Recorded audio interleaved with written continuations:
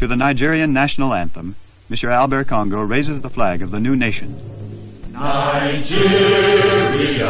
we hail thee, our own dear native land. Though tribe and tongue may differ, in brotherhood we stand. Nigerians old and proud to serve our sovereign motherland. Our flag shall be a symbol that truth and justice reign. In peace or battle honored, and this we count as gain. To hang on to our children a banner without stain. Oh God of all creation, grant this our one request. Help us to build a nation where no man is oppressed, and so with peace and plenty, Nigeria may be blessed. Ẹ̀jẹ̀ mi ni ẹ kí n gbọ́, àkọ́bí ewé ayò, ewé tún méje, ìtún ló ní ọ̀tún ẹ̀ ṣe, ìfà ló ní kan fà ẹ̀ mọ́ra, àìbínú gbogbo àtàrẹ, gbogbo méjì ọkà bàbà, gbogbo mẹ́ta ọkà wáṣẹ́, orí ló túmọ̀ ẹ̀dùn, gbogbo ọ̀nà ní túmọ̀ ẹsẹ̀. Akọni ìmọ̀ tú ìmọ̀ ọjọ́, ìmọ̀ èmi ni wọn kì í dálẹ̀. Wọ́n bá lọ mẹ́lẹ́mọ́, wọ́n á fi jóye ẹlẹ́mọ́. Akọni wọ́n bá lọ gbé fèrè, wọ́n á fi jóye ẹrùkù. Bọ́wọ́ wọn bá tẹ̀lé, wọ́n á fi jóye aláre. Àwọn mẹ́tẹ̀ẹ̀ta parapọ̀, wọ́n wá jọ ń pẹ́ mọ́, ẹ̀ẹ́mọ́ olóko jẹ. Wọ́n ń pa Akíntọ́lá, Akíntọ́lá ọmọ Ògún. Wọ́n ń pàdé Ìyàndá, ọmọ Àtàràbọ̀bà. Àkọ́bí wọ́n ń pàdé Ṣàtàdàdẹ, ọmọ ọba Ìjẹ̀bú Mèrè. Aṣíwájú odò gbólùkẹrẹ, ajagun lólòdì ọ̀run. Tó o bá ṣe pé tìyẹ, tó o bá ṣe pé tìyẹ, náà bá ń darí jọ wí.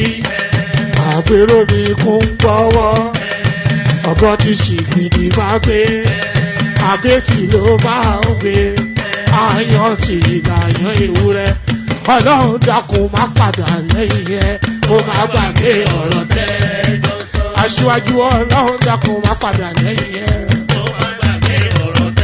Àkọ́bí Ọlọ́run dákun má padà lẹ́yìn ẹ. Ọkọ̀ olúrẹ̀lẹ̀ Ọlọ́run dákun má padà lẹ́yìn ẹ. Òdòlé sọ bẹ́ẹ̀, gómìnà sọ bẹ́ẹ̀, dẹ́pútì sọ bẹ́ẹ̀, ọ̀túnba sọ bẹ́ẹ̀, spíkà sọ bẹ́ẹ̀, bàbá Ìjẹ̀bú. Oh, all right, and there it is. So hopefully you can hear me. Indicate in the comment section if you can hear me. Good day to you. Good to be your company and all that. I hope you've had a wonderfully glorious day. You will see me in a moment, but I am signposting you to Dups's session just to highlight that for your attention. So Dupsi is back, of course, as you all know, and she's back with another banging session this coming Sunday. Why are Nigerian women making dating so transactional? So that's the question. You can provide the answer. The link to Dups's session is in the comment section. So go bookmark that. So go bookmark that. So yes, why are Nigerian women making dating so transactional? So this is something, of course, very contemporaneous. It's the going on of now this is what we're having to contend with in this modern age. But is this the sort of modernity that we're after, or is this just the reality of the times that we live in? So bookmark that. So let's bring that off the screen, and then suffer the misfortune of seeing my bald-headed face. Doopsy session, bookmark it. So there it is. Yes, click on like, click on subscribe, click on the hyperlink that says StreamYard, all those nice and funky stuff. Let me rattle through quickly the talking points, and then we kick off the session immediately. So there's no dilly-dallying today, because the time, the time is getting later and later, and you're seeing that reflecting in the participation. So we have to make some adjustments to that time. So that's your well, come join her then on Sunday. It's a very I'm looking forward to that one anyway. Bakersfield. Yeah, so let me just rattle through very quickly the talking points, and then we kick off the conversation immediately. Peter Obi, of course, are never far off the headlines back there again, but this is the direction of travel. This is the direction of travel that we would like to see. So its popularity, because it claims and feigns all of this popularity with all of these tweets that is continuously pumping out on a daily basis. And of course, the raw meat eaters gobble that up gluttonously. So we've seen all that, but that has not been tested at the polls. The last time it was tested at the polls, it came, what, third or fourth? I can't quite recall where it came in that last election. But now, this endless campaign that has been embarked upon, all those are water reservoirs that is building in the north and all that. So all of that to be tested at the ballot. Obi, Otti, others to lead Ondo Labour Party governorship campaign. So this will be a referendum on just the style of politics that Obi has been playing. The leader of the Labour Party on Friday announced that the party's presidential candidate Peter Obi, Abia State Governor Alex Otti, and lawmakers elected on the platform of the party and influential members of the Obedient movement will lead its governorship campaign in Akure, the Ondo State capital. So that I'm looking forward to that. This was disclosed in a statement jointly issued by the party's National Publicity Secretary Obiora Ifo and the chairman of Labour Party governorship primaries in Ondo State, Olushola Ayodele, who said that the party is prepared to rescue the state from the All Progressive Congress government in the November 16 governorship election, said they are prepared to back their candidate, Dr. Oyedele Olorunfemi, all the way to victory. Olorunfemi, a popular unionist, was returned unopposed during the governorship primaries held at the party secretariat in Akure on April the 27th. He was the former general secretary of the Senior Staff Association of Statutory Corporations and Government-Owned Companies, an affiliate of the Trade Union Congress of Nigeria. So a unionist is who, anyway, don't let me laugh. Addressing the Southwest leadership of the party in Ibadan, Oyo State capital, on Friday, Oyedele, who conducted the Ondo State primaries a fortnight ago, disclosed that a task force has been formed to speed up the activities for the governorship campaign. Oyedele, who is also LP deputy. Anyway, it goes on into that, but the main catchment of it all, the catch-all of it all, the cream at the top is that, and I hope there won't be any backing down or denial of this. This is coming out of The Punch, which is a reliable newspaper. Obi, Otti, others to lead Ondo Labour Party governorship campaign. So I am looking forward to that, because this will now test his popularity. We are not anticipating victory. Nobody is expecting that Obi will go and lead a campaign in Ondo State that would lead anybody to the state house there. No, we're looking at performance, and we're going to weigh that performance vis-a-vis previous elections to see just what potency this Peter Obi narrative has. So a referendum on Obi to take place both in Edo State and subsequently in Ondo State. So I am looking forward to that, as I hope you are as well. So let's go on from that. 2 days. Nigeria has witnessed remarkable progress under Tinubu. So this is the United Nations. You know, there's almost a universal international endorsement of the performance of Tinubu. The only place, and I wouldn't even say it's in Nigeria that is not getting the recognition, but broadly in Nigeria it's not getting the recognition, but particularly within a subset of the Nigerian space, it would never get that recognition. But globally, in the financial sectors globally, he's recognized as performing miracles. In governance, they're recognizing him. They say a prophet is without honor in his own home.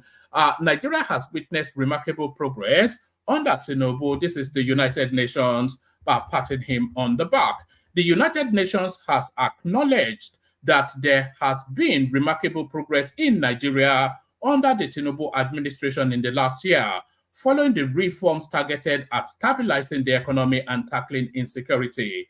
The United Nations Deputy Secretary General, Hajia Amina Mohammed, and by the way, she's a Fulani woman from Nigeria, I'm not sure if that colors it somewhat, who gave the global body's position, said, over the past year, Nigeria has witnessed progress from the reforms introduced by this administration to stabilize the economy.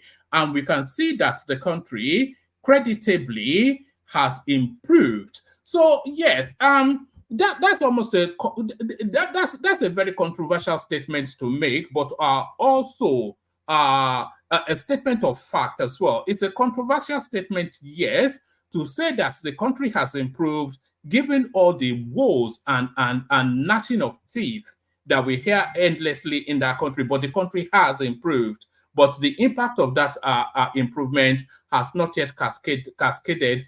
It seems almost a silly thing to say, isn't it? That there's been improvement, but the people are not feeling it. But that is essentially the narrative. The improvement has not yet caught up with the people. That's a better way of putting it. So the improvement has not yet caught up with the people. The United Nations Deputy Secretary General Hajia Amina Mohammed, who gave the global body's position, said, over the past year, Nigeria has witnessed progress from the reforms introduced by this administration to stabilize the economy. And we can see the country creditably has improved. The Nigerian government has also been proactive in addressing security challenges in the country and the sub-regions, as demonstrated by the hosting of an African counter-terrorism meeting last month. Hajia Amina Mohammed said this during a high-level dialogue on delivering the renewed hope agenda on the theme, Nigeria's global ambition from hope to reality. There have also been other notable initiatives, such as the nationwide digital literacy program and the expansion of the broadband infrastructure to bridge the digital divide and empower our people in this digital age. And by the way, there's a lot of fiber optic cables being laid right across the expanse of the Nigerian space, because of course, a lot of exciting things happening.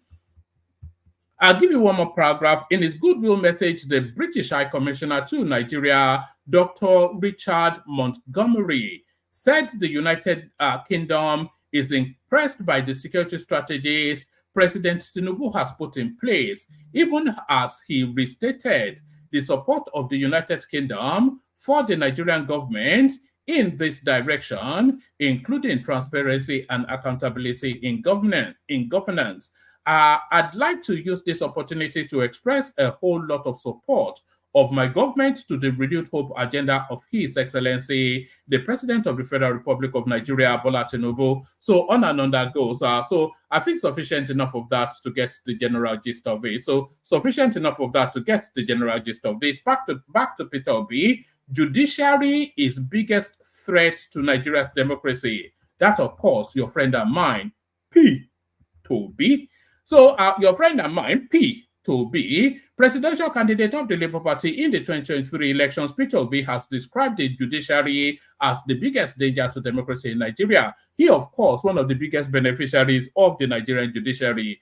Obi stated that there has been a decline in the judiciary, stressing that the problem of the country is not the electoral body, the Independent National Electoral Commission. So it's just the flip-flopping of positions, isn't it? This guy will say anything just to continue to jolly along. It's a jolly along sort of politician. He will say anything just to jolly. Was he not the one that took the judiciary to court and called them all manners of names not quite 12 months ago? But now they're the best thing since sliced bread is now the court. Presidential candidate of the Labour Party in the 2023 elections, Peter Obi has described the judiciary as the biggest danger to democracy in Nigeria. Obi stated that there has been a decline in the judiciary, stressing that the problem of the country is not the electoral body, the Independent National Electoral Commission. The former Anambra State governor made this known during the 5th memorial of late Justice Anthony Aniagolu. So that's the father of that chappie, the one that speaks the British accent on Arise TV. So that's his father, Charles Aniagolu. Yeah, so that's his father. The former Anambra State governor made this known during the 5th memorial of the late Justice Anthony Aniagolu at the Godfrey Okoye University Enugu. Obi said there is an urgent need for revitalization of the Nigerian judiciary, saying all other institutions depend on it for the country to thrive. He said, while the judiciary today still boasts of a few outstanding judges, there is an undeniable decline in our judicial system. This decline poses a significant threat to the future of Nigeria. Justice is increasingly commodified and delivered in favor of the highest bidder. Whenever democracy is discussed, fingers point to the Independent National Electoral Commission as the problem. But INEC is not the problem. Instead, the judiciary is. The judiciary is the biggest threat to Nigeria. If our judiciary, if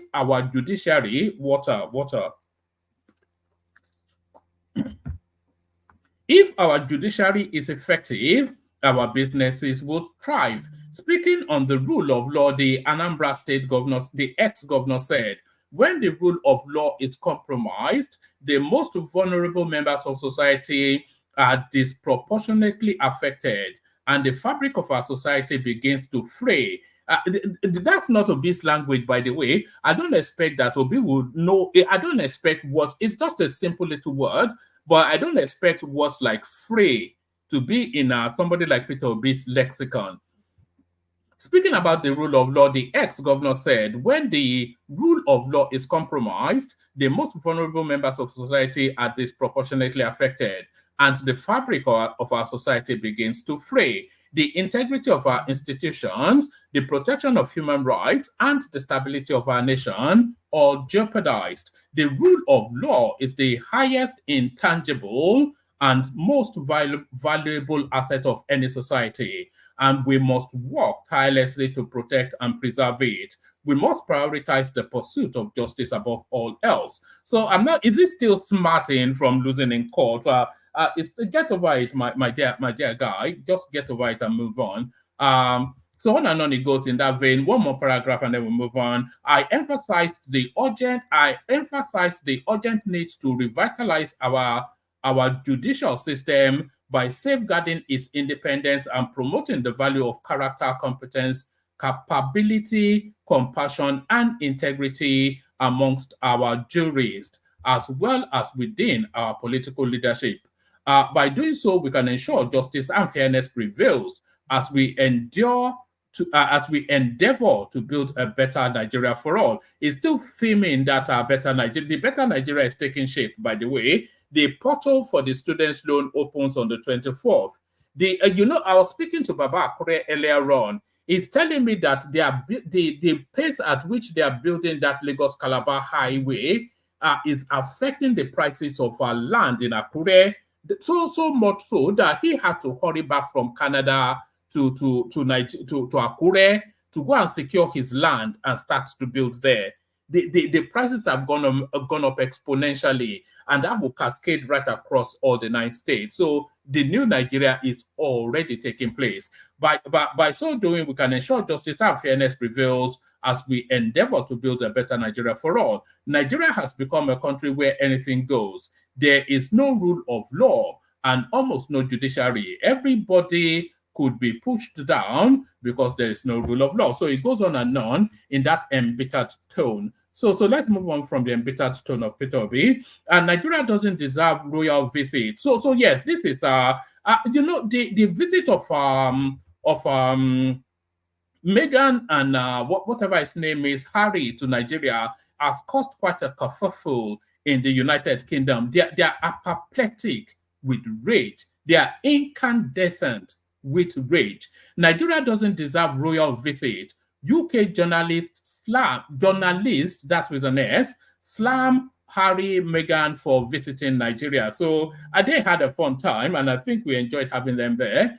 British journalist and presenter Kevin O'Sullivan has criticized the Duke and Duchess of Sussex, Prince Harry and Meghan Markle, for visiting Nigeria. This comes after another British journalist, Christopher Wilson, drew backlash for comparing Nigeria to Nazi due to the royal couple's visit. The couple visited Nigeria to celebrate Invictus Games, Harry's tournament for wounded soldiers in Nigeria. However, their visit has faced criticism from British journalists and royal supporters. O'Sullivan, a presenter on Talk TV, so that's the who's that controversial guy that went to America? Piers Morgan. So that's the station that Piers Morgan leads. O'Sullivan, a presenter on Talk TV, stated that Nigeria doesn't deserve endorsement from anyone, especially members of the royal family. The royal family doesn't just go anywhere. These tours are planned years in advance, and the countries that the royals honor with their visit are very carefully chosen. So I think was Prince Charles and Camilla not in Nigeria just barely 2-3 years ago. So I'm not quite sure what he is on about. The royal family doesn't. There is no way our royal family would set foot in Nigeria, a country with female genital mutilation, a country where female genital mutilation is rife, where women's rights basically don't exist, and where hundreds of children are regularly kidnapped by extremist Islamic groups. But you will visit Saudi, though, which is probably the most extremist Islamist group. This is not a country that should be endorsed by anyone, certainly not our royal family. And these two are naive in what they are doing. They are making this country look good when it doesn't deserve it, the journalist said.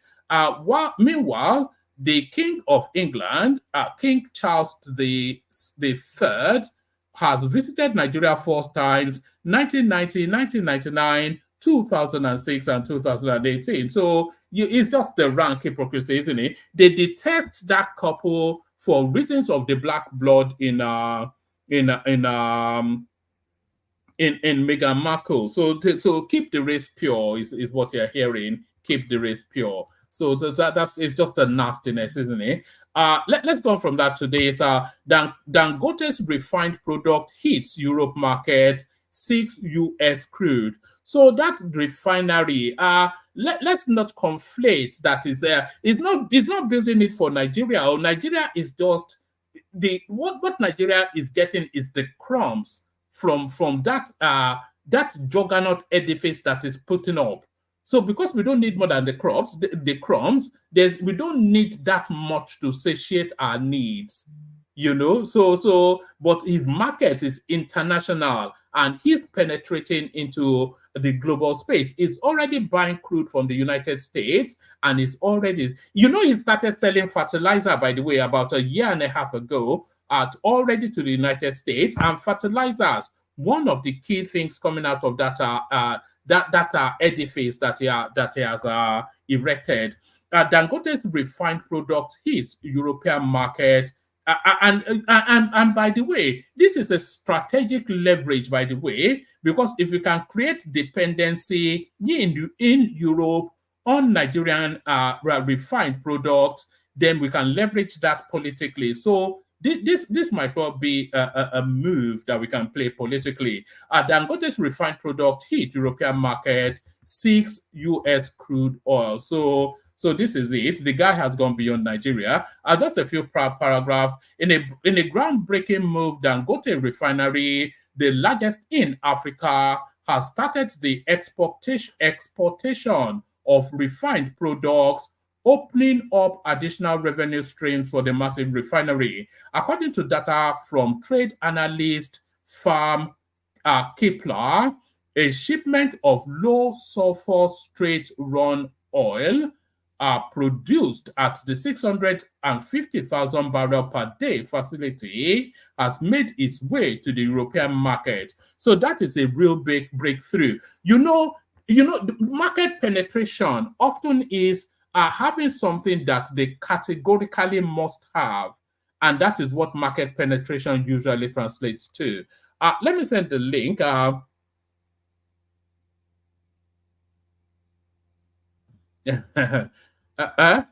Look at this guy. I doubt that very much, Oscar Blackbone. Let me send the link. Anybody that wants to hop on. We don't want a repeat of yesterday when it was just 2 people, but that's the nature of how these things are going to go now. So brace you. I've been seeing it on other platforms as well. People are now. I think people are fatigued somewhat by the endless ebb and flow, because people have already adopted entrenched positions. So if Tinubu discovers the cure to cancer, not one single obedient will endorse him. And if Obi discovers the cure to cancer as well, not one anti-Obi will endorse. So people are in entrenched positions. So there is nothing you can say that anybody that will cross anybody over. Although Tinubu is crossing people over with this Lagos Calabar super highway. Data obtained revealed that the 90,000 ton cargo was loaded at Dangote Terminal in Lekki on April the 25th and discharged at Rotterdam on May the 13th. So that's a good thing right there. But is this next item a good thing? That's the question. From abayas to bikini, Saudi host first swimwear fashion show. So this is the last. I would like to see clips of it actually to see what constitutes swimwear, because they put their women in puda. At least about 4 or 5 months ago, they were putting their women in puda. So from puda to scantily dressed, barely half-naked women in Saudi Arabia. I bet you thought you would never live long enough to hear that as spoken words. From abayas to bikinis, Saudi Arabia hosts first swimwear fashion show. So let's get into it. Saudi Arabia held its first fashion show featuring swimsuit models on Friday, a groundbreaking event in a country where women are required to wear body covering abaya robes less than a decade ago. The poolside show featuring Moroccan designer Yasmina Kanzal showcased mostly one-piece suits in shades of red, beige, and blue, with models displaying exposed shoulders and partially visible midriffs. I hope this is a snap from it. Is this a snap from it? This is a snap. Can you imagine this being a thing in Saudi? They would have beheaded you for this 10 years ago in Saudi Arabia. Unbelievable stuff. I'll give you one more paragraph and then we'll move on. The show took place on the second day of the inaugural Red Sea Fashion Week at the St. Regis Red Sea Resort, part of Red Sea Global, a key project in Saudi Arabia's Vision 2030, etc., etc. So if only that guy had not chopped up Jamal Khashoggi in quite the manner it would have been seen as it. But you cannot think of Saudi Arabia. I cannot think of Saudi Arabia beyond the chopping off Jamal, or the chopping up of Jamal Khashoggi in a Turkish embassy, at the Turkish embassy in Saudi Arabia. And that was the guy that commissioned it. Did you know he told them to video it and send it to him as they chopped the guy up alive? So there it is. So this is the last one. The link is there if anybody wants to hop on. Minister withdraws suit against Niger Speaker over wedding plans for 100 girls. I thought she would have doubled down on that. Minister of Women Affairs Uche Kennedy has withdrawn a suit earlier filed against the Speaker of Niger State House of Assembly, Abdul Malik Sakindaji, over his plans to marry off 100 orphans from his constituency. The minister, speaking with reporters on Friday, noted that the ministry, in collaboration with the Speaker of the Niger State Assembly and traditional rulers from the state, are currently investigating the ages of the girls to ascertain if they are within the stipulated age of marriage. So there is no stipulated age of marriage within the Nigerian space. That's just the question. Because, of course, within the conservative religious north, they go with what their holy book says, that as soon as a girl experiences her first cycle, then she's ripe for the plucking. And that could be as young as 13, maybe even younger, So I'm not quite sure. And they operate a Sharia system there. So unless you want to go up against the religion, which the Saudis, as we see, the Saudis are modernizing. The custodians of they've allowed drinking in Saudi Arabia now in some designated spaces. They're allowing drinking. They're allowing women to run around naked in Saudi Arabia, but in Nigeria, they are fastidiously extreme in Wahhabism. The minister, speaking with reporters on Friday, noted that the ministry, in collaboration with the Speaker of the Niger State Assembly and traditional rulers from the state, are currently investigating the ages of the girls to ascertain if they are within the stipulated age for marriage. According to her, the Ministry of Women Affairs will, for now, focus on empowering girls as well as others affected by insecurity in the state. Recall that last week, the Speaker, Sakindaji, announced plans to marry off 100 orphans in his constituency as part of measures to alleviate their suffering. While the development had sparked national outrage, the Muslim rights concern, Murik, urged the minister to withdraw the litigation and petition she wrote to the IJP. The chairman, Kano chapter of Murik, Malam Hassan, whatever his last name is, who made the call on Thursday night in a statement, urged Nigerians to learn to respect other people's culture and traditions. So there it is. Let me send the link again. We do need the room populating, but there it is. So I think Ayo, keep an eye on Pansat. Any out of step something, just ban him, and then we won't reverse that ban. So that's the readout. I think that's sufficient to be going on with. Let me play you the Kegite music. We kick off the conversation. Let's see, where is the Kegite music? Water, only water. Water, only water. Where they see ma. Water, water.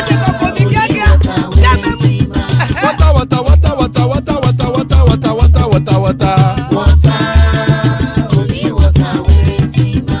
Hapa o naido. Hapa o naido. Hapa you don't come o.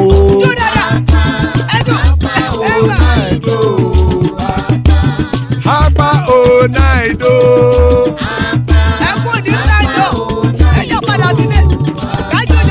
Oro keke elemu ye o. Ide sodi ya keke elemu re o. Bobby master keke elemu re o. Chifu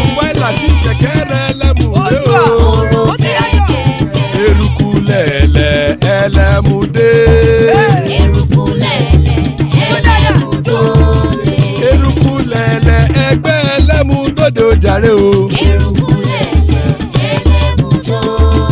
Eruku lẹ̀lẹ̀ Ghana ti dé ẹgbẹ́ bọ́dì o. Ọmọ ẹlẹ́yẹ ẹ̀yẹ o ó dilé o. Olúyẹ̀lá ẹ̀yẹ o ó dilé o. Petrosonama ẹ̀yẹ o ó dilé o. Petrosodunke ẹ̀yẹ rẹ̀ ó dilé o. Ẹlẹ́kọ̀ ọ̀run mú ìní o.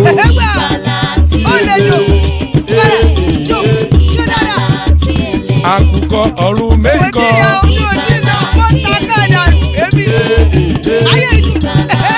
Ikú kò ní ríwà gbéṣe o.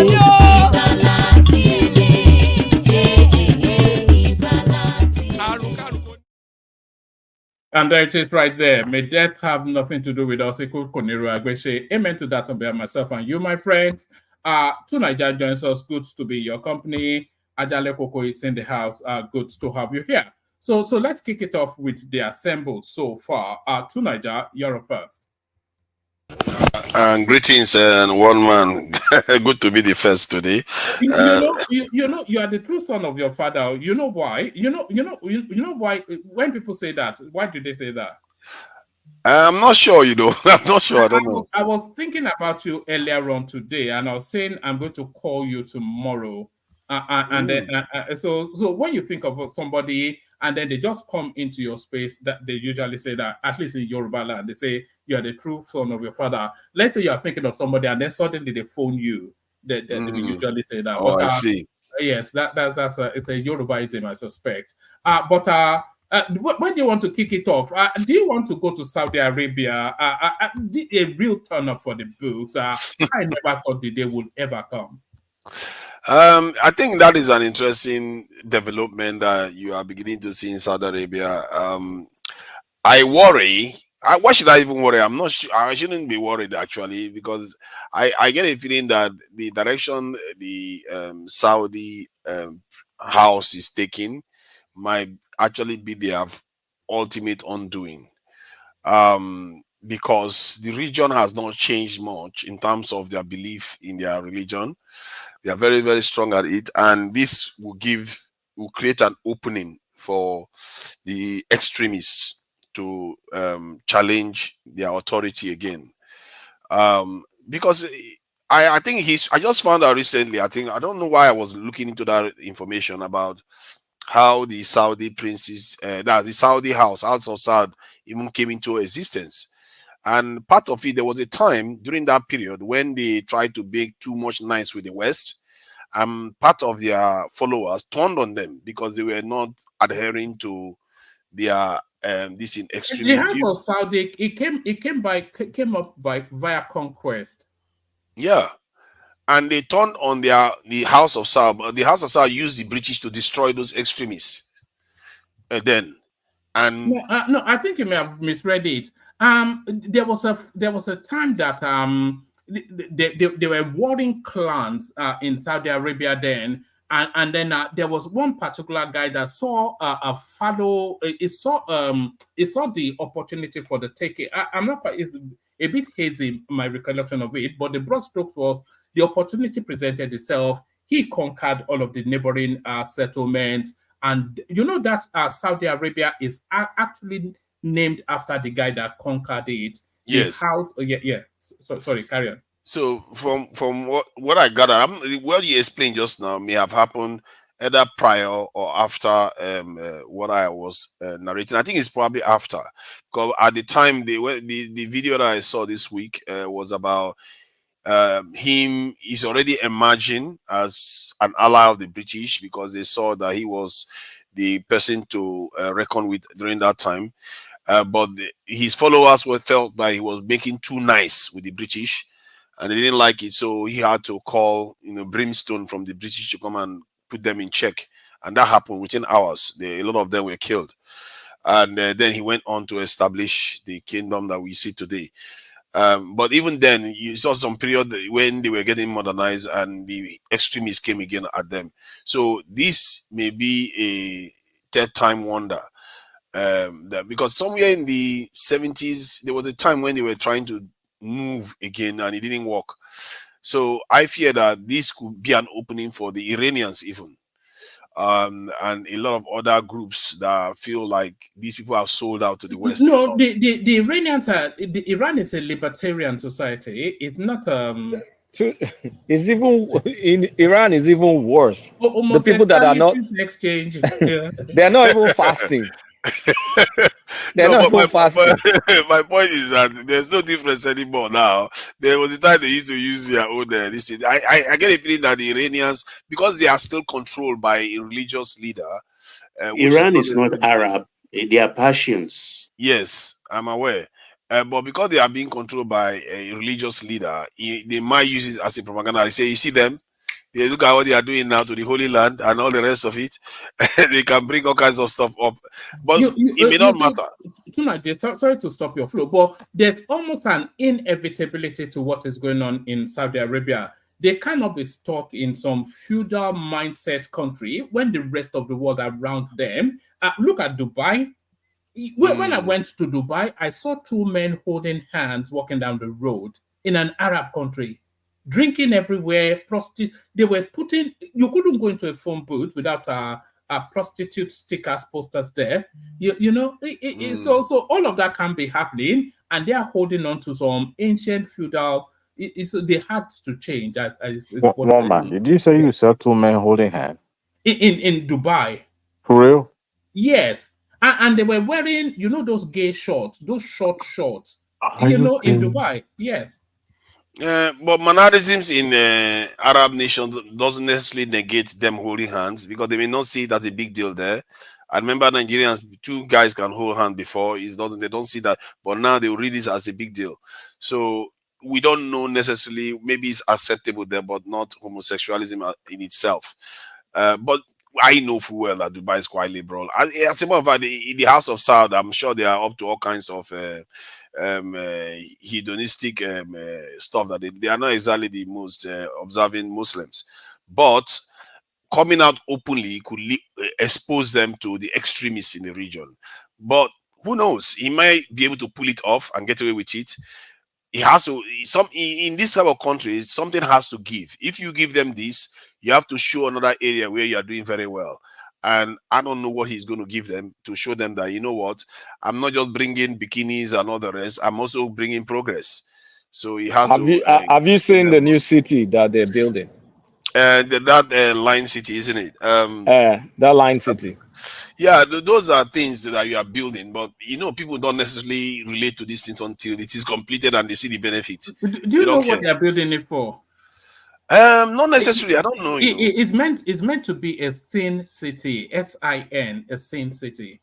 That's what it's for. I swear to counteract the debauchery. They've opened up Saudi Arabia. My sister went there on holiday. They've opened it up for tourism. I guess I thought Hajj was a form of tourism, but I guess no, they can Hajj also have more. It's a pilgrimage, isn't it? Okay. They can get more. Non-pilgrimage tourist. But the Saudis, they can look at their neighbors. Look at Qatar, for example. Look at, we've talked about Dubai, but look at Qatar, look at Kuwait. Like, people are moving on. They're moving on, so they can't hold on. I think the only country that's going to have Belus is going to be Yemen. And Yemen in the shito is like an African country. So that's the only thing they have to worry about, Yemen. It's interesting because I think Saudi Arabia is probably looking at Dubai and thinking, I need a piece of that, because Dubai is advancing too far ahead, and if they don't do something about it, they might fall behind. And they are not necessarily very friendly with Qatar, if I'm not mistaken. So, yeah, the guy is trying to catch on and compete. And I must say, Saudi Arabia is quite more advanced than people like to give it credit for. They have a lot of nuclear materials. If they want to build a bomb, they can build it. The Chinese have given it to them. It's only us, the Moon people, that don't get anything. But it's all right. To Nigeria.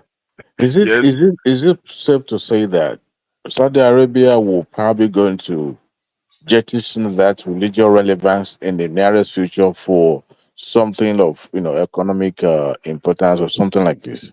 Sorry, Tunaja, let me attempt at that, because I think I have an idea what they are trying to do. They are going to ring fence the holy cities, Medina, Mecca, all those holy cities, and then they let the rest go. But those holy cities, they don't even let you in if you are not Muslim. There are gates. You have to confess to be a Muslim before they let you in. So I think they will bring first the holy cities, and then let the rest go. That about Nigeria. Sorry. Yeah, I think he could do that. It's possible you can pull that off from the point of view of the pilgrims, but locally, the people there and the region, and the relationship they have with the West, because it's one thing to say you are traitors to your people and parleying with Americans, the great Satan, but it's another thing now to start distancing yourself from the faith.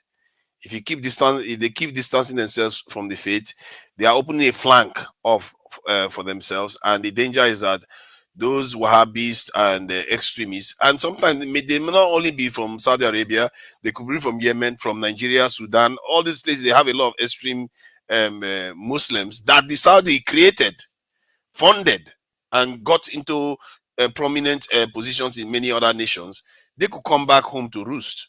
And well, we don't know. This guy seems to be as ruthless as any other person out there. So we can see. I think that the throne they have to be careful. They really have to be careful because they are quite vulnerable on so many levels. And if that throne falls, the other throne in the region stands a chance of falling because most of them are monarchies. Everyone will fall. Everyone will fall before the throne in Saudi falls. There's more chance of the monarch in the UK being kicked out than they're like demigods, True, Niger. Yeah, they appears that way. They've not been there that long in historical terms, so you don't know. They could just fall. It's just a question of palace coup because it was Faisal that pushed out his brother Abdulaziz Saud, the original founder. It has happened before. Exactly. So but I heard about to go from the monarchical system to a democracy in Saudi Arabia. That's not going to happen. We don't know that. You see, one of the reasons why the Arab Spring, from what I gather, failed was because of the monarchies in that region. And I think one other one was about to be removed from office quite recently. Whether it's Qatar or Dubai, one of them was about to be removed from office, but it just managed to survive and remain in office. So that's remained on the throne. And they are all backing each other up, making sure that they remain. But if Saudi Arabia falls, and the nation that will want to cause that is Iran, because Iran doesn't like them. They are monarchs. Iran is not a monarch. It's a theological, I think, Islamic leader there. So they don't like all those leaders that just want to hold on to the thrones, not based on Islam, but just based on hereditary titles. So, but that said, Saudi Arabia is I welcome the progress. They can have progress there because going there can be quite dangerous if you don't know what you're doing and you step out of line. They are making giant leaps to be a more secular sort of at least the veneer of secularity in Saudi Arabia. They are now the mecca of boxing. We all know that. They have got Formula One is going to kick off there either this season or next season. The women can now drive. Women can now go out without supervision. They've opened up drinking in the place. Women can go to all within 10 years. So they're really moving quite sharp to catch up with the rest of the world. You guys should project it to Nigeria. How do you think it's going to benefit Nigeria, especially when the North start seeing that what they're holding on to is disappearing in front of them, because that may influence our northern ideology that is a bit more conservative when they see the pillar of their religion actually relaxing stuff, and then they'll just put the religious relics Mecca, Medina, but then everybody lives their life. That may help us. Kulata. In as much as you are thinking that way, you should also know or understand that even in the United Arab Emirates, they have one of the emirates that is still rigid and refuse to yield to this new development of this the emirate of Sharjah. Sharjah has been very, very religious. I mean, holding hand is something that you can't even kiss your spouse in Sharjah. But the It's likes very of Abu, slow in embracing sorry, modernity, actually. Charger is very slow. they, They they are are not slow and embracing modernity. they deliberately retained that religious slash cultural, belief in a way that you don't want to go in the way of Dubai and Abu Dhabi. So I think the likes of the northern part of the country might also think that way, that okay, if the rest of the country decided to be liberal, that they're going to retain that cultural slash religious belief. Maybe that's the way they're thinking. Mm. I think they are beginning to learn. Who knows? Maybe they are beginning to learn the lesson that the West learns, that they have to start separating other aspects from religion. But they have a lot of what they call it, backlash, potential backlash that they have created for themselves. They created some of all these extremist groups around the world, extremist states, and those states are going to come calling sooner or later to support people that are going to throw them out of office. If they feel they want to turn Saudi Arabia to some kind of hedonistic realm, and so that is the danger they face. All right, Tunaja, I'm going to take you to one more topic, and then I want to move the conversation really swiftly round because, of course, it's late in the night. I left you a message in the private chat. I'll move it around so that everybody gets to speak, and then we'll loop it round again. So you get to pick. Obi Otti orders to lead Ondo LP governorship campaign. So you can either have that one, or you can have Nigeria has witnessed remarkable progress under Tinubu. So that's the United Nations. So with some authority, they speak to that space. Judiciary is biggest threat to Nigeria's democracy. Your friend and mine, P2B. And Nigeria doesn't deserve royal visit. UK journalist slam Harry Meghan for visiting Nigeria. Never mind that Charles was there barely a couple of years ago. Dangote refined product hits European market, 6 US crude. So take a peek and then we move it on. Obviously, I would like to go after the UN speaker. I don't know what that lady was thinking, making such a statement. That is the kind of statement that gives me trust issues. How can somebody look at the way Nigerian economy is going up and down with inflation rate at the level as it is and everything, and you go and make such a pronouncement? Because of what transformation? The only major thing that the Tinubu government did themselves that you can commend is the student loan stuff. This and maybe the student loan stuff is happening now. The road construction has not been completed. Until it's completed, it's not completed. But the floating of the currency has been Is already affecting property prices. Yes, I'm sure it will. I'm sure it will. You remember Baba Kure? I was speaking to him earlier on today. And he's saying they are starting to fight over land in Akure because they started the construction at a rapid pace. All the sections they are doing, and everybody is now going to put fences around their land. Yes, I think if you have a property along the route, the property price will go up exponentially. But Akure is not near the route now. Akure is near my own hometown. I don't know why they are fighting there. Ask Mama why they are already arguing over that one too. He was telling me that that's something you could get for $1 million. I was just a few hours ago. He just called me randomly, and now it's about 5 million. So he actually went to Nigeria from Canada to go and secure his land. That's good. Interesting. The kind of statement the lady made was very reckless, given that the major policy, apart from the tuition fees and the road, the other major policy that the government engaged in is this currency devaluation, and it has led to a lot of upheaval in the Nigerian economy. Till today, the currency is not stable. The inflation rate is quite high, very high actually, and so because of that, and she comes out and says, "What a great reform!" How is that a great reform? That's a terrible reform that just happened. Maybe other things the government is going to do later on is going to start yielding benefits. There's a lot of things on the ground. I've said it before. The fundamentals were favoring Tinubu heavily, but it appears he's hell-bent on making sure those things don't come to fruition one way or the other. And I've always believed that. I keep repeating this over and over again. These people are designed not to allow us to develop. Let's just keep watching this space. I hope they prove me wrong. I really hope they prove me wrong, that they are not designed to keep Nigeria where it is, because so far he has lived by that definition. Because if he hadn't just done the flotation of the currency the way he did it, the economy right now would be stronger. The Nigerian GDP will be even rising stronger. So why would anybody do what he did? Let me ask you a question.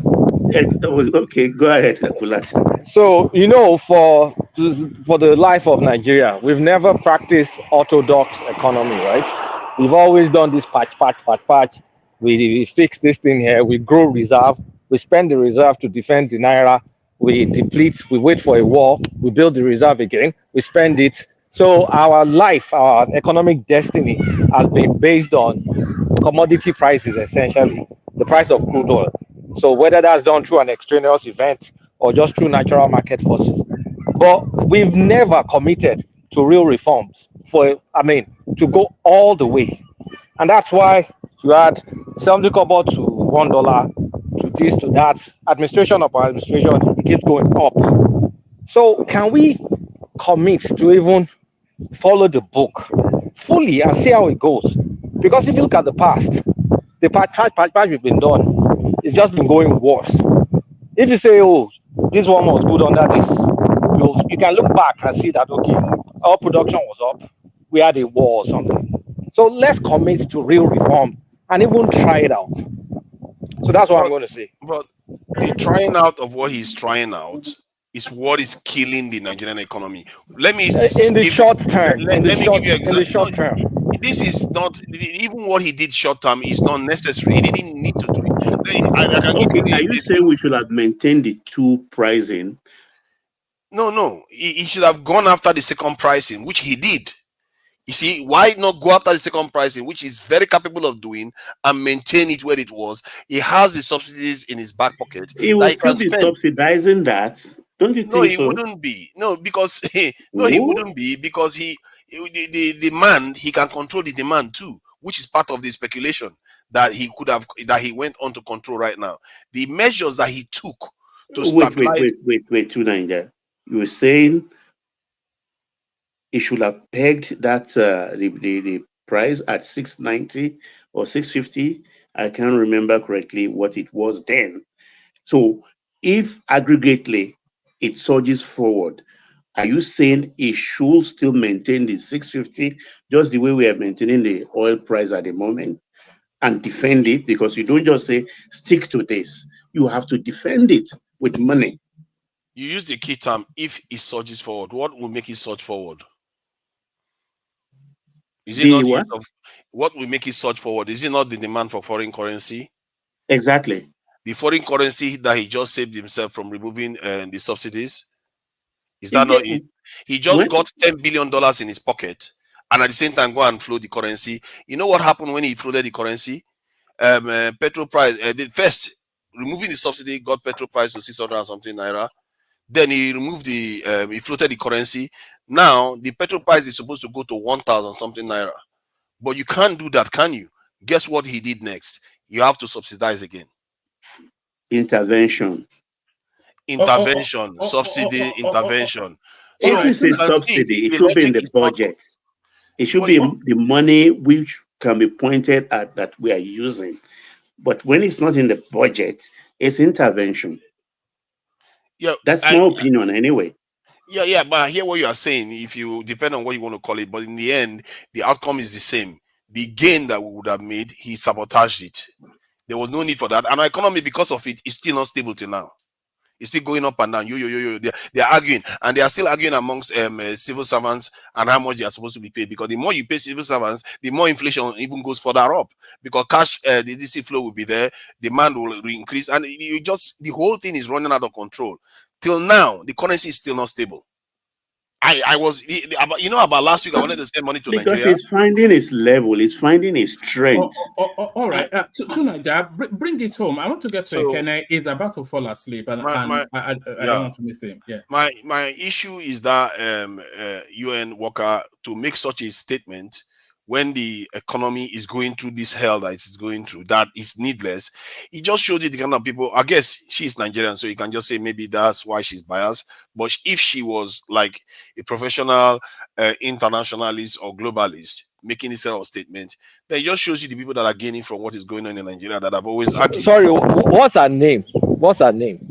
Sorry, I don't know her name. This It's is how Aminat Mohammed.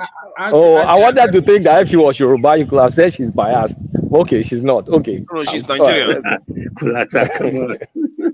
She's not Yoruba, so she's Nigerian. But my take is that if she goes out to make such a statement, given the economic headwinds, you can't take her seriously, clearly. And these are people that as a signal to Nigerians that look at the people that we like to think that are looking out for us. There's a reason why the US doesn't even sign up to UN major charters like International Criminal Court and all kinds of different things. But while we are houseboys signing up to everything that they tell us, I think recently they gave Nigeria some kind of extra territory, as they say, something that Nigeria applied for since the 2009, and they granted Nigeria access to some part of their sea, coastal shelf. I think what they call it, the tectonic shelf or something like that. So we have gained about 200 nautical miles now, and that application goes through the UN. So you can see some of the games that are being played with people. I don't know whether it's a game, whether it's just is the coincidence that it all came out now. I don't know. But personally, it's an entitlement, you know. Yeah, I would like to understand a bit more about that. Actually, you're allowed to go X nautical miles into the sea as part of your national territory relative to the size of your country. So let's say your country was like 100, for instance. Then I'm not quite sure what the figures are. You are allowed to go maybe 50, 60 nautical miles into the sea as part of based on your population. No, based on your land mass. Based on your internal land mass. Like, if your country the same now. But it requires approval and all that stuff now. I know we gained the land 5 times the size of Lagos, and I heard it's rich in hydrocarbons and minerals. So it's a boom. Well, it depends on if we quickly sell the rights, but it's a boom in energy production for us if they tap into it. But it's based on our land mass. That's why the North always says that the oil that we're drilling is not Niger Delta oil. It's because our land belongs to them. Because yes. Yeah. And it's an argument, so is it not? It's some argument anyway, Kulata.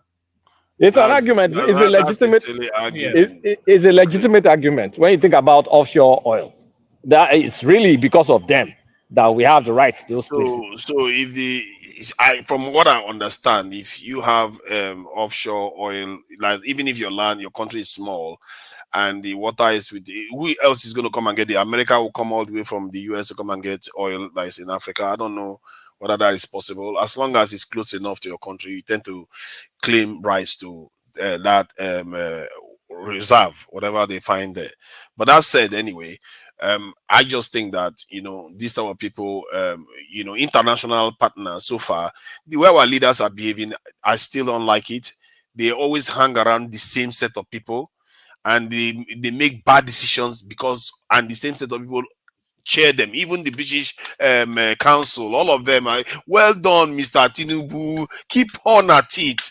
This kind of cheering, when these people are ripping us to pieces, if it was the economy, do you think the British would be very happy to be hearing people cheering them when the economy, the inflation rate is 30% and the living standard is fallen, energy costs has tripled? Nobody would thank anybody that is thanking those people for doing it. And there is also another aspect of the Nigerian economy that has never been fixed, which is that revenue debate. I think we had the revenue debate some time ago. Oh, that was on Sunday I had that debate. And I was surprised how resistant Nigerians were in terms of revenue. Nigeria is one of the least revenue generating countries in the world, and I'm shocked that it was kept that way for this long. I think it's only 2 countries that is below us, and one of them is Saudi Arabia. The other one is Kuwait, and Iraq is just coming out of a war or something like that. So they are the only 3 that you can see there. The rest, including African countries, tax their people more, get more money from the population. I'm going to tackle. I want to tackle you on that, but I want to get to Ekene. But are you talking about internally generated revenue? Yes. No. So Well, you're it saying is. Nigerians are under tax. No, Heavily relative to under tax, GDP. terribly. Tunaja, qualify it. Revenue relative to GDP size. Yes. Yes. That is because it's like you are generating 100 naira, but you only charge your citizens 3 naira, 3.3 naira 60 kobo. That's what we charge our citizens. While other nations, even in Africa, some of them 20 naira, 15 naira, more. Oh, Nigeria, we don't do anything. And these are the leaders that gave us that. This is my problem with them. How can these people run our country to the ground like this? This is why our nation is Nigeria has no right to be this poor. With oil is forgiving us every single year, forgiving us our mistakes, and they refuse to learn. How hard can it be to collect tax from people, organize the people so that you can develop a country? Because when you take revenue, it allows you to leverage it to get more income, to build more, to develop your country. This is what other countries are using. Most countries are developing themselves with the money they generate physically. Most of them is based on loans. They get loans and build economies up. Loans that they will never pay. As long as they service it, they are good. But I want to leave it. I don't want to go on too long. Thank you, one man. All right, brilliant, excellent. Stay there. We'll look round still to you. Have a look in the private chat. Let me bring up Ekene. If it's still Ekene, are you there? Have you fallen asleep? Superman right there. Ogagba, how far? Nah, man, I have to take my bath to stay awake so that. Look at that. The things you do for the platform. The MC Oluomo of One Man Went to Mo. Are you the MC Oluomo of One Man Went? It's a very rich man. So I don't be MC Oluomo. You're not I be P2B of the platform. You are trying to turn me to Abadorians, but I will not accept that. You're giving me Jagaban. And you're not giving me all right. If you are the P2B of the platform, then speak to this Obi, Otti, others to lead Ondo Labour Party governorship campaign. So there are 2 elections coming up, of course, the Edo State Guber and the Ondo State Guber. So Obi very much a prominent name in those cycles. So all this campaigning that he has been campaigning, even after the election, the first a referendum on his popularity will be those 2 spaces. So what are your expectations? Nobody is expecting him to go and win on those states, but in terms of performance, how should we measure him? Well, LOP don't have much ground in Ondo. Everybody knows that. So I think Otti will be involving in that campaign is to get more ground there. So I'm in support of that. Anything that they can do to get more ground for LOP is accepted. So whether they win or not, they must show people must accept. They must give their message to the people of Ondo State. So if they are ready to buy it, then although we enjoy the good governance of the people at their state and enjoying their own. So that's why Otti is there. So I don't have much to say there. So kudos to them. Let them come out, cheer up Ondo people to embrace the evidence and the LOP for the betterment of the state. Not like APC APC never have a candidate in Ondo up to now. So I don't know what is their problem. That Jimmy somebody, they are struggling here and there. So APC, sometimes when you talk about problem in other parties, APC own is worse because they are full of greedy men, and the evil politicians. The governor is the one declared the winner of their primary. So what are you saying? But other people have not agreed now. And even that Jimmy somebody, they have sacked him from the party for anti-party activities or whatever. I don't know. But I don't care. I'm not interested in what is happening in APC. But for me, let the LOP do the right thing, give their message to the Ondo people, and if they really want to buy it, let them buy it. Because I think now people are understanding that we need to do away with anything concerning APC. So people are already buying that message, even though abroad APC people don't know that.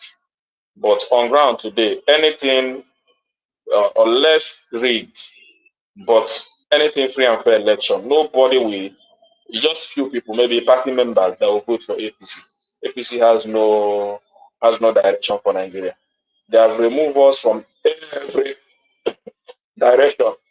We don't know where we're going to be in the next year in terms of education, where our economy is leading us in the next 10 years or 5 years. We don't know that. But We we are know just where we are now. autopilot. It's a shame you fell asleep yesterday. They've announced the students' loan portal to start on the 24th of this month. So we know where we are in terms of when it start now, sometimes education you are using 5 billion for. But where we are in education, you are using 5 billion for student loan and using 90 billion for jihad. Yes. That shows you that you are not a serious country. Just 5 billion for student loan and 90 billion for jihad. So these two, which one is supposed to have the more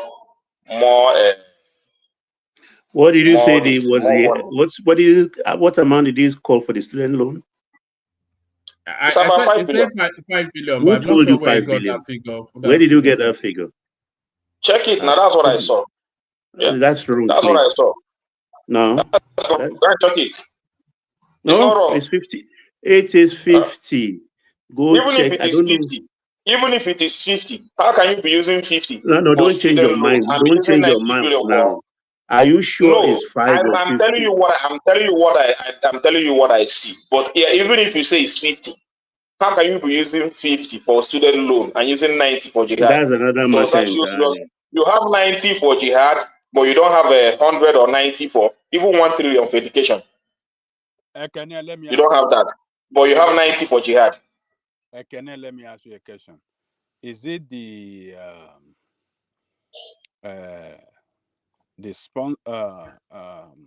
how do I say it?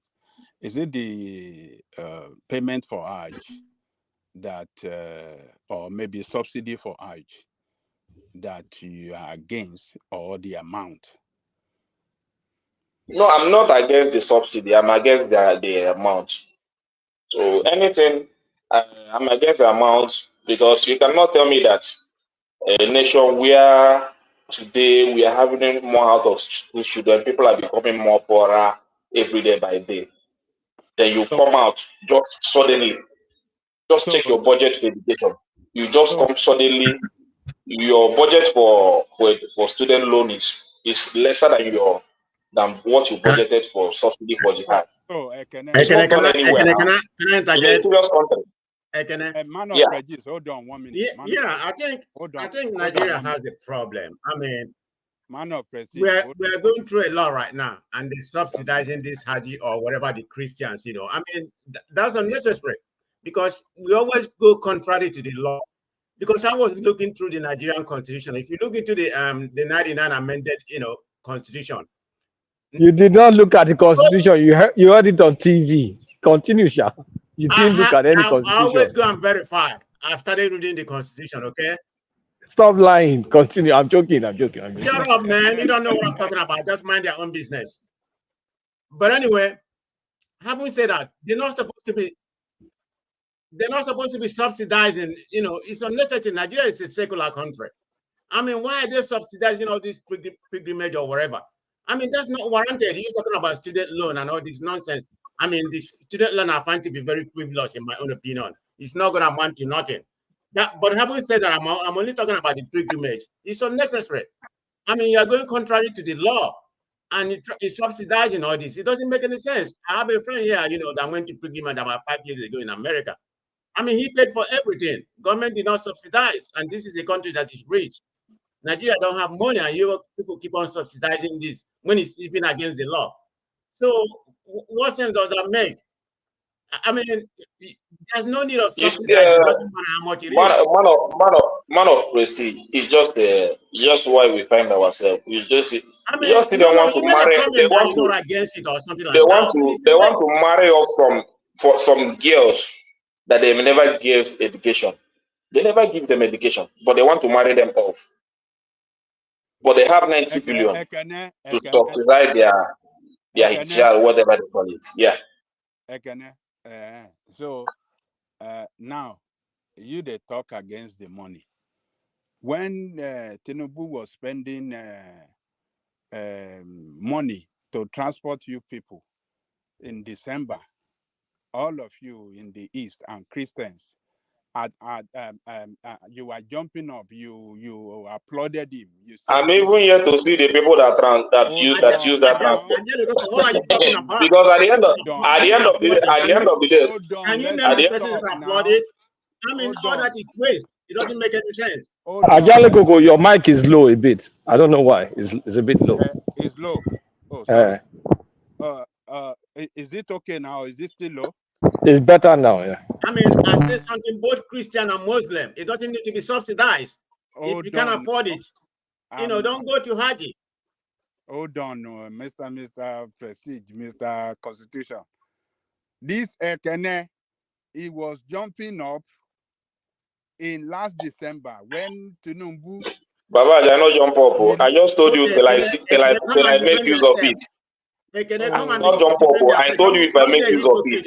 Even up to I told you that I didn't know anybody that make use of it or anybody that benefited from it. At the end of the day, buy another guy come and say that they spend I don't know the amount of billion they say they spend. When I know that I've never had a relation or even me anybody that benefited from that. So I don't know. But this one is that the vice president has come out to confirm that 90 billion has been mapped out for this religious purpose. So, Baba, I don't want to waste too much time because I have a lot of things to say here. I have to say I somewhat agree with Kenneth. We have no business paying for, if your religion is your private business now, why should we be paying for pilgrimage more than we're paying for education? It's just, misplaced priorities, isn't it? Well, that is they have to do that to please the Muslims for the next vote. So, but I don't care. Whatever they are doing, it's politics. It's politics. They are bringing this. Even if you want to do it in that 90 billion is too much. It's too much. It's not your budget for education should be higher than that, because even in that northern states, do you know how much 90 billion can do? Just check their schools, the infrastructures of their schools and everything. Just check it. It is at the lowest scale. So can I interject you, please? Can I interject? Okay. Sorry, I actually want to say something concerning this money they map up for. So, because during the time when this man was campaigning, he was saying that he's going to recruit them to go to the farm, all manner of farm produce. But today, there is no land being cultivated in Nigeria. I was thinking by now that if you're driving along that can be true. They want to mean there's no land being cultivated. No land being cultivated. There is no land. One man, listen, let me finish. Based on how he was saying it, there is nothing compared. I can compare that is what he meant. There will be a lot of food, and this is almost 1 year passing the farm produce year is almost over, but nothing is done. You can see inflation is so high in Nigeria, and you people are talking about our dollar depreciating and everything. If I ask you people, what was the Nigeria in 80s? It was agriculture. Agriculture was the major drive of our economy, because if at all we are doing half of what we are doing in 80, I don't think people can even bear me witness. By now, even though you're floating our currency or something, it will sustain, because we have enough to feed our country. We have enough to transport outside the country. But now, They have not fixed the insecurity that is causing issue in Nigeria. They have not even cultivated anything. They say about half or quarter of the land will be cultivated, but nothing is. The man is not doing anything concerning that. And a year is gone. 1 year is gone. Nothing. Nothing is done. Do you expect Tinubu to carry? Let me tell you. Let me say this. That 90 billion, if after that 90 billion goes to the, let me finish. If after that 90 billion, if after that 90 billion, I've not even said anything. Wait, Emmanuel. You said you expect. Let me land. You said you expect Tinubu to carry cutlass. I think you've made the point. Emmanuel, you made the point now. Emmanuel, you talk now. So no, I've not finished. Let me land so you can come in. So okay. I imagine that this because I have not even talked about this Coastal Road or whatever they are saying, because a lot of things they are just missing everything, miss priority everywhere. That money mapped out for Coastal Road, this money mapped out for what did they even call it? The 90 billion they mapped out. Imagine that money, that money goes into farm. Sambisa forest, demolish everything, plant yam there, plant cassava. Even though let everywhere be cultivated, you see that all those things, it will crash the price of goods in the markets. Just within 6 months, everything will crash. Well, they are not doing anything to curb food inflation, because even if Tinubu is not doing anything today, what I expecting is to curb food inflation. We wish we have the capacity to do that. That was actually why I supported what is happening. What is happening in Nigeria today is agriculture that was the driving force. To go to the farm and plant. He said he will demolish the whole Sambisa forest, do everything, cultivate it. That was even why I supported. What is happening? What is happening in Nigeria today, my brother? Is that what you said, Emmanuel? What is happening in Nigeria? One man, yes, I think because of what he was saying, a lot of things he was saying that he's going to do. One man, let me finish. No, you said that was why you. Well, you weren't not the one telling us about deep fake and all that about Peter Obisa. One man, you have started again. So allow me to. Okay, allow me to finish what I'm saying. But land it quickly. Let Kenneth take the floor so that we can move it around quickly. But land your point. Let's not be changing goalposts here, because when this man is missing a lot of things, let's call it out. This is almost 9 months or 10 months to his administration. Nothing is done concerning our agriculture. And you cannot go to market with 20,000 and you make a pot of soup. It's not possible. But if at all he would have channeled his energy in that sector that is lacking, why not massively, aggressively go into farming? For 6 months, everything will crash. Well, what is happening in Nigeria today is that we have everything is normalized in Nigeria. Okay, can we ask you a question? Can calm down? Can we now ask you a question? Let me finish what I want to say. I want to ask both of you. Both of you. Let me finish this thing. Let me finish this thing now. If I finish now, you can ask me. Because your question sometimes is to deceive the public, but no one I will answer it the way I will understand it. But my point is, Nigeria, many things has been normalized in Nigeria today. We don't take it as anything anymore. I remember the first and the highest kidnapping that happened in Nigeria, which was Chibok girls. I know what happened. It's about is it 200 or something girls or so. But if I'm telling you that recently, about 500 people were kidnapped in Zamfara State. 500. More than what happened on the Chibok. But Nigeria remains calm. It becomes a norm. Nobody is disturbed again. Those things are normal things in our country. But these are the issues why Goodluck Jonathan was removed in office. Insecurity. Chibok girls. 200 and something. But I'm telling you, a few days ago, more than 500 were kidnapped in Zamfara. And no news carried it. Can you send the link? Can you send the link? I monitor the news every day. Can you send the link? Can you give me a minute? Prestige, I'm waiting to ask question now. Let me say something. Then you can answer the same question. It's about you, Kulata. I'm not asking. No, I want to ask question. I don't want to answer a question. Yeah, don't ask me. I want to ask my own question. I said that don't ask me question.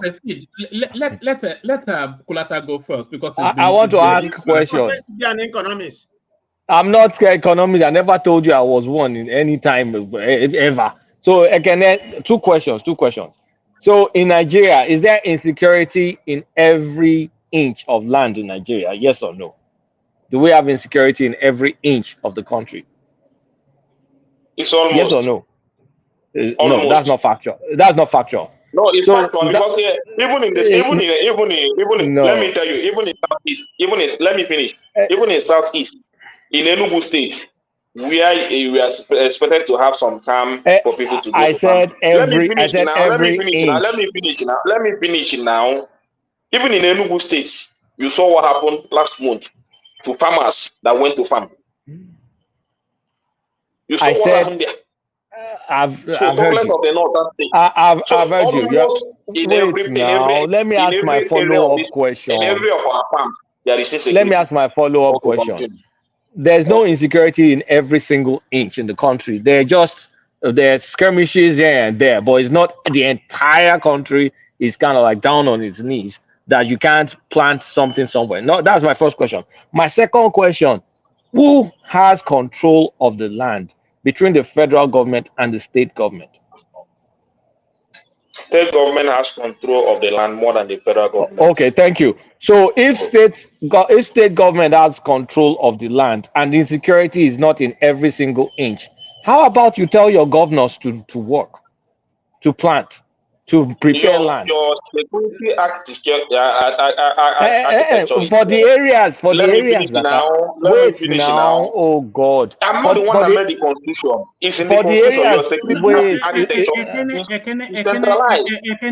Hold on. We already know your politics, but narrow it to the conversation because you often run into righteous indignation and then you hide there. So just stay within the conversation that Kulata is having with you. So for the areas that are secure, that we know is in control of the state, please tell me, will federal government go and take over those lands from the governors? Why aren't you questioning the governors? Federal government will not take over those lands. You even know. Let me talk now. Why aren't you questioning the governors that what is your commissioner of agriculture? Because you have commissioner of agriculture, you have local government chairman, you have governance in subnationals. They need to be the ones leading the charge to go to the farms. From a federal government,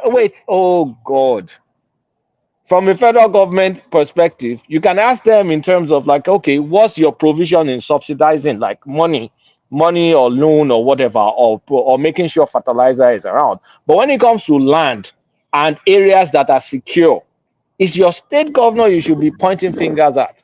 Answer that. Okay, yeah. I'm not excluding the fact that the state governors are falling in the same regard.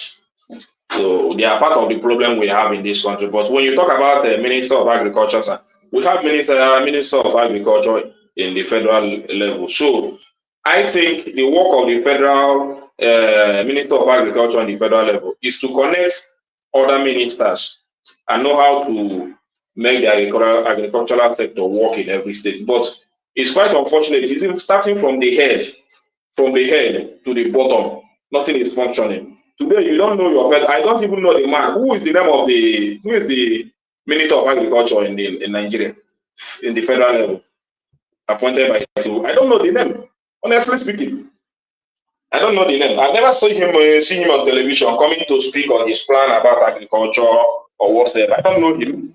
If I see him, if I see his picture anywhere. Okay, can I say something?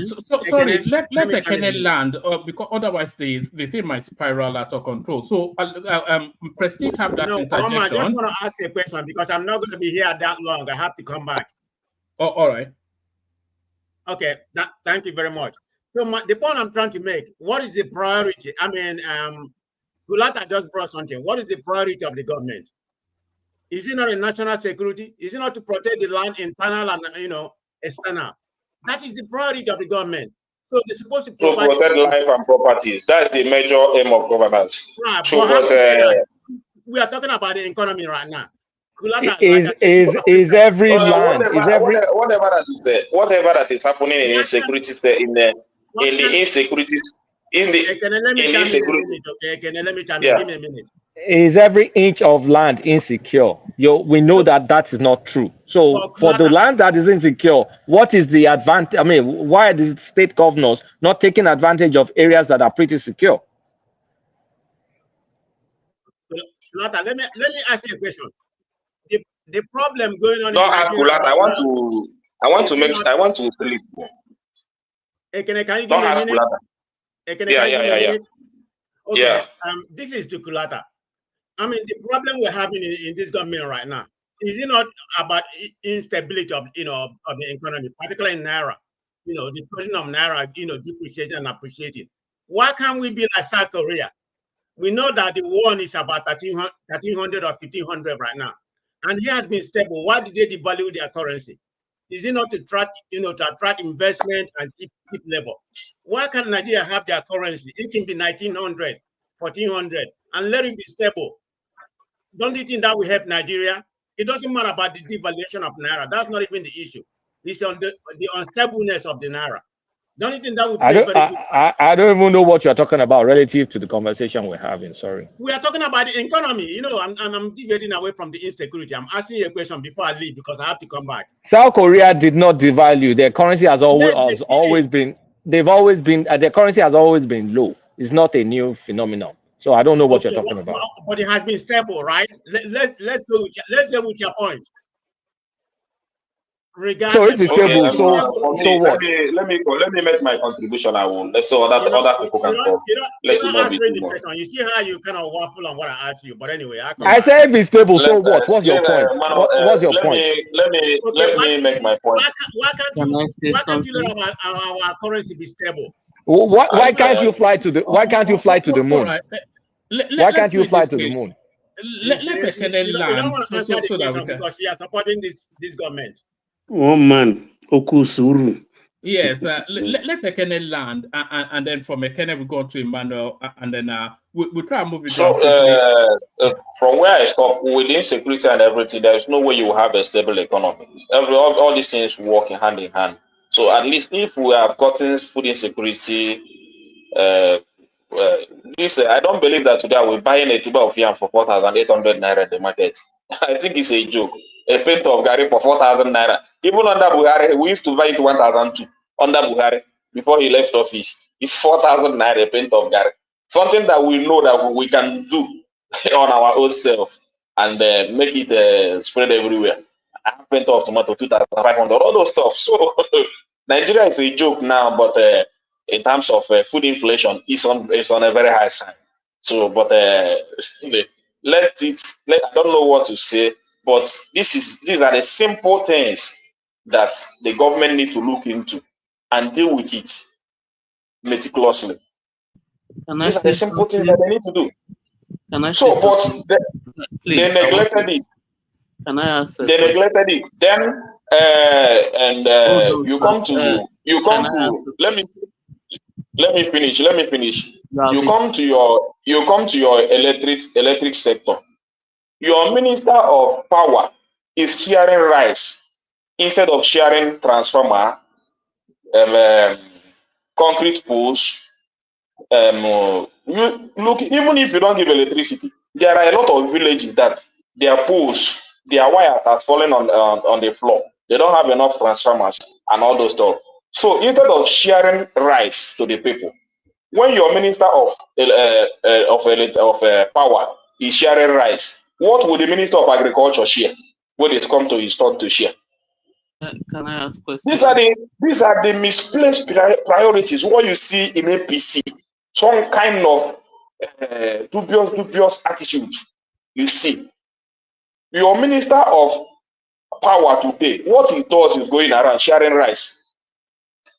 Instead of him to be sharing concrete poles, transformers, cable wires, and be fixing some areas that the poles, maybe the wind has blown them off. We have a lot of them in Nigeria. I saw it when I traveled to Donut. They are plenty. I saw it. Even in the federal highways, you saw a lot of poles are falling under inside the river. Every one of them. Instead of him to be concentrating in doing his own work, his own duty, maybe donating those things to the one what is 100 billion, even this 90 billion that you guys just dash out for the religious people can get a long way in solving this issue. It can get a long way. Then we now say you did something, you provided transformer, you provided the concrete posts, maybe the power is not coming. We cannot see that at least you are trying. But he left his duty and he is sharing rice.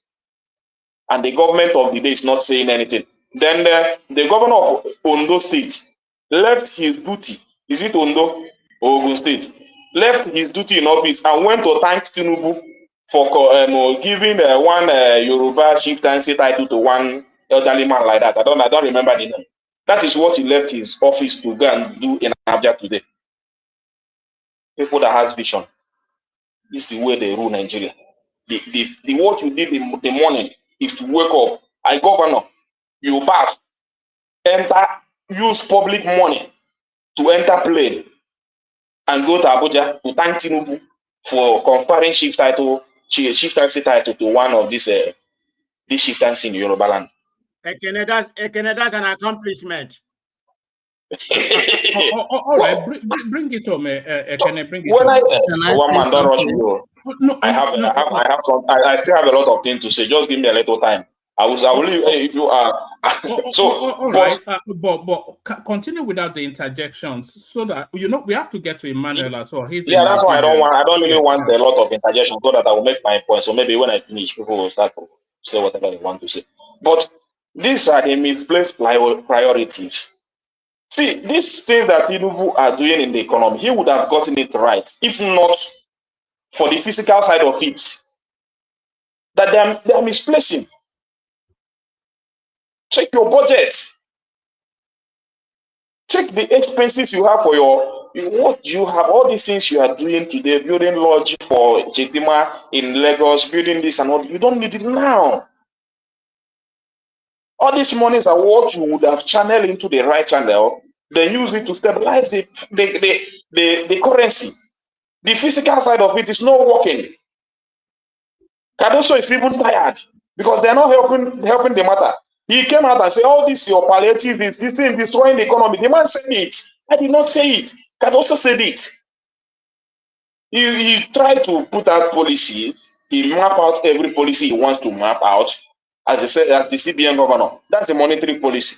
Then you come out and be doing some nonsense palliative and all this in wasting resources here and there. Then the same CBN governor came out and told you that all this palliative is contributing to the downfall of the economy. Go and look for the headline, is there. How did he say it? It's Cardoso that said it. So you now make the man look foolish. You make him look as if he doesn't know what he's doing, but he really knows what he's doing. But the political forces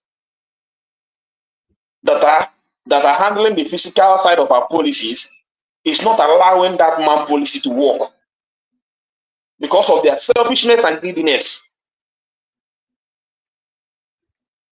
But every now and then you come here and be clapping. Does this mean that Tinubu doesn't know what is happening in the physical side of it? They are the ones squandering it. He's the one taking many ministers abroad, 1,000 of them, spending our resources on them unnecessarily. He's the one budgeting money for us, which we don't need for now.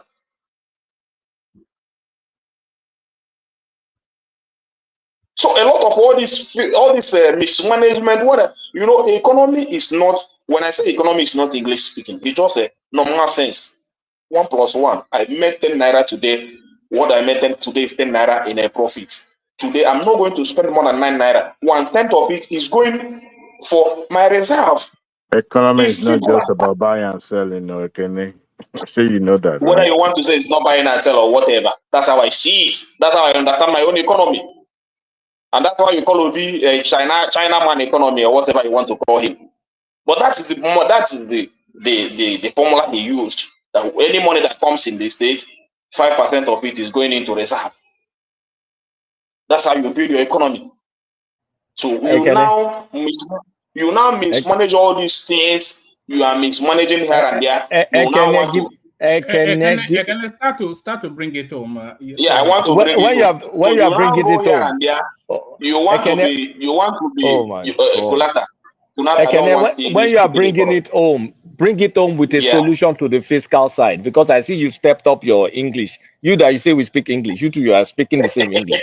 So give us the solution to the fiscal side. Did you see the other day when he was looking through my computer and reading things at speed, like it was Wole Soyinka? Don't mind this of a guy.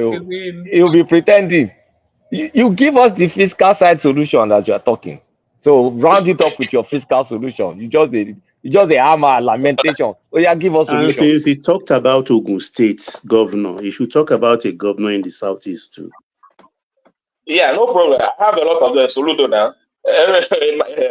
Soludo, I've always been talking about Soludo. It's just that that one came to the news today. So I have to condemn that attitude. It's very bad for a governor to wake up in the morning and bath just to get and greet president. Soludo is not working in the southeast. Eh? Only Soludo is not working in the southeast, right? It's only for now. Soludo is the worst performing governor in the southeast. That's how I see it. I can bring out the indices there.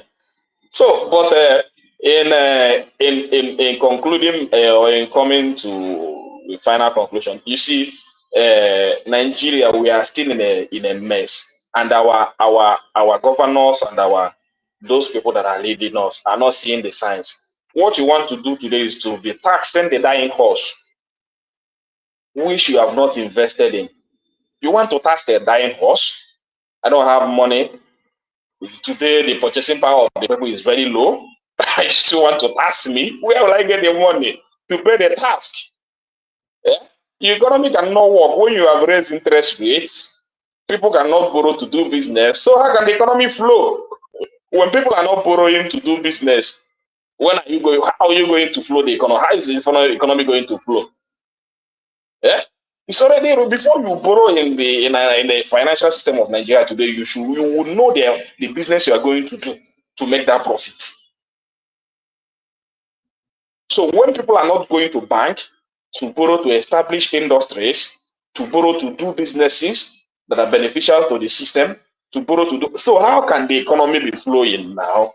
It's as simple as that. When people go and borrow money, they do business, the money will be rotating here and there. The economy will be flowing. But when you raise interest rate, thinking that is the solution, then you now stop your local manufacturers that are supposed to prepare your economy. You stop them from going to banks to borrow. You now slow down the economy. All right, 2 more minutes. Can I have 2 more minutes? So all these things are the contributing factors why you are not seeing growth in the economy. So what they should know that in the system today, that interest rate is very high. Today you are taxing, you remove this tax here, people tackle you on the levy. You now carry it to the airport. When you are coming down to Nigeria, be ready to pay your toll gate tax. Tinubu has put that one, so you must pay it. All of you that is in abroad, whenever you land in any airport today, you are going to pay your tax. That's not how to build, and that is a system he wants to use, tasking people here and there. You don't task a dying horse. You should first of all give that horse water to drink, feed him very well. Then you begin to task him. You begin to lay task on the horse for the horse to carry out his duties. All right. So it's a very bad example, very bad leaders, people that don't think, that we have in our system, which we need to force them out, especially this APC. They have gotten the worst of this nation. I don't know where we're getting to the next. If things continue like this, where are we going to get into in the next 10 years?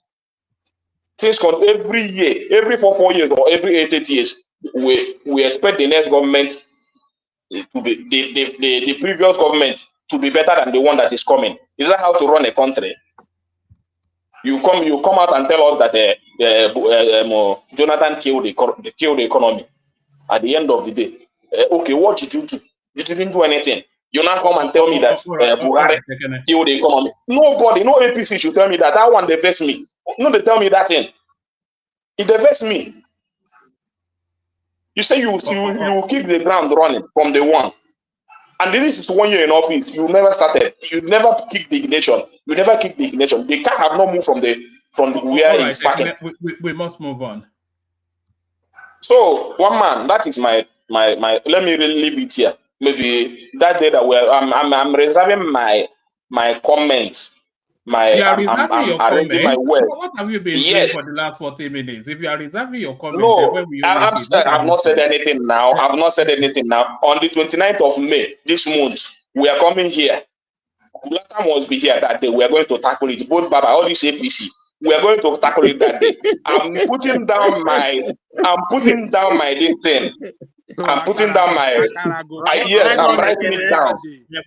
That day is not. I'm setting it down. I don't dare for this. That I will not speak English. You want to go? I'm not going to speak English. Don't worry. On the 29th, Pidgin. Man of prestige, go and call people that you people must be here. Put your notes in order. I have not made any comments. I'm just starting. I'm just telling you what will happen that day. I'm just giving you a list of what will happen that day with Ogu soup. So no, let's keep it here for now. All right, so thank you, Ekene. So that's the majestic Ekene, of course, a man that doesn't hold back, of course, the delightful Ekene. So thank you, Ekene. We're going on from Ekene to Emmanuel, but with Emmanuel, we kick off 5 minutes monologue so that we can get to people a lot quicker. So we go Emmanuel, we go Baba, we go Prestige, Ajanle Koko Kulata. So we do it in that order. But on our way to Emmanuel, let me signpost you in the direction of Dupsey's show. Of course, a regular staple now. People look forward in anticipation. Nothing to do with politics at all. It's a human sphere and lifestyle. Why are Nigerian women making dating so transactional? When was dating never transactional? It's always been a transaction. So that's the link to Dupsey's session. Go click on that link now. Bookmark it. It's always explosive with Dupsey. This Sunday, no different. So bookmark Dupsey as you listen to the delightful voice of Emmanuel. Emmanuel, you're up next. Hello, one man. Yeah, 5 minutes free flow. 5 minutes, one man. I have a lot to say. So well, if your network will let you say it. I think I'm sounding better, right? You are. Carry on. Good to see you. Okay. Good evening, everyone. Good evening. So I greet you all and to all of them that's on the. I have a question actually. Let me go straight to it. I want to ask because I'm a 90 babies. I was born in 90s. So Ajale Koko, between in 70s and 80, what was our driving force of the Nigerian economy? Oil. It was oil. Is Ajale Koko there? It's already been answered. But Baba has even more experience than Ajale Koko and his oil. Okay, what is it? What did you say? In 70s, 80s, what was our major driving force for our economy? A lot of economic sectors that I can mention. We have a good industrial base that was functioning well. Our oil production was at its best. At least we are producing like 2 million back then.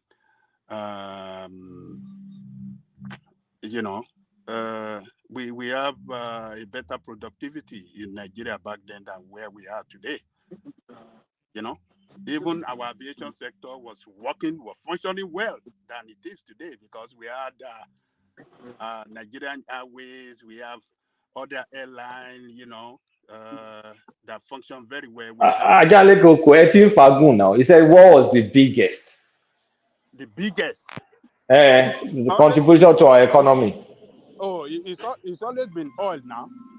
Uh-huh. It's always been oil production now. So that's your answer, Emmanuel. Yeah. And it's been it was at its best back then. At least we are producing 2 million and 2 million, between 2 million and 2.5, between 1.8 to 2.5 million. So Okay, thank you very much for answering that question. I have read a lot of articles why that drive our economy. Then you rightly mentioned the oil was one of it,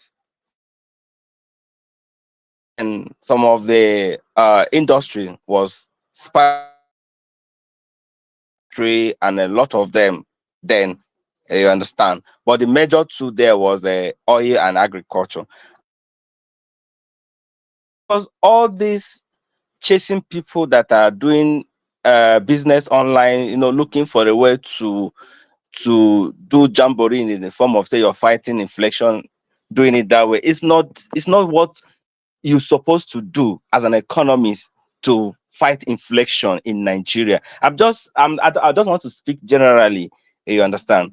Where I'm going into is that there is a lot that as a government that we need to prioritize our money to. Like our textile industry is dead. Our agriculture industry is not working. Even the oil that has been the major gain to us, they are now siphoning it, and a lot of stealing going on there. They are not managing it well, right?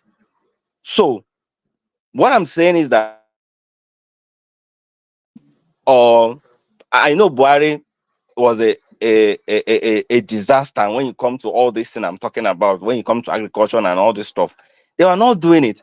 But you that have seen where this man was not performing, and you say, this is what we are going to do. Somehow, one man, you remember that when Tinubu was campaigning, I thought I have a soft spot for him because there's something he was saying that I love. Like when he said that he's going to cultivate half of the land, he's going to turn it to farmland, like going to demolish all these places and do land. And this is 1 year. And he also mentioned our textile industry. He's going to revitalize that. Today, there is nothing in that area going on.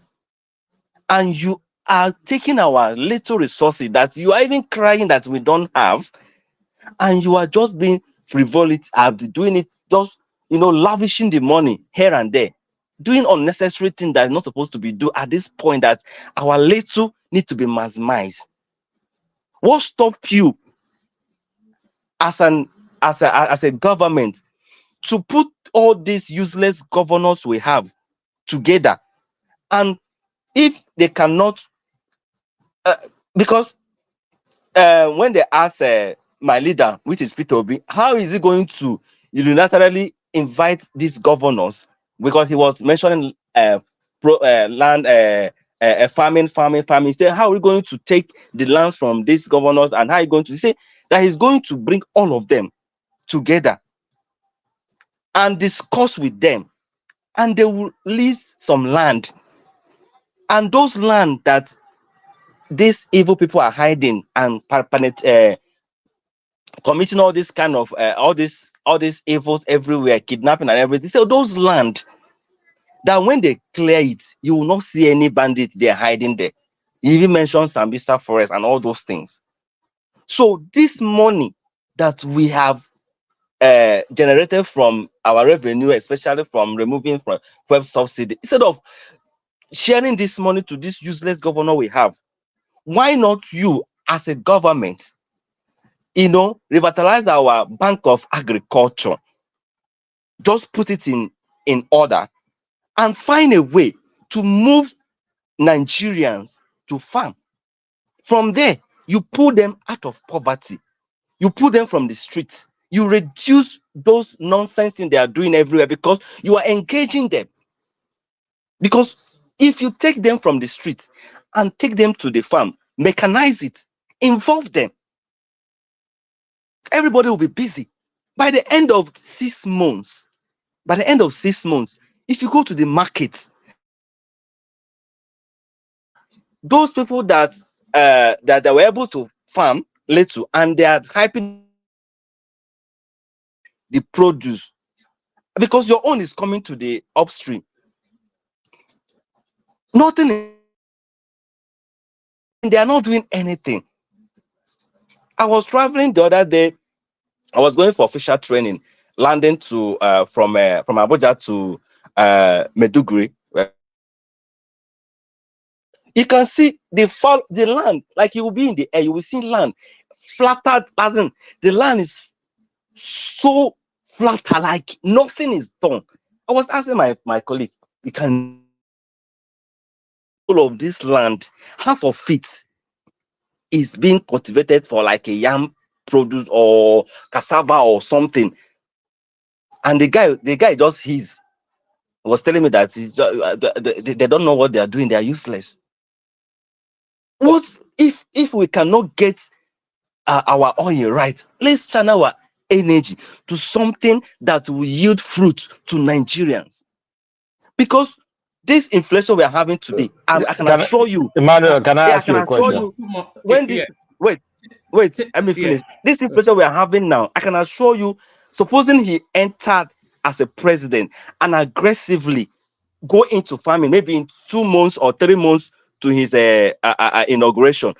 By this time, Colata and everybody on this platform will not even talking about all this inflation. I can bet you that. Please let me ask all this this question. Why do you want the government to involve in farming? Is that the role of the government, or we are just being stupid and just want to talk? You hear what I say, that they need to revitalize our bank of agriculture. It's already there. Have you gone to that place to ask for a loan and they reject the loan? There's Bank of Industry, there's Bank of Agriculture is there. Bank of Agriculture is not working in Nigeria. It works. Have you applied and they Can you show me evidence where it's working? It's not working. Have you applied for loan? They reject it, or you are just here to talk? Wait, let me finish. Don't interject when you don't have evidence what I'm saying. I'm telling you we have listen. Wait, I'm telling you we have a Ministry of Agriculture that's supposed to oversee the agricultural sector of our country, right?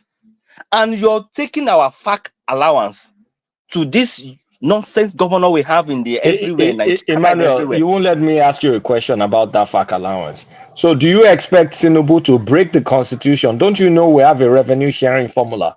So it's just going to, like, is a dictator, is now going to just take out the money and then put it anywhere he wants. Don't you think the state governors are going to sue him? No, it's not a matter of that. That's a thing you need to do as a president. What is that thing that you need to do? Listen, for the benefit of everyone. Because when you keep repeating the same thing and you're not seeing results, why should you said there's a thing? Wait, because this is where talking is easy. Talk is cheap. What is that thing he has to do as a president that will break the constitution? The thing he needs to do, collect everything must not go into that constitution of a thing, because most of those things, yes, I can tell you that. Okay, it should not follow any constitution. I didn't say it should not follow. Just do rascality like Obi did. If it should pick and choose which part of the constitution it should follow. No. One man, listen what I'm saying. Just like this agriculture we're talking about here. This money you're giving to these people, they're just converting it to dollar and holding it for themselves in next election. And you see that there's no result yielding there. Why not change strategy? It's constitutional. I mean, don't you get it? I know it's constitutional, but that is not yielding results. So what will you do? What do you do as a president? What do you do as a president? Can the president single-handedly change the constitution? Okay, fine.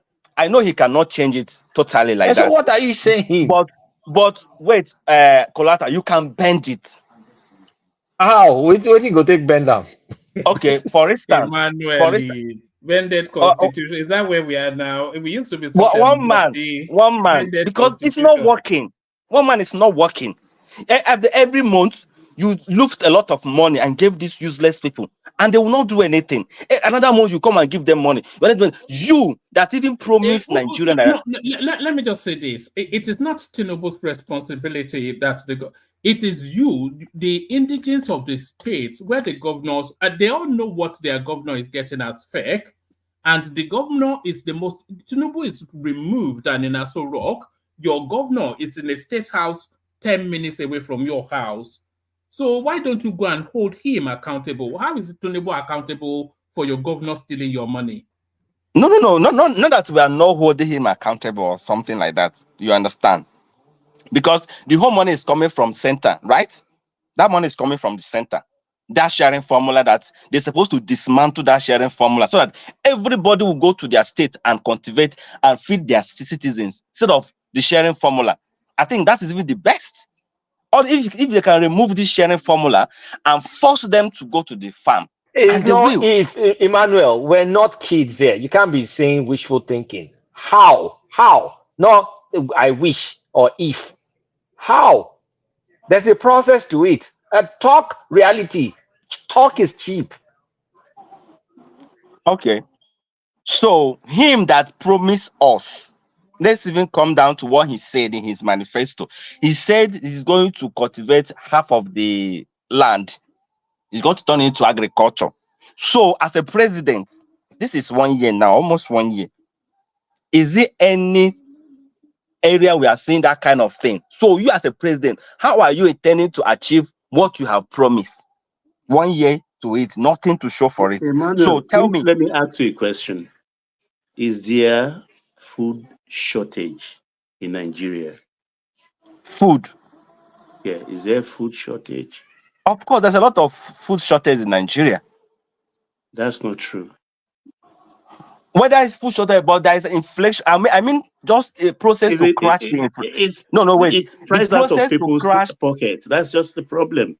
People cannot afford it. Baba, the way government will have crashed this thing, instead of allowing fighting unnecessary thing they are fighting in Naira, that is not even, they shouldn't even be focusing on that. Instead of them going into the main cocoa of the issue, you understand?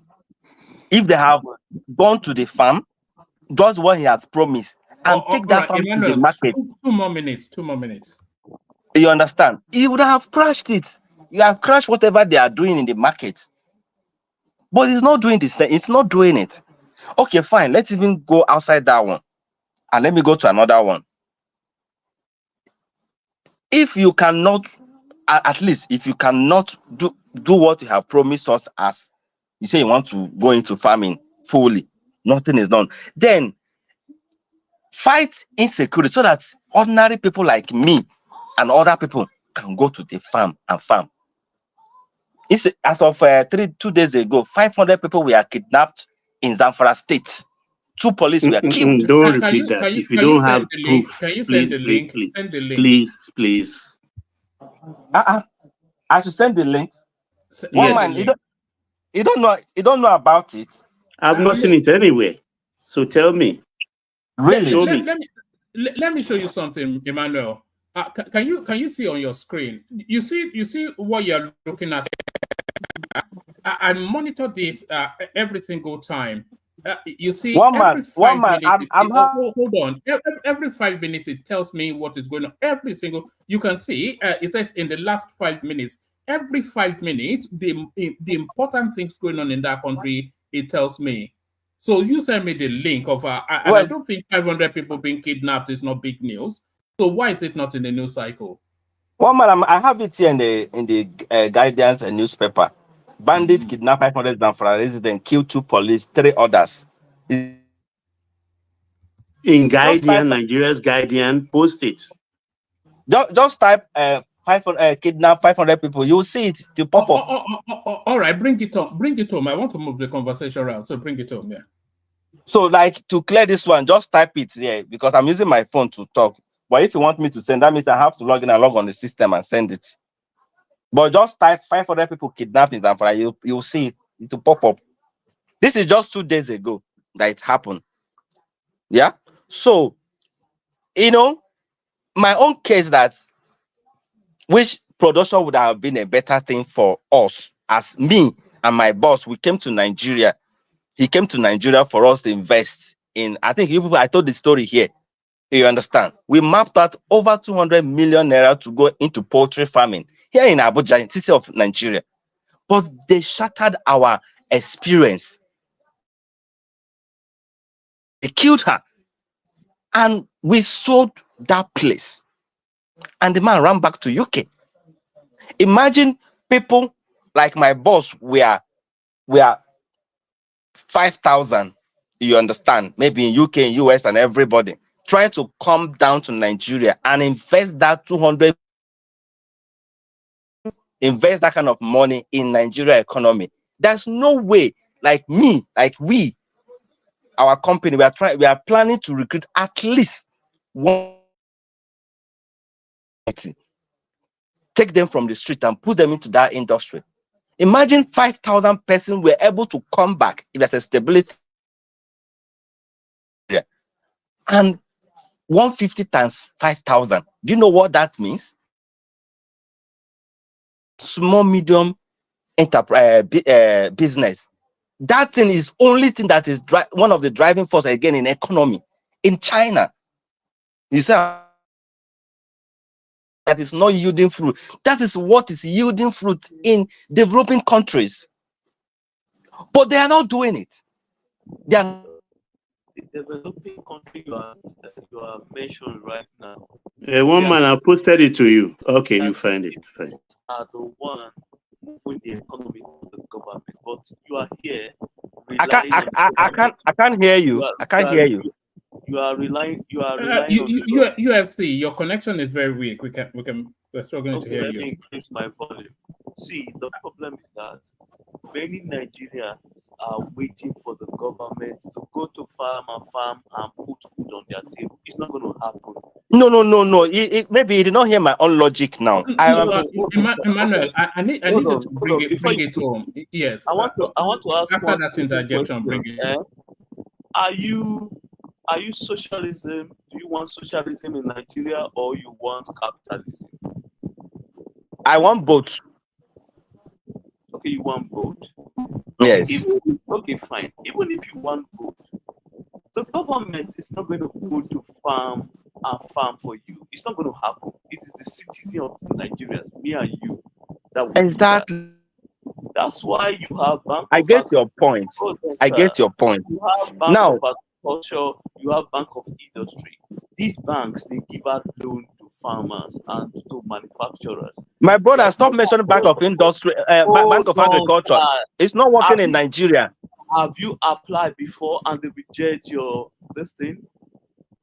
I just post their website. Have you applied and your application was rejected? I'm telling you that. Please answer this simple question. Did you apply and the loan you applied for was rejected? I have not applied in person, but I have a. You see, yes, this is the problem of Nigeria. They rely on yes, you hear. You're not in Nigeria to what? That's what you're saying. What you're saying. I'm sure if you're in Nigeria, because I live in Nigeria. It's in Nigeria or he lives in the south. You apply and it was rejected. The answer is no, you have not. But you rely on someone else. Yes, that's yes. That's the problem of Nigerians. They rely on other people's opinion.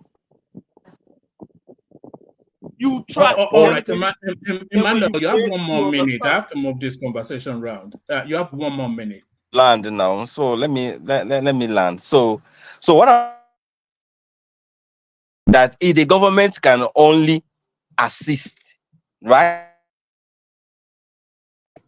When it comes to assisting the citizen to go to the farm, if I'm scared to go to the farm so that so that I will not be kidnapped. And you think I will go to the farm? I just told personal experience that I went to the poultry farming with over 200 million naira, and one of our sisters was kidnapped, killed, and we sold the land. We have 3-story building right there. We have do all the piggery side, the fish side, the poultry side, and everything. But because of the trauma, we say we cannot continue because the memory will be there. We sold it, and he went back to UK. And a lot of people like that are many in Nigeria. I can bet.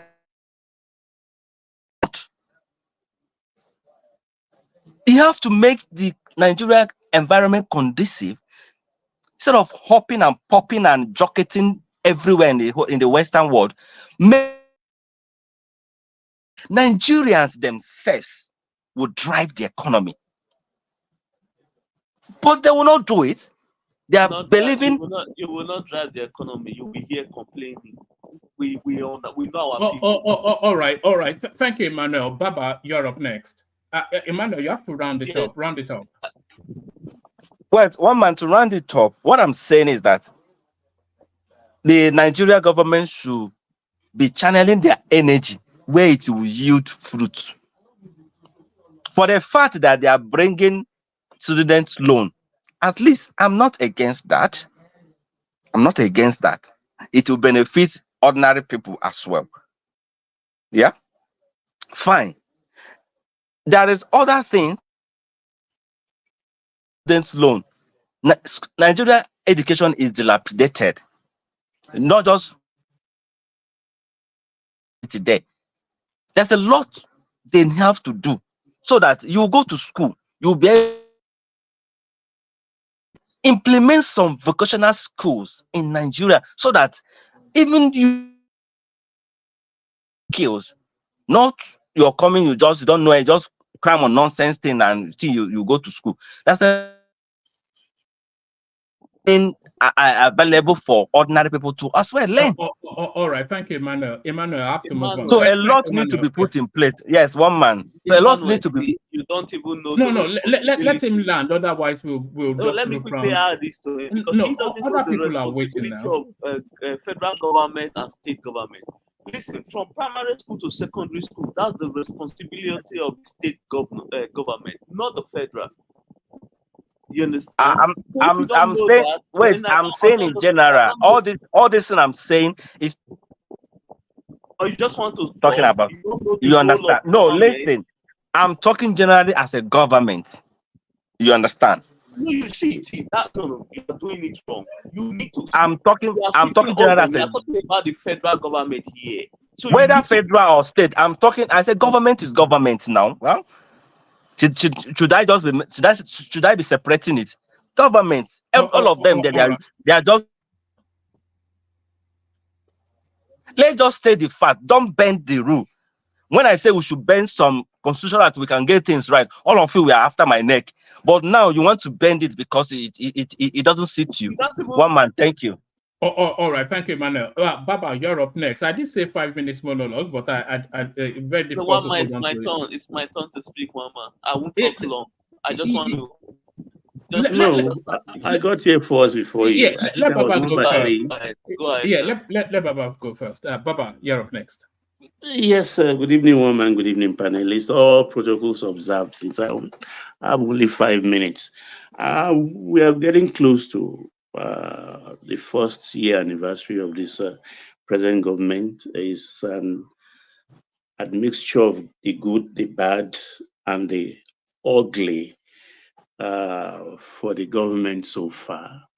But I think let's go back to the weeks post May 29 last year when governance started. Because one of the greatest problems we are facing today is that of the economy, how to redirect and how to focus in the direction we have chosen to go, which is free market economy. I think our problem is so profound that every Nigerian, every one of us, we believe we belong in a rich country. I've never been deceived. Nigeria is not a rich country. Even with all our resources against 200 million population, it's going to be difficult, because how do you determine if a country is rich? It's by the level of our GDP and, of course, our income per capita, both of which we are very, very low ranked. But this problem Tinubu inherited, well, some may say it is the same government, it's APC's government. And since governance is a continuum, so he has to carry the burden. He himself has told us much. That's well. He cannot criticize his predecessor because he is there to govern, and that is, he will remain focused. This problem we are facing today started with Emefiele, and I like it that EFCC, they are not making any mistake like they've done before. They are separating all the charges. They are having different files for all his felonies. But one of them that shocked me most, the latest one is in court for which I think he was granted 100 million bail, was the 684 million. 684 million, which in today's term, I think is just about $500,000. Can anyone correct me if my arithmetic is wrong? He printed it with 18 billion. 18 billion of Emefiele's time, not the 18 billion of today. He printed 684 million. You see, the law is so kind. And it's lucky we are in a democracy. Because even if the law, at least we also live how is it Daniel Anjorin died through the sword of that man that killed him in London, on the streets of London. Well, to every man is guilty. Tomorrow they can take him to the gallows. But that can't be done. All our hands are tied. He has to go through the process. So Emefiele is going through the process. I think Tinubu actually will have had his team in place before he confronted Emefiele. He gave them false data. He gave them false data. And the president ran with it without his cabinet in place, only for them to discover that everything he gave them is fake, including the position of our foreign reserve, which was already tied in mortgage against some monies they took. And we're hearing from JP Morgan that we could only access about less than $5 billion then. That has been corrected anyway. That has been corrected. For a man, so coming from that position on, the economy has been suffering. Whether we give this man the credit or not, at least they are doing something about it, because it is easy to destroy, but it's not easy to build. It's not easy to build, particularly in an environment where all of us feel entitled. We feel entitled in an economy where the price of a bottle is about just a bottle, I think, is less than a liter. Correct me if I'm wrong. It's more. A liter of petrol is cheaper than a bottle of beer. and people are making money. We were using 1.5 billion every month to defend the currency so that Emefiele can give to his co-travelers who ruined the economy. The economy was in shambles. It's not an exaggeration to say we are heading towards bankruptcy as a nation, because everything could not be sustained anymore. And as of today, yes, there are some things they are doing that is not good, like the SUVs bought for the National Assembly, but I don't know how that will concern him anyway, because the National Assembly has their own budgets. The presidents can only influence it. Himself, Asurok did not paint themselves in glorious color by also buying, I think, how much did they spend Asurok to buy new vehicles themselves? And now we're talking about a 90 billion for pilgrimage. When we're told 2 months ago, when we were talking about Oronsaye reports that the Pilgrims Board will be eradicated, which we all interpreted to mean that no more sponsoring of pilgrims. I mean, those are the things they didn't do well, and several little things. But on the big picture, on the bigger fronts, they've done very, very well. This president has been bold where others were deterring, where others cannot wear their pants. He has been very bold and very focused, relentless. And that is what governance is all about. If we've eaten large lunch and we are now having a very lean dinner, let us endure it so that we can have a very sumptuous breakfast when we wake up tomorrow. We will not go back. This government will not go back to that odious past where we subsidize everything.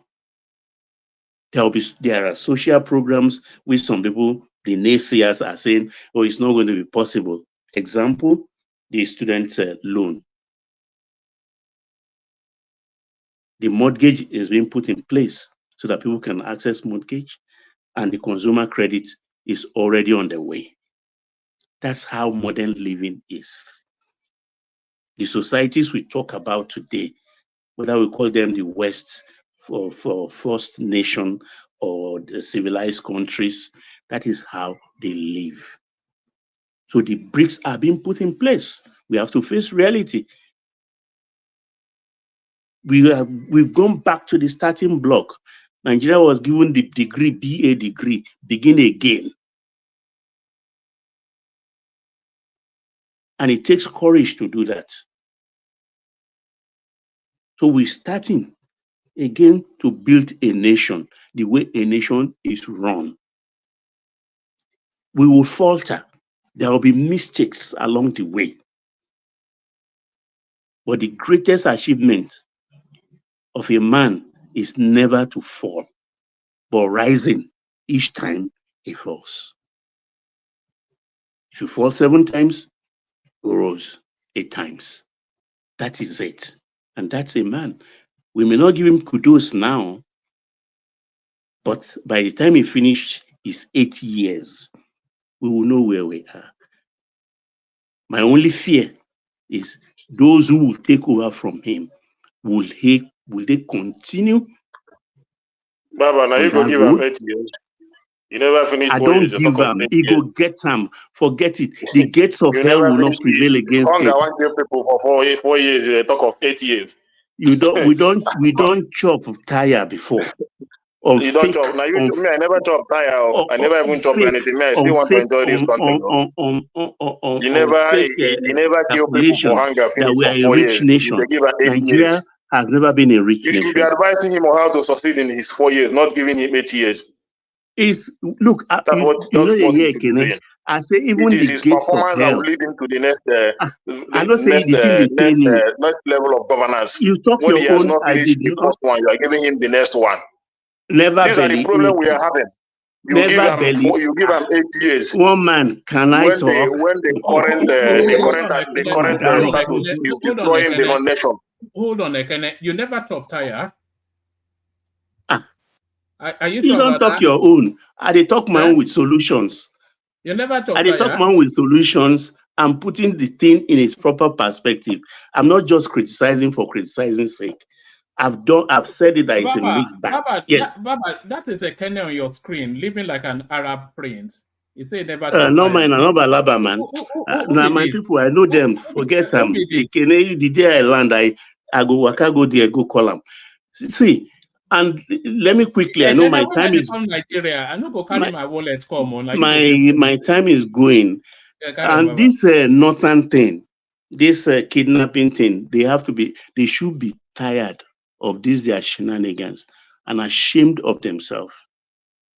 The other time, I think that the Kaduna thing, we all poo-pooed it and shamed them, and the whole thing petered out.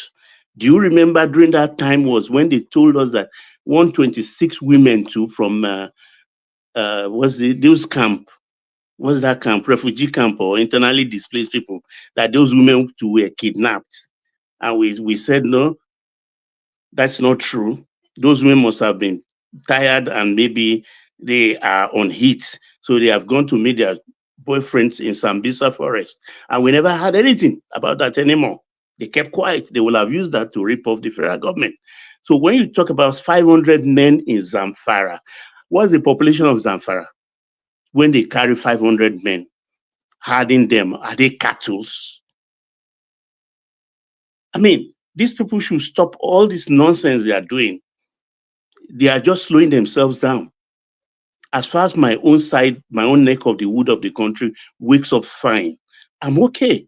I don't care about them. If they continue if that is the trajectory they want to continue on, faking kidnapping and ripping off their government, collecting billions as ransom, so be it for them. That's what they want. But they should not disturb other people that are making their progress and thinking that all the monies of the country are being carted in that direction. So this is what they do. They disturb us.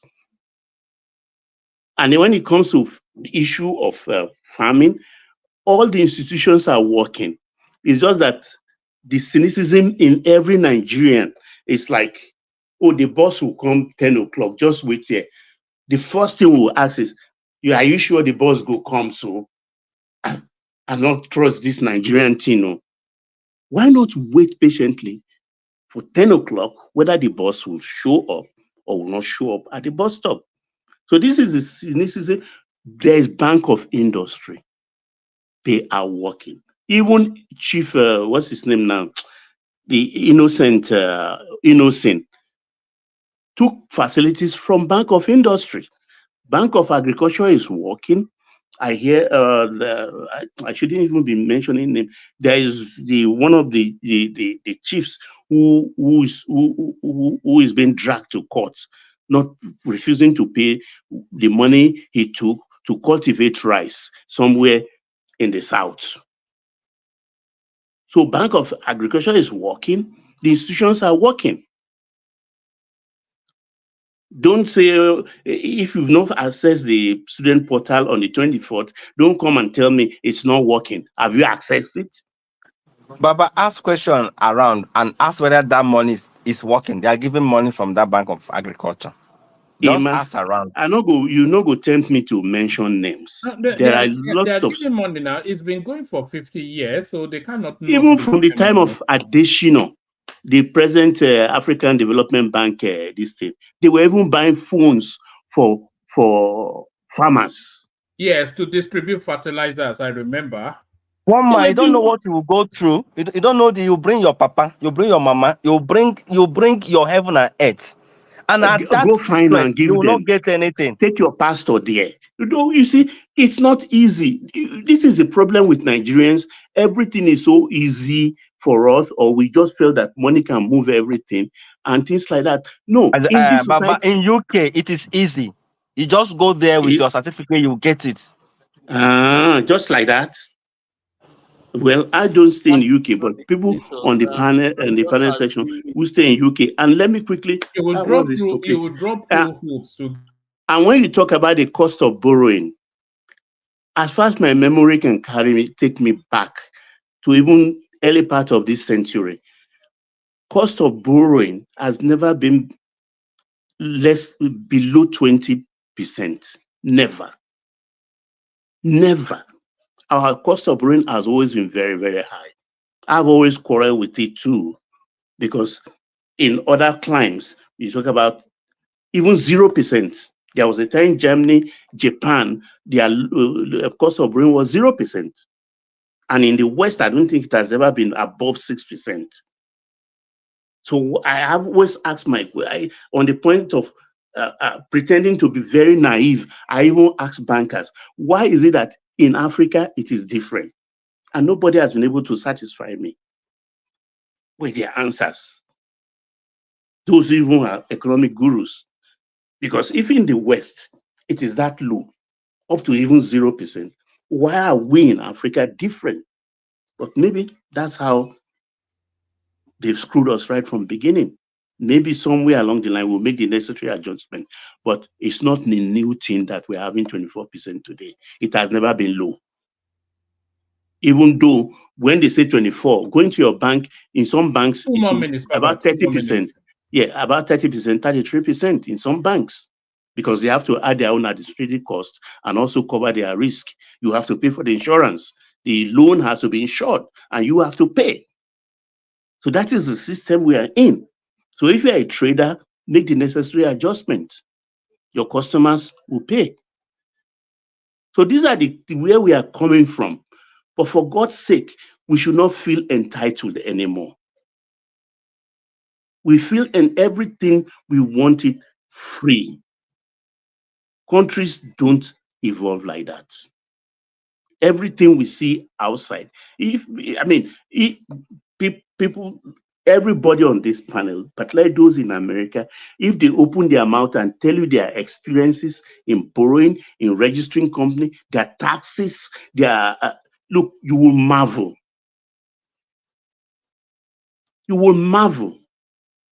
How much do you pay, or do we pay as property tax in our country? How much?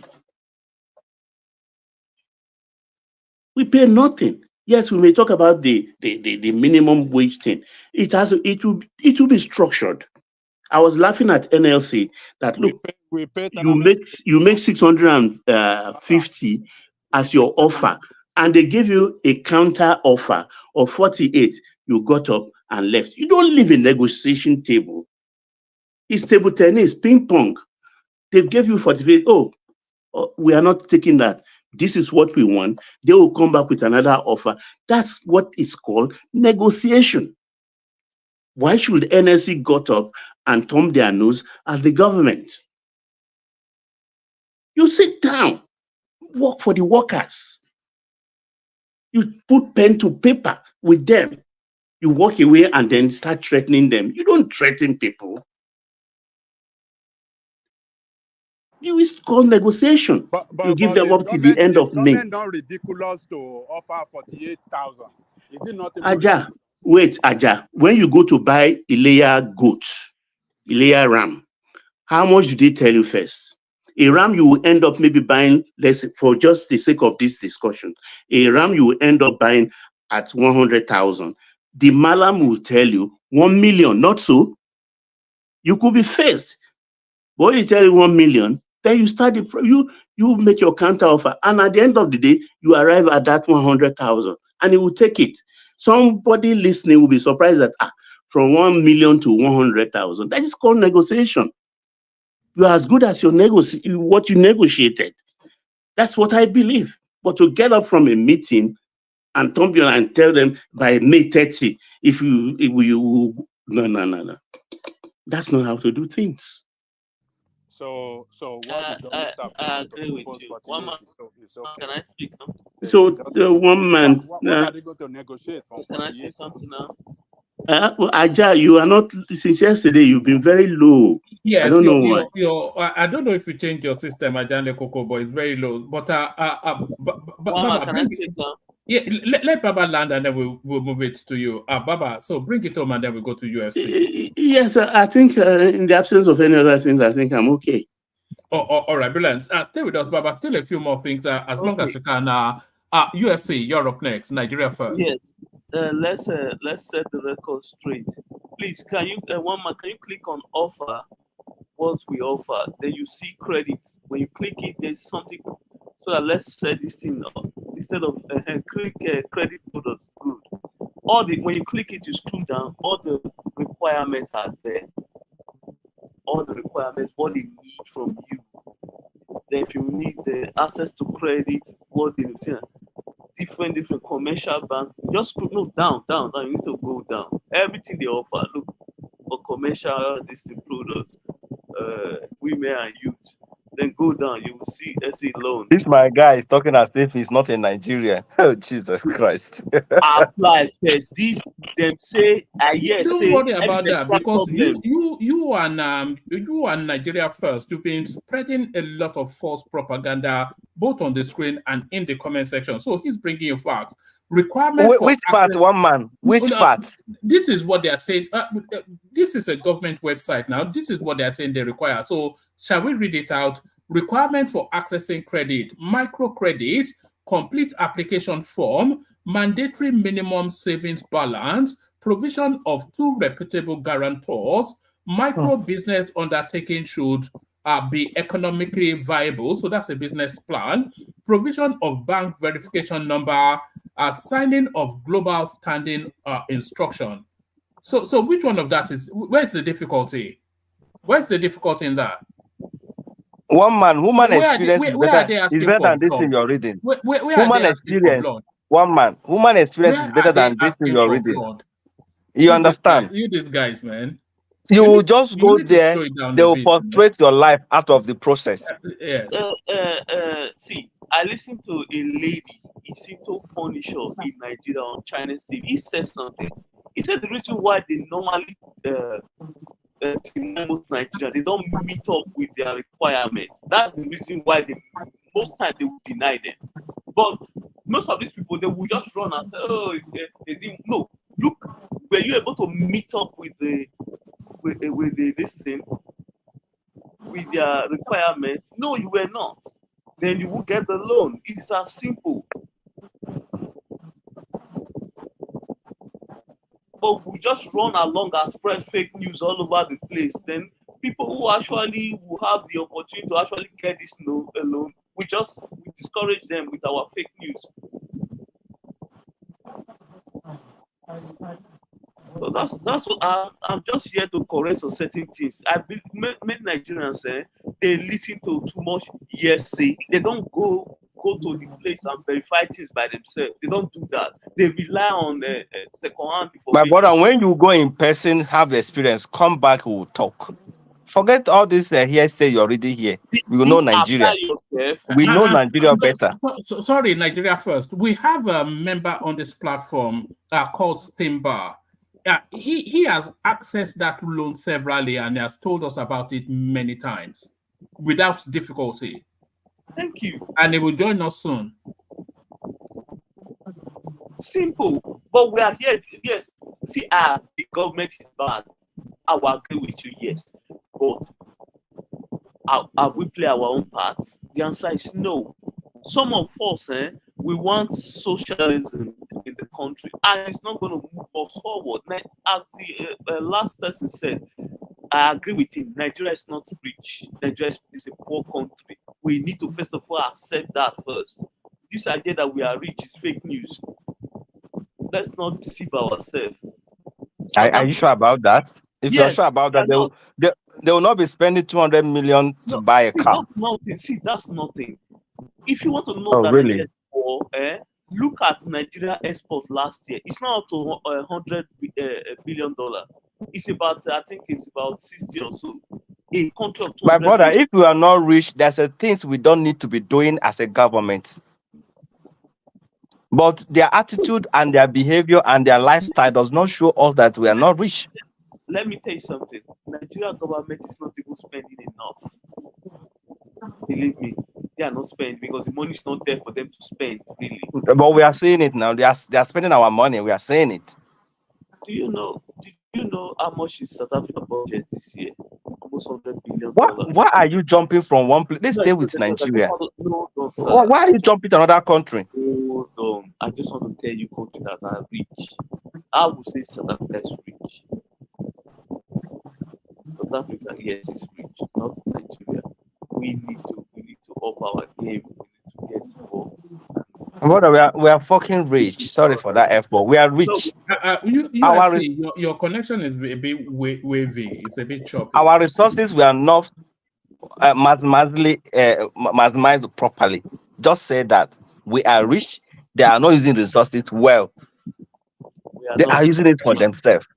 We are not, sir. We are not. The records are there. We are not rich. You can't tell me that we are not rich, but you're sharing billions of naira.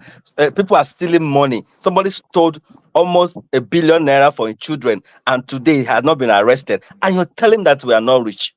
See, one thing I laugh in Nigeria when I hear people throw numbers around. People just throw numbers. You think if that money actually leave Nigeria, you think no one would know? Come on. I didn't throw number. I'm just telling you, one person stole almost $1 billion naira for a child's education, and he has not been arrested.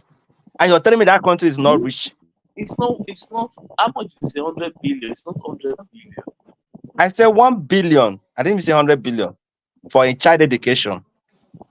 And then what are Kogi State citizens doing? Please don't defend them. You don't need to defend them.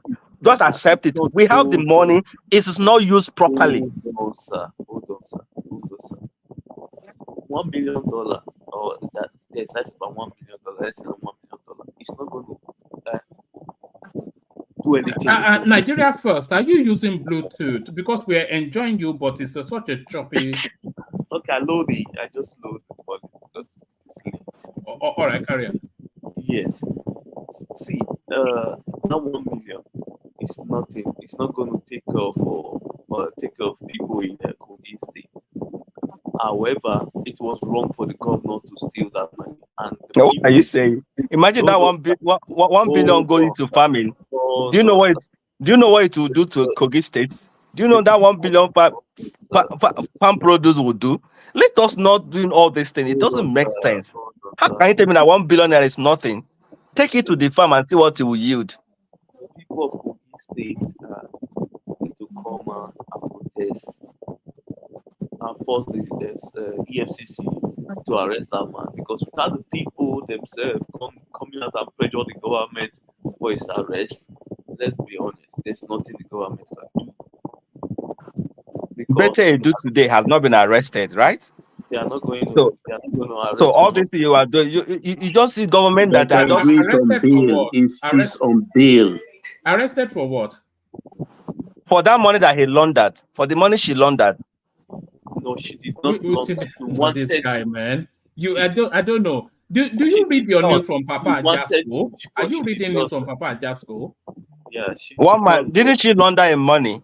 No. She put the money in her private account. No, she wanted to transfer the money to her private. She wanted. Why are you people like this? She wanted. Okay, drop the seat. He did the transaction. I'm not trying to support all these things, but what we read was that she wanted to. Then I think they deny. I don't know the person. I think the director of finance or something. Do you know how much that has been recovered in her position? Do you know how much that have been recovered in her position?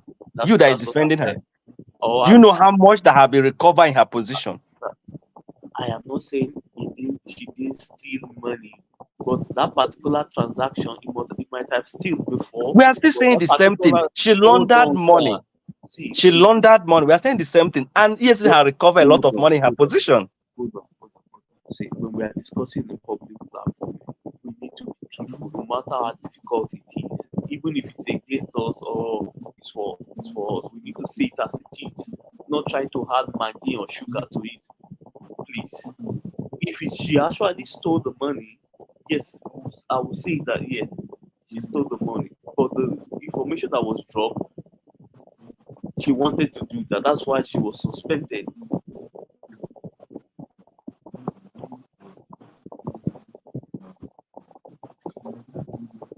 So what I'm saying is that let us not be defending them. Where we are seeing them stealing, don't tell me we don't have money in Nigeria. We have money. It is not used properly. UFC, two more minutes, only because of the audio is such a stretch to hear you. Okay. I think. Well, can you hear me now? Yeah, it's slightly better now. Yeah. Okay. So my thing is that if we want to actually practice capitalism, everything we are saying here, it relies on our hand as citizens. Yes, we may argue on policy. We come here and say the policy was bad. That but the idea that you want the government to go into farm, it's not going to work, because over the years, anything the government, any business the government involve themselves in, it normally fails. That's why NNPC, look at NNPC today, it's a failure. You understand me? So I don't advise the government to involve in anything. Yes, let them give loans, create good policy that will benefit agriculture and all that. Fine. They do that, then let the citizen take care of the farming. That's my take. All right, brilliant, excellent. People are saying maybe you are in front of a fan or something like. I think you're joining us from Edo, aren't you? Are you in Edo? Are you in where are you? UFC. Yes, it is fun. I'm using fun. Yes, it's the fan. Yeah, so somebody got it right. Yeah, so yes, thank you, UFC. So yes. thank you. Yeah. Stay with us. Let's go on from you to Ajanle Koko. Hopefully he's ready. Ajanle Koko, you're up next. Hopefully the audio should be better. Ajanle Koko. Thank you, one man. Brilliant. That's good. All right, excellent. I'm glad that UFC came on, because I like it when people actually come. He brought out the, we were just quite, even though we were a bit reticent, we were quite willing to let it go that you cannot access these loans. But UFC has gone to dig out the Bank of Agriculture website, and the requirement is essentially just get your papers together, walk in and work out with the money. Complete the application form. What's the difficulty in that? Mandatory minimum savings balance. I think that's a global requirement. Provision of guarantors. Two, it says micro business undertaking should be economically viable. That's a business plan. Provide bank verification number and sign a standing order. So when is all of this difficulty that Nigeria Nigerians, we don't want that my to. They're goodness me. entitled. Walk in there and collect the money. That's all. Where's the difficulty in that? I mean, we were going to let it go until UFC went to dig out the website. But Ajanle Koko, good to have you. Where do you want to come into the conversation? Well, yeah, take me through the talking point. I mean, what you are saying is it one of the talking points? No, it was just really to flash it up, because sometimes at this indignation that we hear often, we just let it pass. We know that it has no veracity, but sometimes we don't want to do the heavy lifting to go and. But US, it's just maybe we should be puncturing a lot of this propaganda small. But puncture this, Ajanle Koko, Obi Otti others to lead Ondo Labour Party governorship campaign.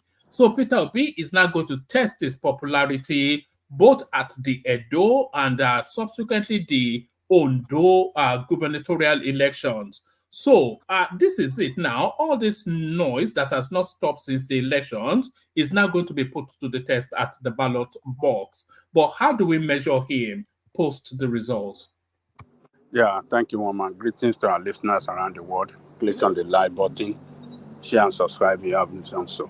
Let me say a little bit about that Bank of Agriculture, the Bank of this thing that you are talking about. Yeah, how many places do they have branches in Nigeria? Nationwide. No. How many states do they have branches? Nationwide, they Okay, have. carry on. I'll find What, out for you. I'll what, come what, back. I'll what find do you mean out. by I'll come back. nationwide? I think it's here. What is, I saw it earlier just now. what is nationwide? Hold on, So carry on, because it's all on if here. they have it only in Abuja and Lagos, that No, it's should not. How it's can not it be going only? to. No, I can't be there. Hold on now. Hold Yes. on, oh man. No, all right. We are talking about government. Anything that has to do with federal, it's going to be in Abuja. So how can you tell me that it's easy when you have the branch only in Abuja and Lagos? So somebody. Allow them to be deceiving themselves.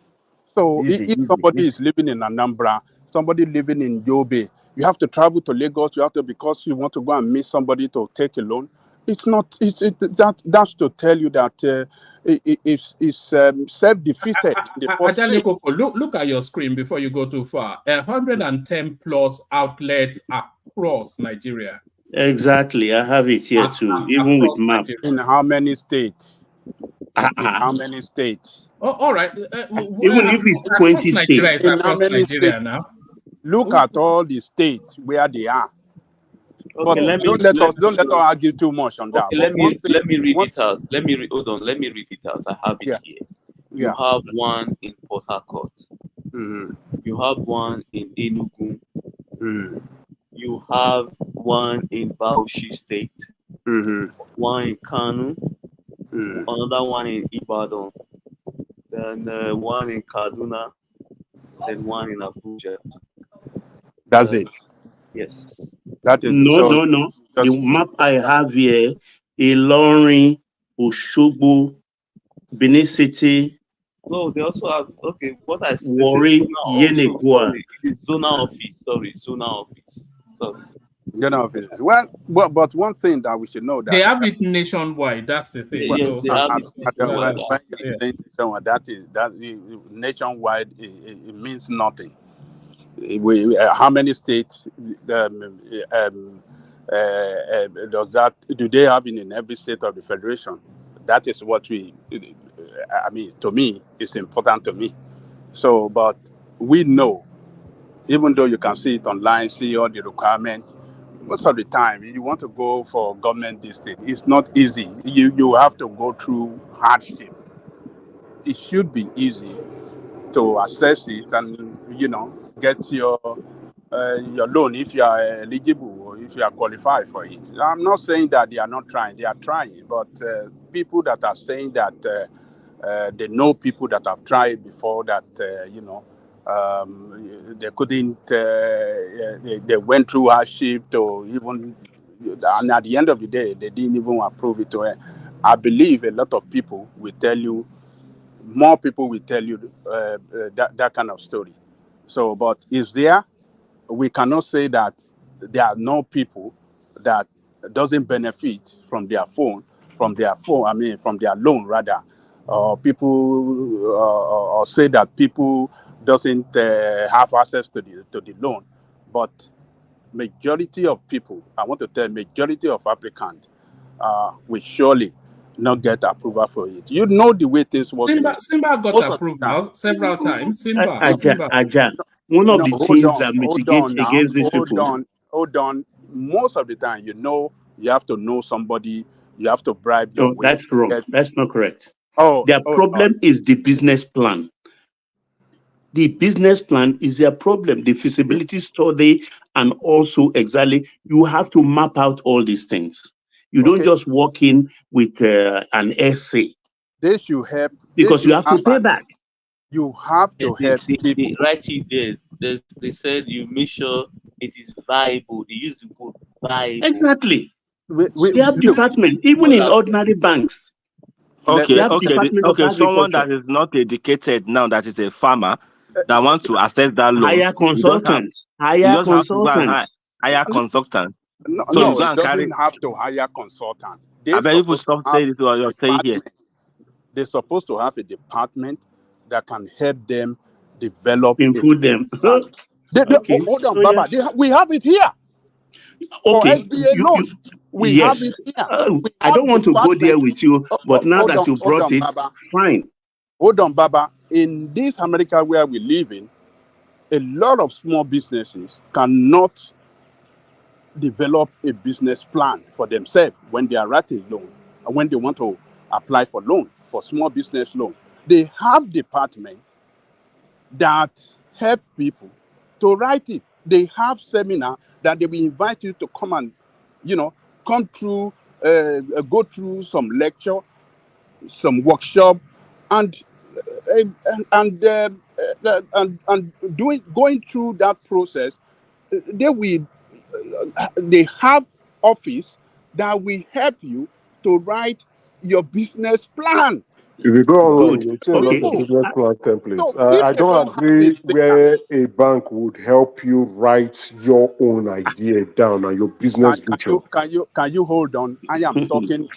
This I Okay. know this thing I'm Carry telling on. you. Carry on, No, I'm Aja. not saying you are wrong. So what's the problem? There are banks that the template is there. They'll say, okay, go, you just will, but again, go online. There are business plan templates everywhere, even down to Excel sheet on how to calculate your financials is there. So then again, would someone want to go with the Nigerian where let me not use that word.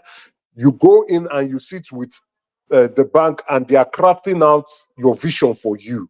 Is this something you want to key in and buy in? It's like someone dictating what they want you to do. But if you sit down and you are really a serious individual, you would go and get the business plan. It's not over online, there are templates. You can do high level statements, mission, vision, corporate objectives, Don't let financial us revenue, argue on. everything Don't high let us level, high argue on. level. Don't let us argue on it. What we are saying is that look, I don't know if they have it, but if they don't have it, they don't have department that help people on assist people on how No, to Aja, they develop. do. They do. They do. I'm Okay, telling fine, you, they fine, do. fine, fine. Periodically, they call people for this thing. If you don't know, they don't know. Okay, But fine, they fine. have to make an effort and go there But and make inquiries. but to completely conclude that it's easy to, it is not easy. It's not easy as a lot of us are saying it here. It's not that easy. But let me leave that side. Let me go to Obi. Look, Obi going to lead the campaign in Akure. I think it just tells us that yes, he's doing that work that is expected of him. He must continue to spread uh, his tentacles. He must continue to reach out to Nigerians. Even though that we know their party will not win in that state, but at least it's going to register, in the mind of the people that, look, I am here. Our party is here. We have presence here. So we can serve as alternative to you better than these people that have not delivered well all this while, all these years that they've been running the state. So I think it's a good step in the right direction. It's really going to spread its how do I describe it? It's going to spread its political campaign to the people of that state. Though he's going to campaign for a candidate of their party, at the same time, he's campaigning for himself for the future. So it's a good step in the right direction, and he should do it. He should be physically present. He should campaign hard with that guy in every part, everywhere that guy wants to go. He should do it, and that we signal to the people of the state that, this guy can be a reliable person. If he can campaign with our son, that means that, look, this man, when he gets to a position of power, he will not forget, he won't forget us. He will. Ajale Koko, are Yes. we to consider the Edo elections and the Ondo elections as a referendum on Peter Obi's popularity? No, I'm not going to consider it as a referendum on its popularity. No, I think the Edo one I will consider that to be a referendum. Me, I'm not going to consider, because look, his own personality is different from the personality of the governor. So the governor is the one going for the position, and he's just want to assist, support. Yeah, but we have to measure the impact of his presence now. Not that we're expecting the Labour Party candidates to win either elections, but we have to measure his impact on the election. Because, of course, he is coming in as the star turn, as the star factor. And Because what you are saying, in February last year. Well, what you are saying, one man, is that if that candidate fail, if their party fail, no, we don't expect them to win, but we want to see what impact his alleged popularity has on the results. Well, let me tell you this. I don't want to look it that way. I don't want to use this election, as a referendum on its acceptance in that state. No, I don't want to use it, because it's not its own election. It's somebody else's election. It's not somebody else on the ticket of the party. So that person on the ticket of the party must do his groundwork. But he carried Alex Otti in according to the obedience. So he has Alex Otti won. Alex Otti won on his own volition, on his own popularity, on his own merit. Alex Otti has been contesting for that position three or four times. Under different parties. Under different party, under PDP, under APC. So he has registered himself in the mind of the people in that state already. So it is not Obi that won the election for him. What of others? Why didn't why didn't the party win in any other state in the East? So I don't want. But we were told how Obi won senatorial that one is propaganda now. Okada rider and all of this sort of all of this jibba jabba that they've been telling us for One man, if I thought is together, if I thought is together, the election is going concurrently, you can say his influence worked on that one. The one man is saying for House of Assembly, because people were just voting on one party like that. You can say that one is based on influence. But these people now, right. they are now going on their own personality activity to go and campaign separately. So that is a different thing than a force help you to win an election. One man. Yes. Can I interject? Go ahead.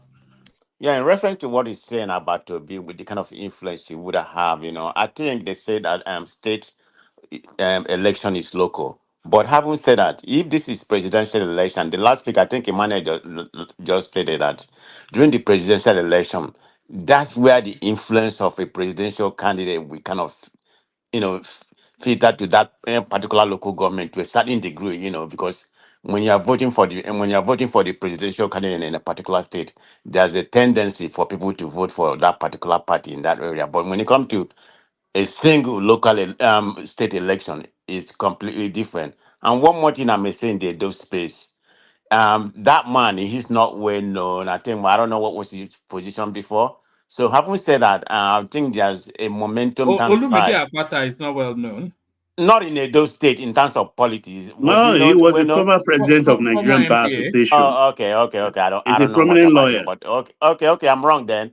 But having said that, I think they kind of down for when there was having problem with the chairman and other kind of things, that's when the momentum he could have garnered. I never thought he was going to win, but he could have garnered more vote if that momentum has been on, because of the problem they have in that party. You have some obedience say they're not going to vote for anybody in Edo State anymore, because of what's going on with the Labour Party chairman or something like that. So that kind of took a lot of steam from for whatever momentum he would have gathered. So that's how I see that space. Thank you. So that of Ondo State, I don't think their party will win. They don't have structure on the ground. The person on the ticket, I'm not sure if it's that popular. It could be, but I don't see them winning. The contest is between APC and PDP. And Edo State, I don't see them winning either because I don't see the energy coming from the youth the way we saw that energy, that vibrancy from the youth of that state. So what was responsible for Obi's popularity was the satisfaction at Buhari's government. People were dissatisfied with the way Buhari was governing the state. And they saw Tinubu as well as part of Buhari administration, as APC. So they are dissatisfied with them. And they saw Obi as the alternative and the best candidate. And you saw the youth. The youth delivered that vote for him. Even the governor of the state said it in an open place that everywhere you go, you just hear Obi. Even the Oba, Omonoba, or what did they call him? The Oba of Benin. He said the same thing in his palace. So the youth were, they took the job, they raise it up to the high heaven, and they make it very loud, and they mobilize, strongly for Obi. I don't see it this time. So, because those youth are youth from different parties. They are youth from APC, from PDP. So they are dissatisfied with their party. But this time, I don't see their noise. I don't hear them. I don't see energy coming from them in terms of campaign. It means they've gone back to their former base. So, which to me is going to be very difficult for what do you call it? Labour Party to win. So, and in view of that fact, I don't want to measure the outcome. I don't want to see, the outcome of the election. I don't want to rub it on Obi if they fail. I don't want to rub it on Obi that it's Obi that failed. No, I don't want to do it. It's not Obi on the ticket. It's a different people. They just want to show leadership, to help them, support them in the campaign, maybe financially, morally. But in terms of marginal gains, are we not going to look at marginal gains to factor how Obi impacted on the elections? Are we not? If it doesn't impact at all, then why is he even campaigning for them? Are we not going to measure his impact? And if we are, how are we going to measure it? Obviously, his impact will it's going to, it is a campaign, his presence in the campaign trail surely going to make positive impact in the outcome of the election, because people that voted for him last time, that still believe in him, they can see the candidate as, a Labour Party, an Obi man, let us support Obi man this time around. But I want to tell you, one man, a lot of people that voted for that party in the last presidential election, a lot of them will not vote for the candidate of the party because it was Obi that they voted for due to their dissatisfaction at the administration that time. So they went with anger. They went with, protest vote against what do you call it? APC. So it's not going to happen this time. They're not going to vote. It's not to be on the ticket. So, but its presence is very important. It's surely going to help in the mobilization effort, in the campaign effort. It's really going to give a positive, symbolize positivity in the campaign effort. So its present is going to be a plus for the candidate that Obi is with him in the campaign. So, and a lot of Southerners, Easterners, lives in that state. They're surely going to come out in their large number, and they're going to make the the campaign event look good for the candidate, which might be a threat to APC and PDP if they really mobilize large number of people, thousands of people to their campaign venue. It's going to be a threat to them. So obese will give a positive impact in the campaign effort. So, but the outcome of the result, if they fail, I don't want to use that against Obi, that, oh, this is what this is the number for Obi, this is this outcome is it should be registered against Obi. No, I don't want to see it that way. But its presence will make a positive impact in the campaign effort for the candidate in those two states. That's my. Angelica, one more thing. I think I agree with one man. I don't think Obi is going to have any marginal impact, to the candidate there. In my own opinion, I think Obi is going there just to market himself. So that's why I echo what he said. I use the word market.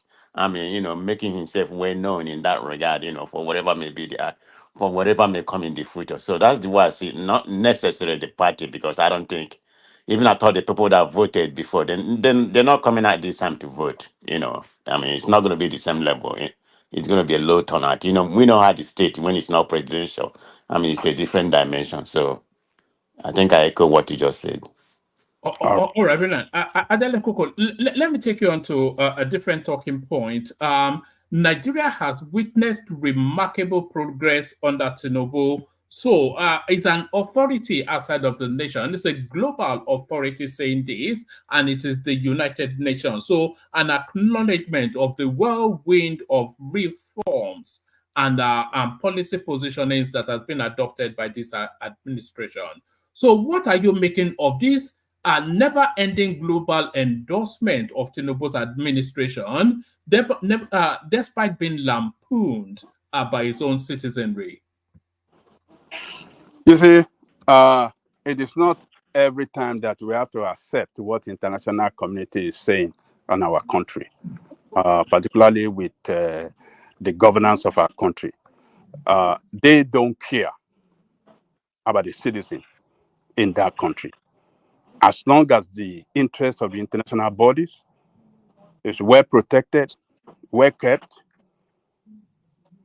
fine. You guys are doing good. So all the conditionalities that comes with the loan from IMF, from the World Bank, and others' recommendation as to how we should run our economy, as long as we are following them, it is good for them. International community will continue to praise you at the detriment of your people. The economy of Nigeria is not doing good for Nigerian people. Nigerian people have been crushed by the policy and measure being taken by this administration. Though it looks as something necessary to be done to correct what was the mess that was left behind by the previous administration, but what is not good is not good. The impact of the measure spelled doom to the people of Nigeria. The workers' salary is yet to be raised. Transportation cost is high. Food cost is high. Inflation is high. Interest rate is high. What are they talking about? Are they crazy? Who want to listen to international community when our nation, when our people languishing in multidimensional poverty? Even our government agency says that very loud. That 2/3 of Nigerian population are living in multidimensional poverty. Who is that now? Where is that noise coming from? One man, where is that? Who is playing music? So sorry, that was Emmanuel serenading some babe. That girl should run away. Emmanuel is a very dangerous man. But I can't carry on Ajan Lekoko. Emmanuel, it's Friday night. Take it easy now. You play love music to your babe. All right. So why should they? You see, they are just talking their own. The administration is satisfying them, is following their dictation, is doing what they want. So it's good for them, but it's not good for Nigerian people. That is the fact. All of us know that. We cannot deny that, except you want to deny yourself, except you don't have family in Nigeria. So if you have family in Nigeria and you talk to them on regular basis, you will not agree with the international community saying these jargons, this rubbish, this crap. It's so annoying. So, but look, what if our country should be able to govern ourselves in the best way that, with the policy that will make positive impact in the life of our people? We cannot continue to serve these people for life. We've been serving them. May I just 15 seconds? Yes, sir. Go ahead. You understand?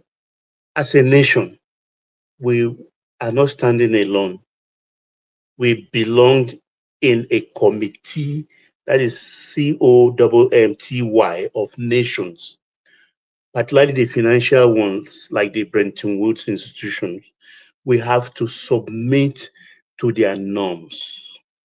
So this brings me to the situation where Buhari printed 23.5 trillions ways and means. These institutions, they knew, and there are penalties to be paid for. We had to redeem that ways and means 23 trillion. Factor it into what you are saying, please. That is my question. Thank you. Ajalekoka, just a minute. Let me counter Baba. Just a minute. So, Baba, you come here and stated what you just said. Buhari printed all those trillion and everything. Is this present government not doing the same thing by printing and all this loan? They are all this loan they are accumulating. No. Hold on. Let me finish. You made your Let me own statement. correct Let me you. land. No, instantly I'll Can correct you you. let me finish? All No, this money they where are you printing are, and loan. In the next 7 years, of course, he's going to be there for 7 years. There's no doubt about it because they have put their no, cronies don't spin. hold on, let They me finish. They collected have put 7 their cronies trillion and they in the have paid 70 back. local government, every So don't spin. 700 local government that we have. So there's no doubt that this government is going to be there, in 7 years. So by the Point of time correction. they When finish this ruling, government came the in, they collected jury will be ways out and by means then. 7 trillion and they have paid back. Come on now, So don't don't be spin. defending the indefensible. I'm not defending. They've been printing Statement of and fact loan. is what I'm making. I don't You're spin. not I making don't any fact, spread okay? propaganda. So you need to call a I spade a can, spade. like you are the one spinning here. I'm correcting you and you are not buying into it. What are you I'm being correcting me? factual Because here. you will bend the truth to support your sentiment.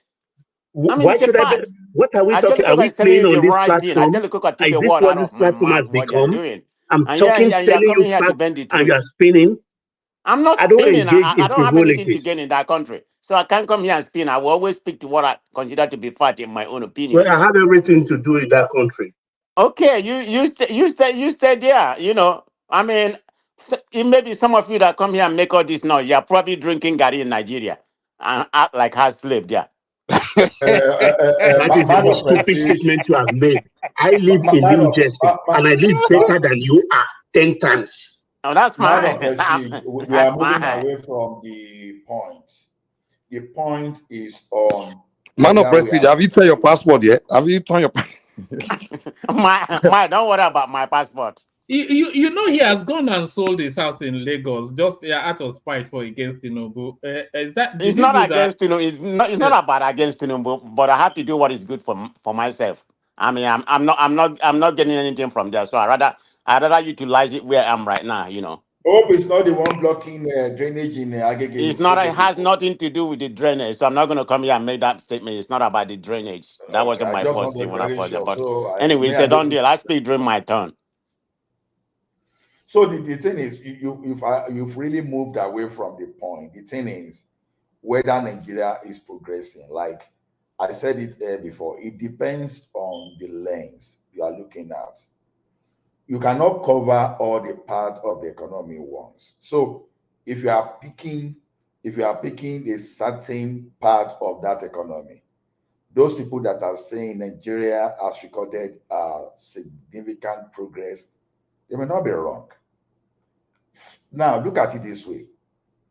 Emefiele destroyed our monetary institution. And that is number one thing that will signal to the international community. So if this administration is clearing the mess within that, the arm of the government, that the monitoring sector of the government, so the international community will be seeing that as improvement because you are cleaning up the mess there. Is the progress there, in fact, is very significant. How to destroy a country is to target the monetary structure of the country. Then when you do what the like of Emefiele did, it's just a matter of time. So that's why I still look at it when people are saying, oh, the country is tough, is that if you had left the like of Emefiele to continue with what they are doing, just wait for the next 2-3 years and see what is going to happen. Just because we were lucky to escape, to not feel the impact, it makes us just think, oh, my goodness, nothing was happening. Everything was so rosy under Buhari, and the angel of destruction, Tinubu, has come and destroyed everything. We are missing the point. We just dodge a bullet. Sorry, I don't know if that word is allowed here. We dodge calamity. You understand? So to me, if I look at it from that angle, Nigeria is moving. If I look at the economy from the perspective, from the lens of infrastructure, we are progressing. Because I know it is true that people want immediate food in their stomach. Okay, eat today. What happens if you eat today, you eat tomorrow, and the remaining 5 days in the week you are unable to eat? Or you feel the hunger today and tomorrow, and going forward, you are able to eat. So this thing is not an easy choice.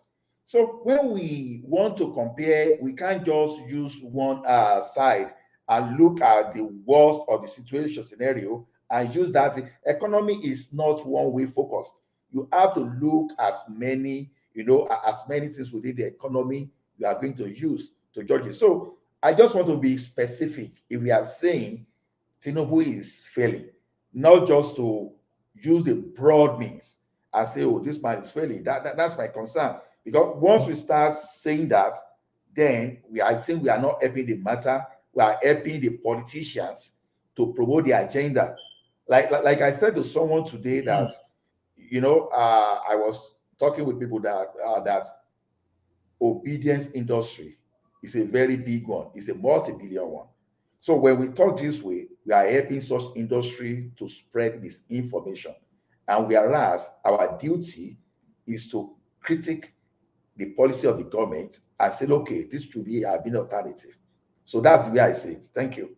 All right, brilliant. Thank you a lot. So, Ajale Koko, bring that space home, and then I'll take you to one more talking point, and then we move the conversation on. Back to you, Ajale Koko. One man, did they mention in that article areas where they form the conclusion that Nigeria is doing good? Did they mention in that article? Yes, they mentioned the transformation. Let me just give you a few paragraphs. It says the United Nations has acknowledged that there has been remarkable progress in Nigeria under the Tinubu administration in the last year following the reforms targeted at stabilizing the economy and tackling insecurity. So those two spaces is irrefutably so. You cannot, it's very difficult to argue against the stabilized the economy, and it's very difficult to, we are living examples of where in real time we see that insecurity is somewhat, the incidents are dissipating quite aggressively. So those sort of spaces, the United Nations Deputy Secretary General Hajia Amina Mohammed, who gave the global body's position, said, over the past year, Nigeria has witnessed progress from the reforms introduced by this administration to stabilize the economy. And we can see the country creditably has improved. The Nigerian government has also been proactive in addressing security challenges in the country and the sub-region, as demonstrated by the hosting of an African counter-terrorism meeting last month. So those sort of areas is where they're looking at.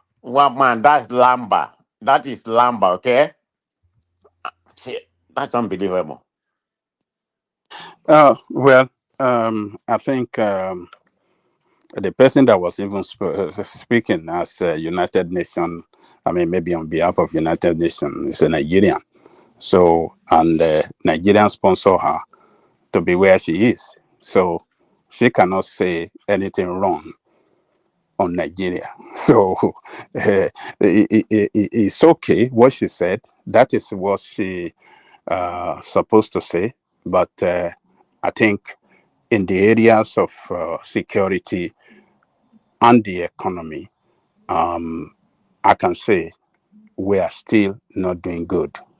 A lot of places that are not accessible in Nigeria. Most of our rural area, people cannot go to their farm. I know that of Yoruba land. And we all reading on the pages of newspaper that in the north, a lot of places, a lot of people have been driven away in their homeland. They are living in IDP camp and they are yet to be resettled. They've been living in IDP camp for years. A lot more people, been driven away. In the recent time, they are living in IDP camp. But Benue State, for example, have lost like 15 local government. 15 local government not accessible. People have run away from there. So when they are speaking like this, I think they are taking us, it's like they riding on our intelligence. They're trying to rub on our face that you stupid people, we can continue to say whatever we like about your country, and only us can say it. Your voice cannot be heard. And the only way the voice of people can be heard if people themselves stand up to carry out action against the people in administration, or particularly this administration, that have not running the country in the best benefit of the people. We are seeing the way they are running the country.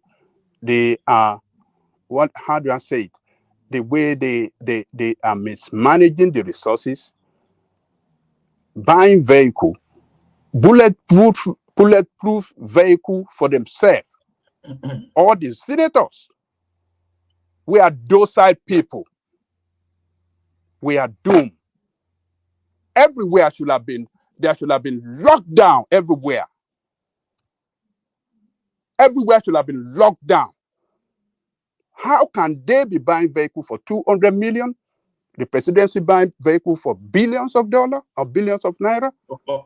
And then people just talk, sit down, talk, no action.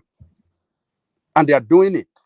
They continue running the country like that. There should be locked down to send message to them that you cannot continue to govern us. You must govern us and make impact in our life. It's annoying when you hear this kind of thing from the international community. We reject it. I reject it. You might accept it. All right, everybody have their own opinion, but yeah. I reject that kind of comment. I don't accept it. So let's move on, woman. All right, brilliant. A very brief commentary on this next one, Jale Koko. From abayas to bikinis, Saudi Arabia hosts first swimwear fashion show. So a real bolt out of the blues, something you would, if you were not reading it as a headline, you would never have thought it possible. But that now feudal system from the 16th century, fast forwarded into the 21st century. So what are you then making of the modernization of the ragheads in the Middle East? Look, woman, it is coming clearer to us that the people that brought the religion that we mostly practice, that have lied over, centuries, or how do I say it, over many, many years to us, don't do this. In the Holy Quran, it is there. Women must cover their head. They must cover themselves from their head to toe. No part of their body must be exposed. Same is in the Holy Bible. Do we practice it? No, we don't practice it. And if you cannot practice it, you are not following the scripture. People show their body all over the place. You see it. You see their chest. You see everything. Yet you call yourself a Christian. Yet you call yourself a Muslim. But what the scripture says as to how you should dress, as to how you should look, as to how not to lure people into committing, adultery. You are doing it every day. So what is happening is what Saudi Arabia is adopting now is just in contrary to what the scripture, the Holy Quran says. It should. They are turning the holy book, the way they are practicing it now. They're turning it upside down, and I believe it's going to. Some people are going to push against it at some point. They're going to push against it, particularly some of the countries that are Islamic governed country, pure Islamic governed country. They're going to kick against it, and it is going to further ridicule what Islam represents. What Islam actually represents is not this. So I know why they are doing it. They are looking for money. Is for the reason of making money or attracting investors, to their economy, because all this has its economy on its own. Prostitution, liquor business, and all this that goes with tourism and all this thing. It has its economy on its own. So, and they're seeing what Dubai is doing. Dubai is making a killer of money out of.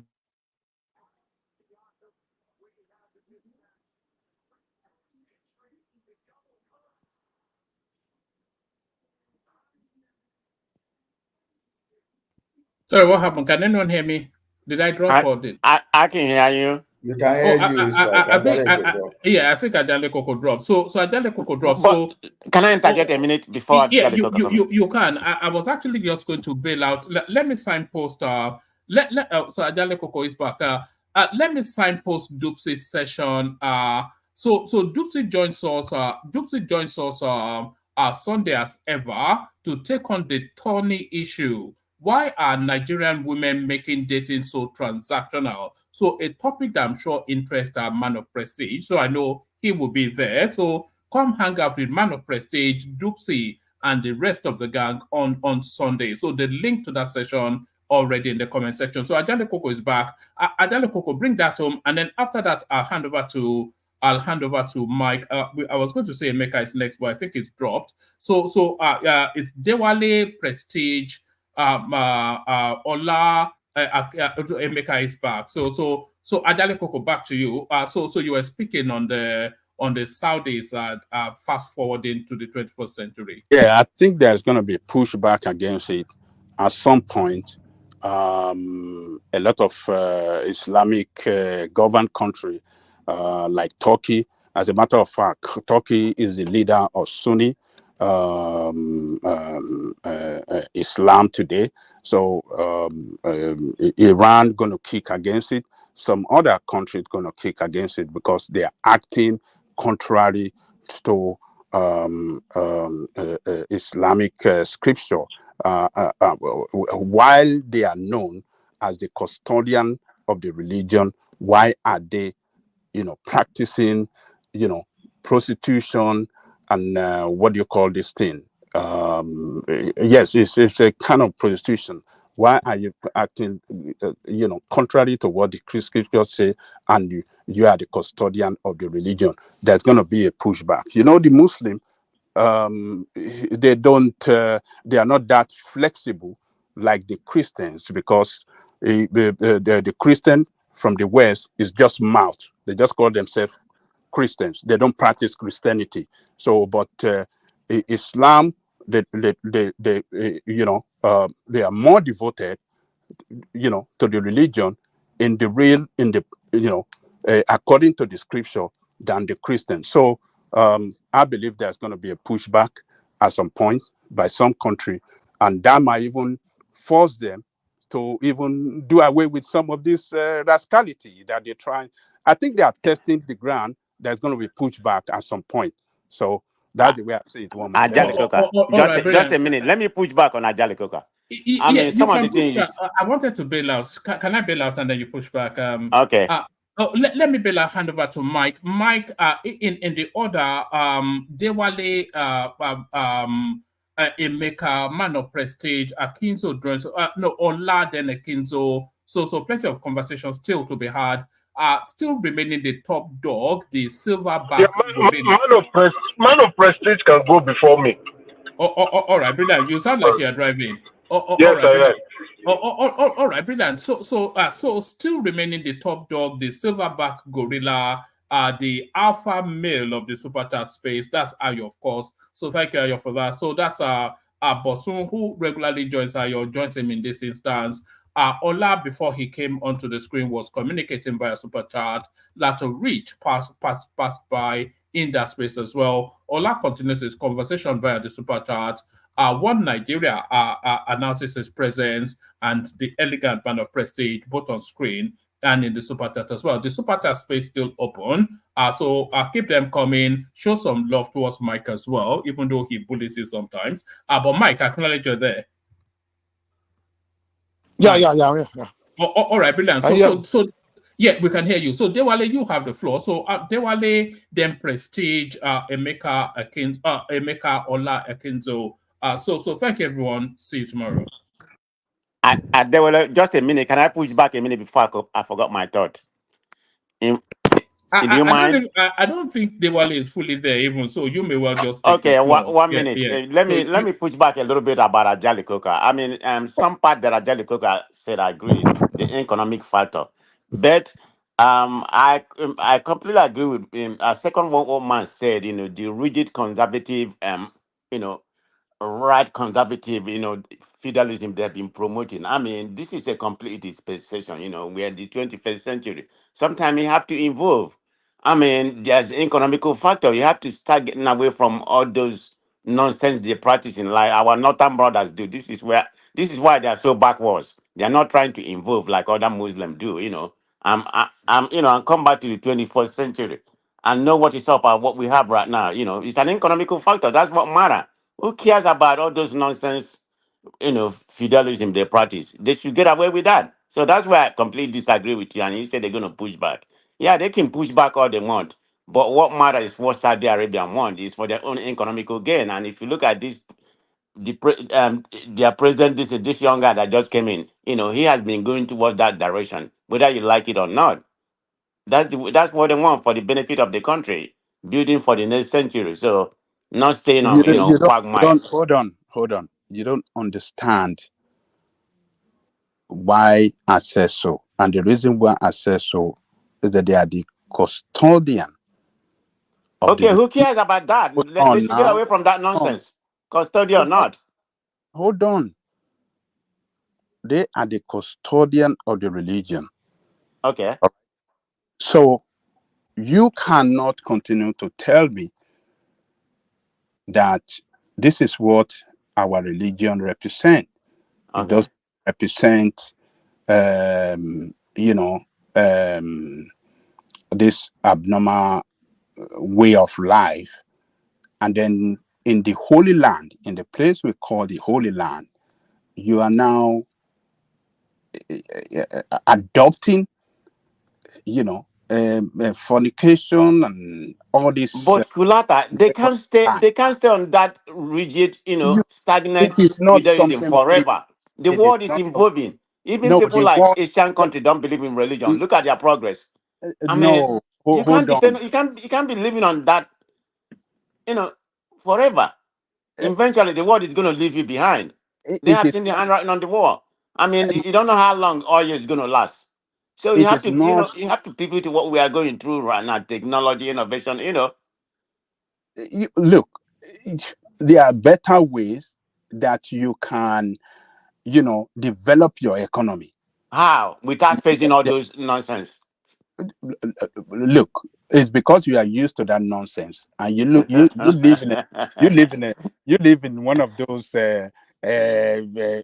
crazy state in America already, so you are used to all those that.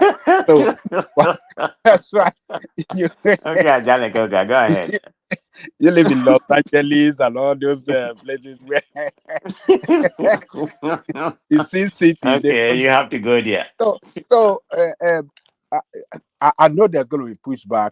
It's going to be huge across the world, particularly from countries where Muslim or Islamic governed country. They're going to talk and protest. Baba, can I Yeah, interject? Ajana, what is that? Sorry. How are you trying to introduce again? I didn't hear one man. is what do you call Beauty this pageant. beauty pageant when they show their body? I said it's The one called. they will show their body or just beauty pageant? Huh? The one they will show When, actually show their body. Yeah, Mike, they show part of their body. They wear mini something and all that kind of things, And when they have to do They the did in pajamas, Dubai. They did in everything. Dubai last year. So Yeah, they have to wear underwear. They have to and do all those. Dubai So is that's part of an showing their Islamic body. kingdom. So Baba, what I'm trying to say is this: when did human human itself how long has human existed on the surface of Earth? Some archaeologists, they will tell you that it's like at least 2 million years ago. When did Islamic as a religion start? I think about 610 AD. What does that tell us about religion? Religion is man-made. Religion is not from God. Religion is just a control tool. It has nothing to do with spirituality. That the consequences of religion we are facing today is just because some people, they've gone extreme when it comes to religion. Some people hide under religion for various criminality. Please, who is speaking at this moment? This is Ola. Oh, well, now, wait on. You are hitting everywhere. You are hitting the right cylinder. Thank you.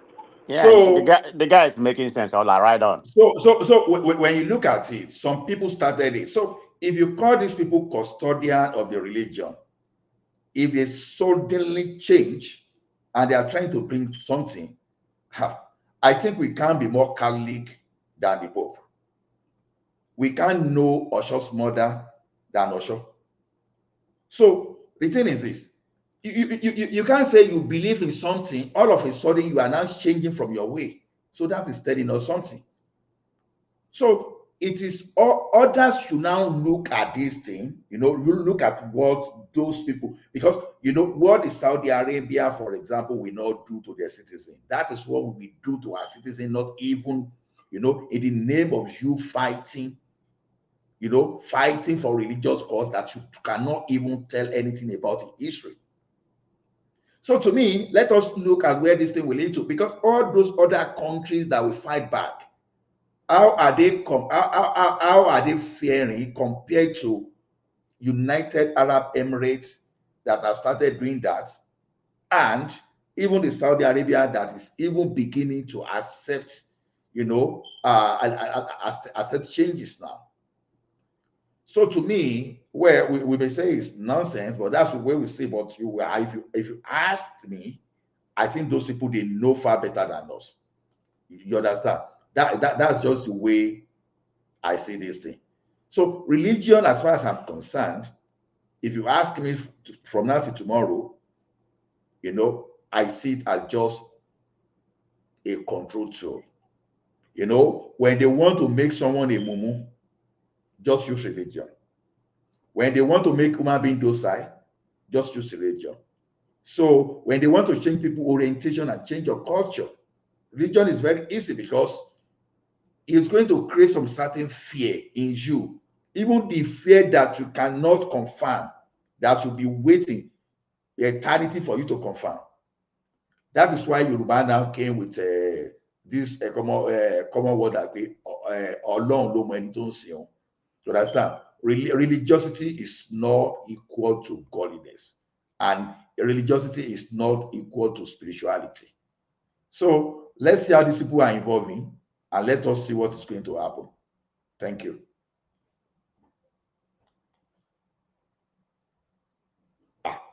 About the speaker, can anybody hear me?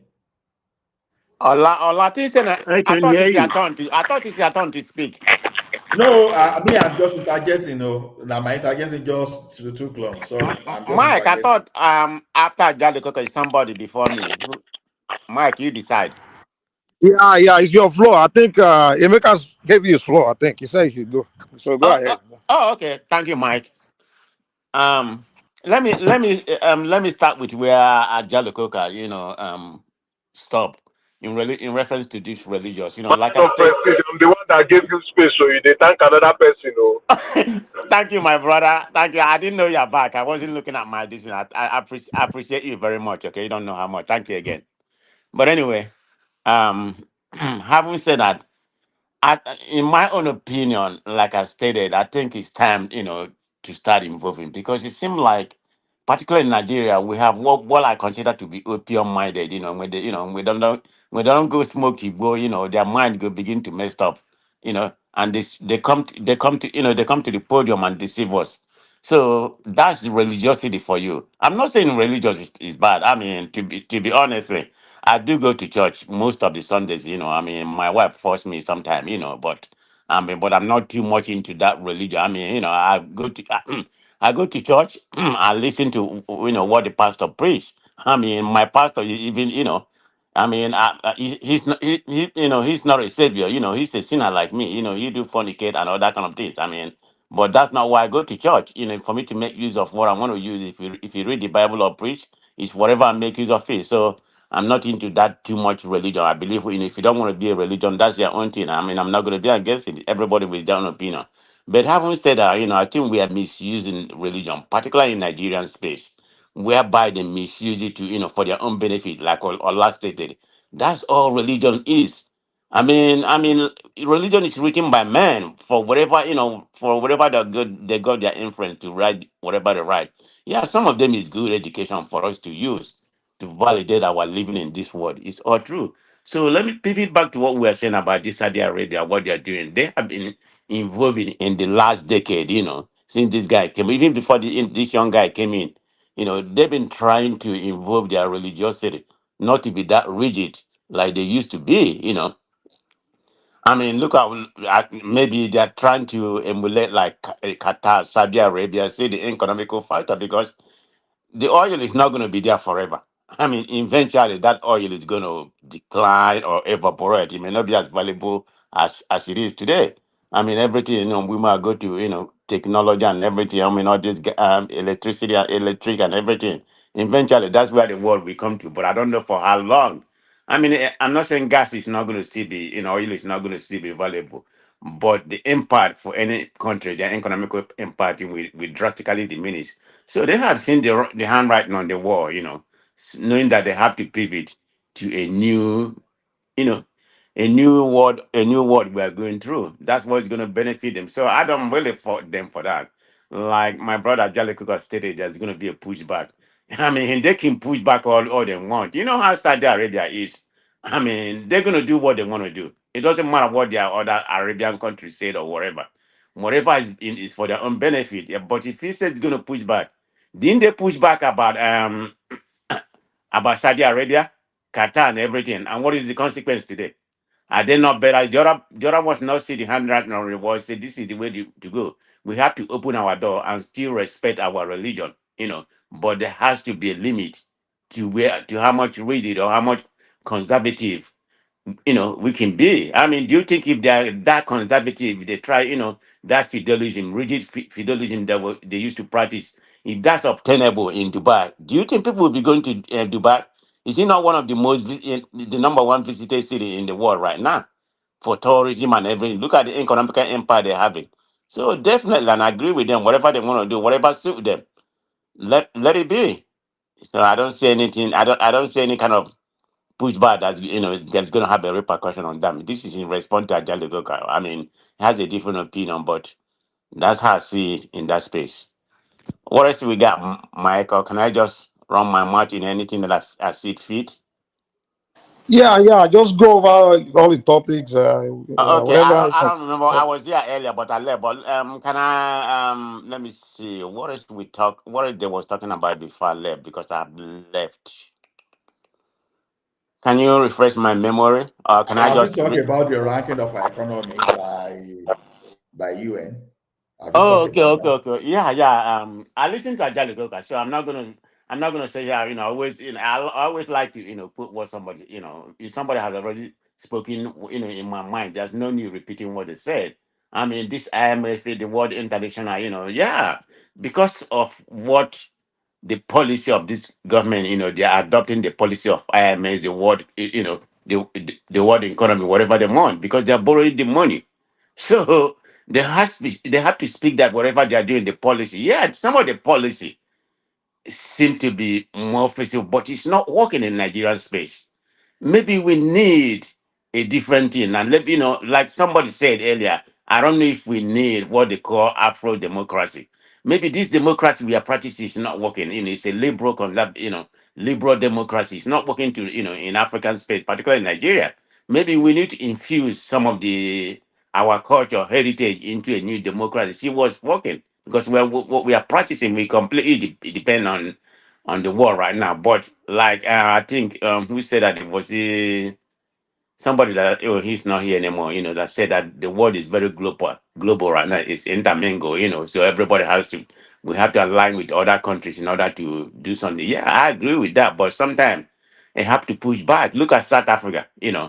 South Africa do push back. I mean, you can't even compare South Africa. I mean, I didn't come here just to degrade Nigeria, but sometimes you have to call a spade a spade. Nigeria is nothing close to South Africa. And I don't know if anybody here has been to South Africa. I mean, you see how developed the country is. I mean, infrastructure and everything they have there. So they push back on, they don't depend so much on the West. That's why they align themselves with brick to a certain area. But because they have the resources, they have everything to back themselves. But we can do that because we completely depend on them. So when they come here and tell us, like I think they say the person that making that statement, is from a Nigerian, but he's the mouthpiece of the or the people, the IMS, borrows money and she's their word piece. I think it's she. So they just send her to come and say what she said about the policy of this country working, but the people in the country are not seeing it the same way. I mean, sometimes we just come here and say people are suffering in Nigeria. Maybe there's some few of us that live here, I mean, that live in Nigeria that are doing well, that is benefiting from the country. I'm not saying everybody's everybody's benefiting, everybody's living well. But how many percentage of the 200 and something is that do we have, that's benefiting from what we have in the country? People are suffering. I mean, I think every one of us know what kind of expense we're experiencing in that country, what we used to send before. We have double it, triple it, and it's not even enough.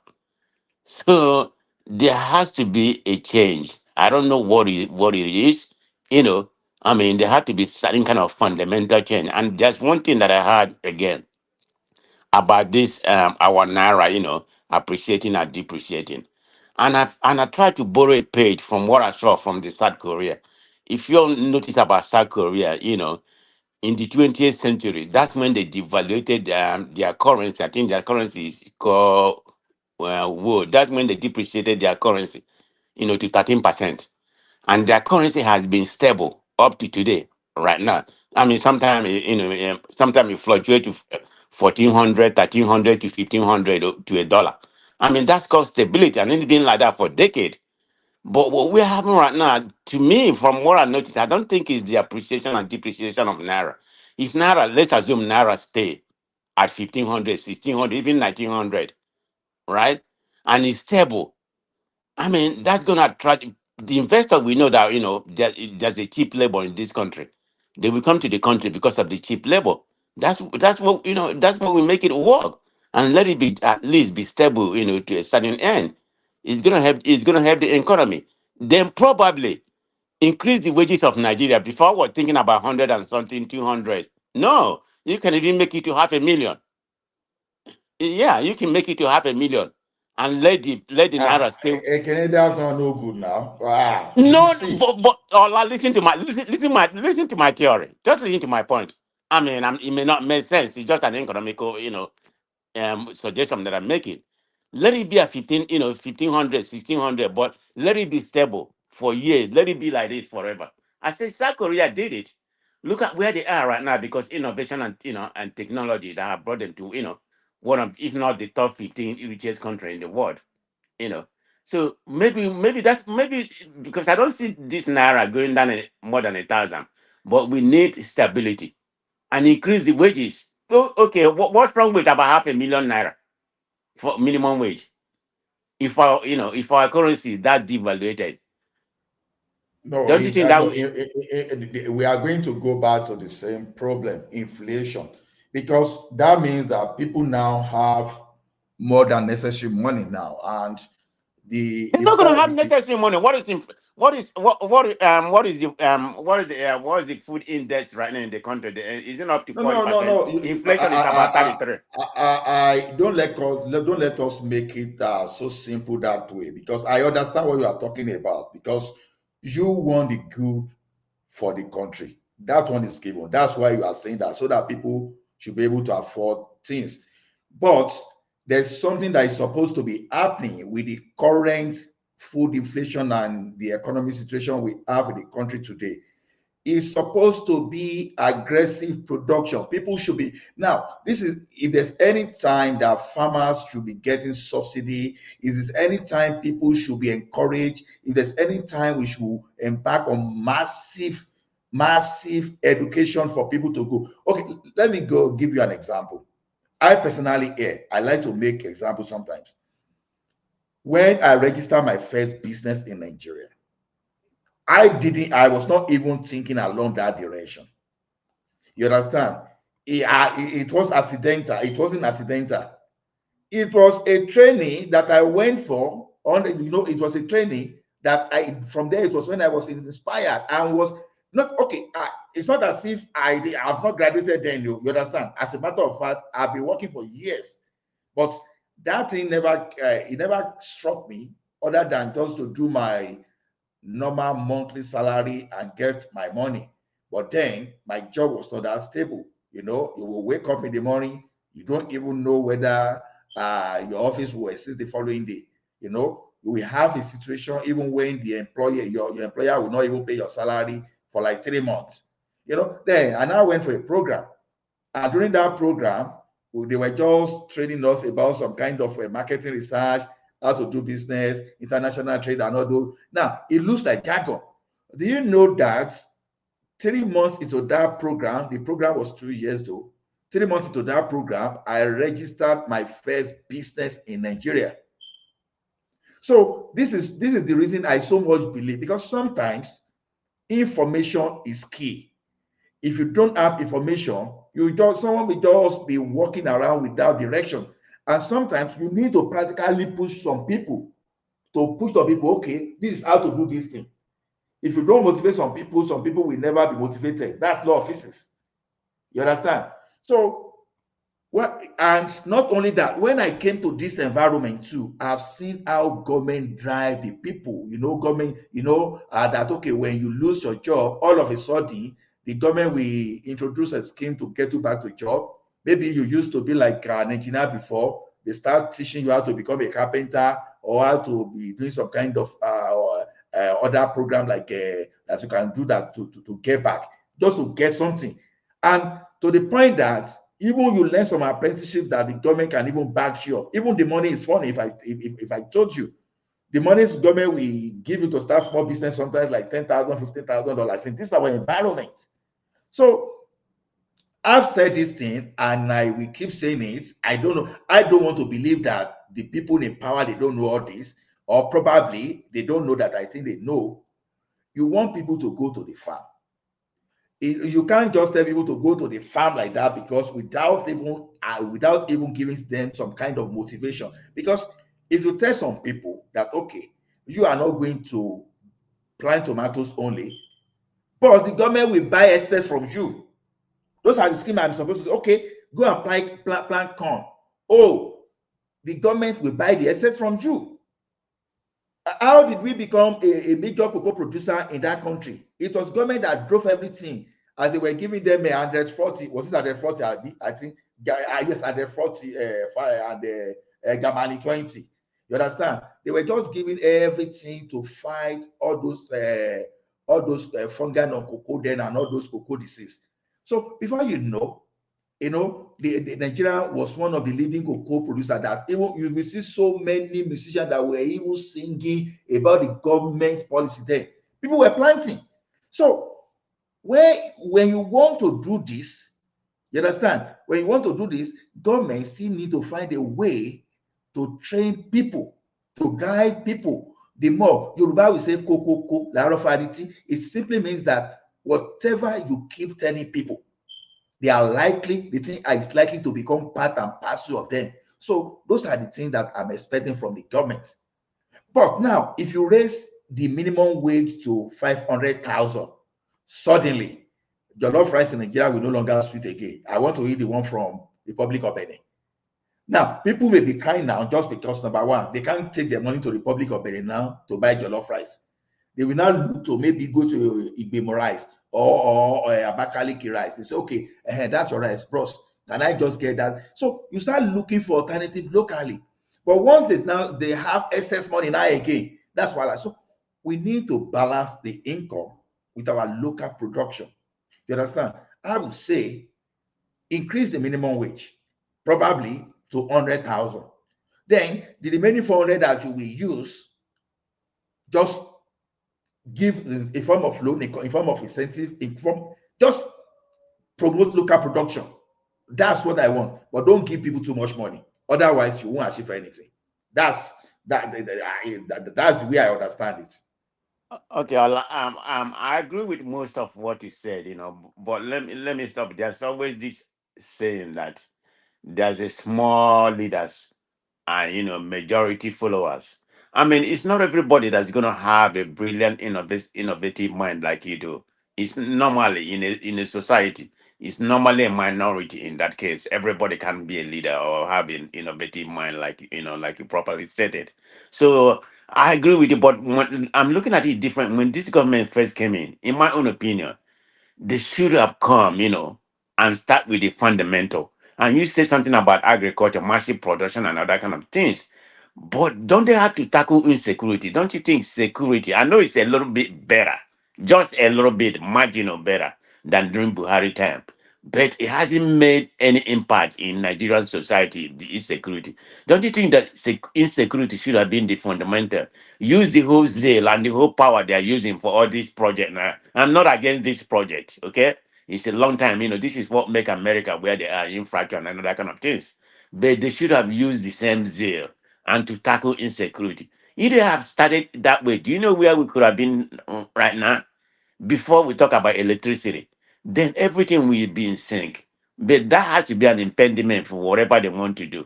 I mean, I don't see of this massive production like you properly said. Yeah, that's the right policy to do. Send people to farming and other, bring all kind of innovation, everywhere. Maybe we become a productive country.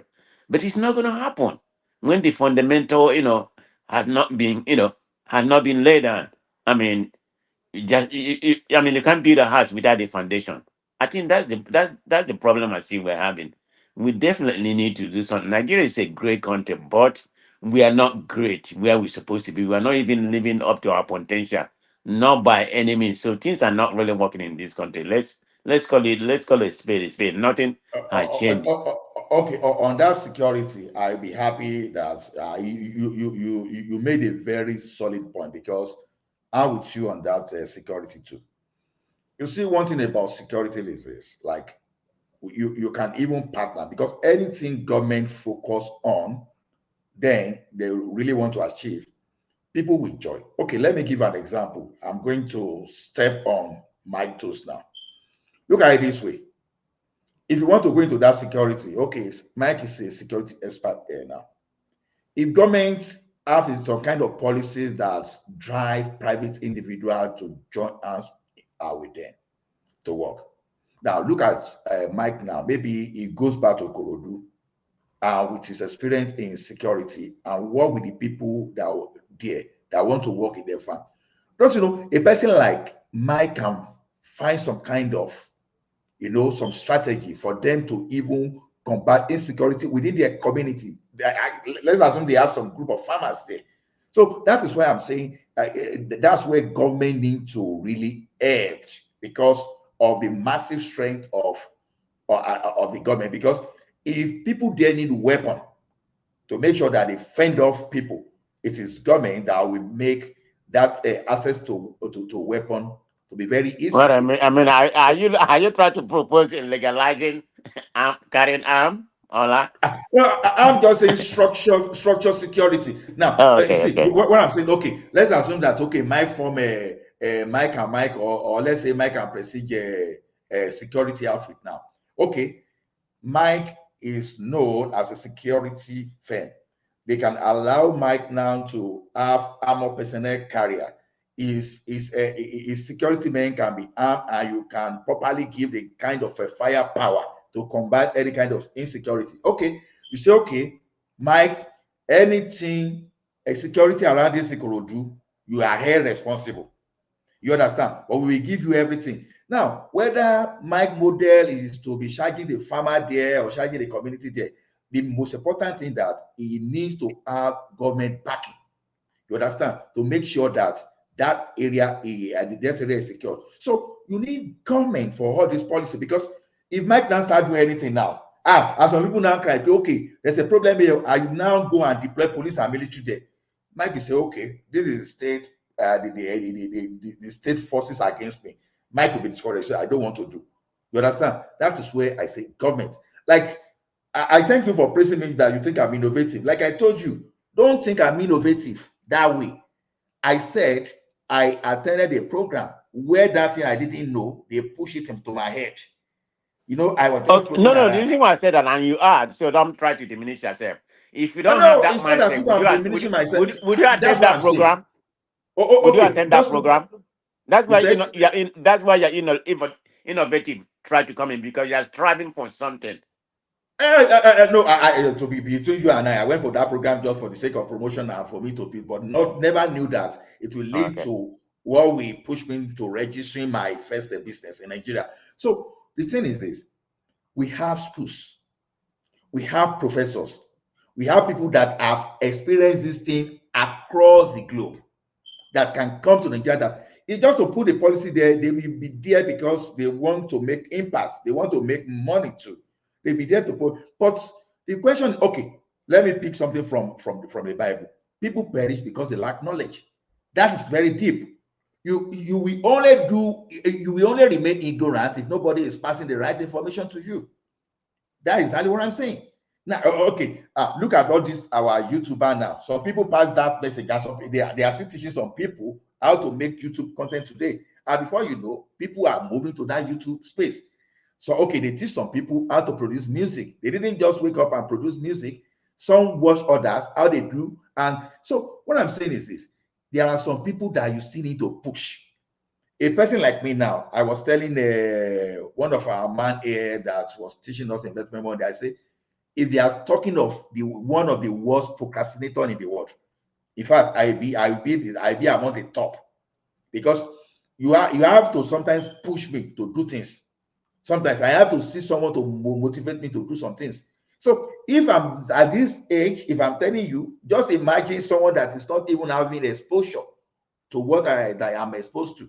So that is why that Kokoko. So okay, sorry, you are not a Yoruba. You know, you keep telling people, you know, you keep repeating the word. You know, when someone put yam on the pot cooking it, you understand? You start telling people, say, please, so help me, don't let this thing burn to. That's just the way. You keep pushing this thing to people. Not only you push it to them, you even push them to the point, okay, let's assume that, okay, I'm from Ekiti now. Look at what Fayemi did for in Ekiti. He was not doing his cassava revolution story alone, but he worked in such a way that they earmarked some spaces to allocate to farmers, and they help them with security arrangements. So you see, it's not as if they are saying, "Oh, go to cassava farm only, into cassava farming only," but they are supporting everything that will make it succeed. So you need to revisit our technical school, our bricklayers, our carpenters, our artworks, our whatever, roofers, whatever you want to call them. You need Man to of Prestige, are you done with your floor? Yeah. Just one more thing, before because Emeka give me a space. I don't want to take a long time. So, but let me speak one more thing. I mean, it's probably not in the topic, but it has been burning me. Maybe some people will speak about this, nonsense fracas going on in River State. So it's becoming so ridiculous in that space. I mean, I'm not a wicked guy, okay, but all this thing Fubarak is doing, is calling wicked. A Gary rat eater or whatever I call it, I mean, it's becoming it's becoming too nonsensical in that state. But if somebody deserves it, it's definitely Wicked, because Wicked feel like he is the god. So, like Fubara said, the jungle has matured. So whatever word he used, but I think he is talking too much. I mean, sometimes I kind of say you need to, you need to sit down and do the job. But just forget about Wicked. But like I said, if somebody deserve all this payback or all this, no, all this, going about whatever is going about is Wicked, because the guy, man, I don't like his politics. I don't know him as a person. Politically, he's my worst politician in that country. I mean, because he has taken the godfatherism to a different level. I mean, even at all the way Tinubu did, but Tinubu did it in Lagos with intelligently, but he's using it, misusing the whole stuff right now. And now I heard that his wife has been appointed a judge, and I heard the wife has not presided any kind of has never presided any kind of jurisdiction in that country. How did she get that position? So it's just what's going on in Nigeria. I just wanted to vest my, how I feel about Weekend. I don't know if he has spoken about what's going on recently. So it's so pathetic about what's going on in River State. You have some section singing Wicked praise. I think I heard them singing Fubarak obey your master, Fubarak obey your master. then you have Fubarak group, singing their own thing, so that state is becoming like a caricature of politics in Nigeria. I don't know what's going to be the outcome in that. But anyway, let him make us speak, okay? Because he gave me the space. I would like to hear his more. No, I I'm would still like to hear his driving. submission. I'm still driving. Oh, please go ahead. Oh, okay, You want to okay, hear okay. what I want to say? Huh? You say you want to hear what I want to say. Yeah, I always like your submission. I mean, sometimes it's not that I agree with you most of the time, but it's nothing So I'm bad still anyway. driving so that I don't create more road noise and then I gather know my we know thoughts. we know where you don't agree with him when it comes to Obi, when it lambas Obi. Yeah. It doesn't matter who it is. I hate general. I hate Okay, man of generality. prestige. Let me Yeah. give you one of the topics again.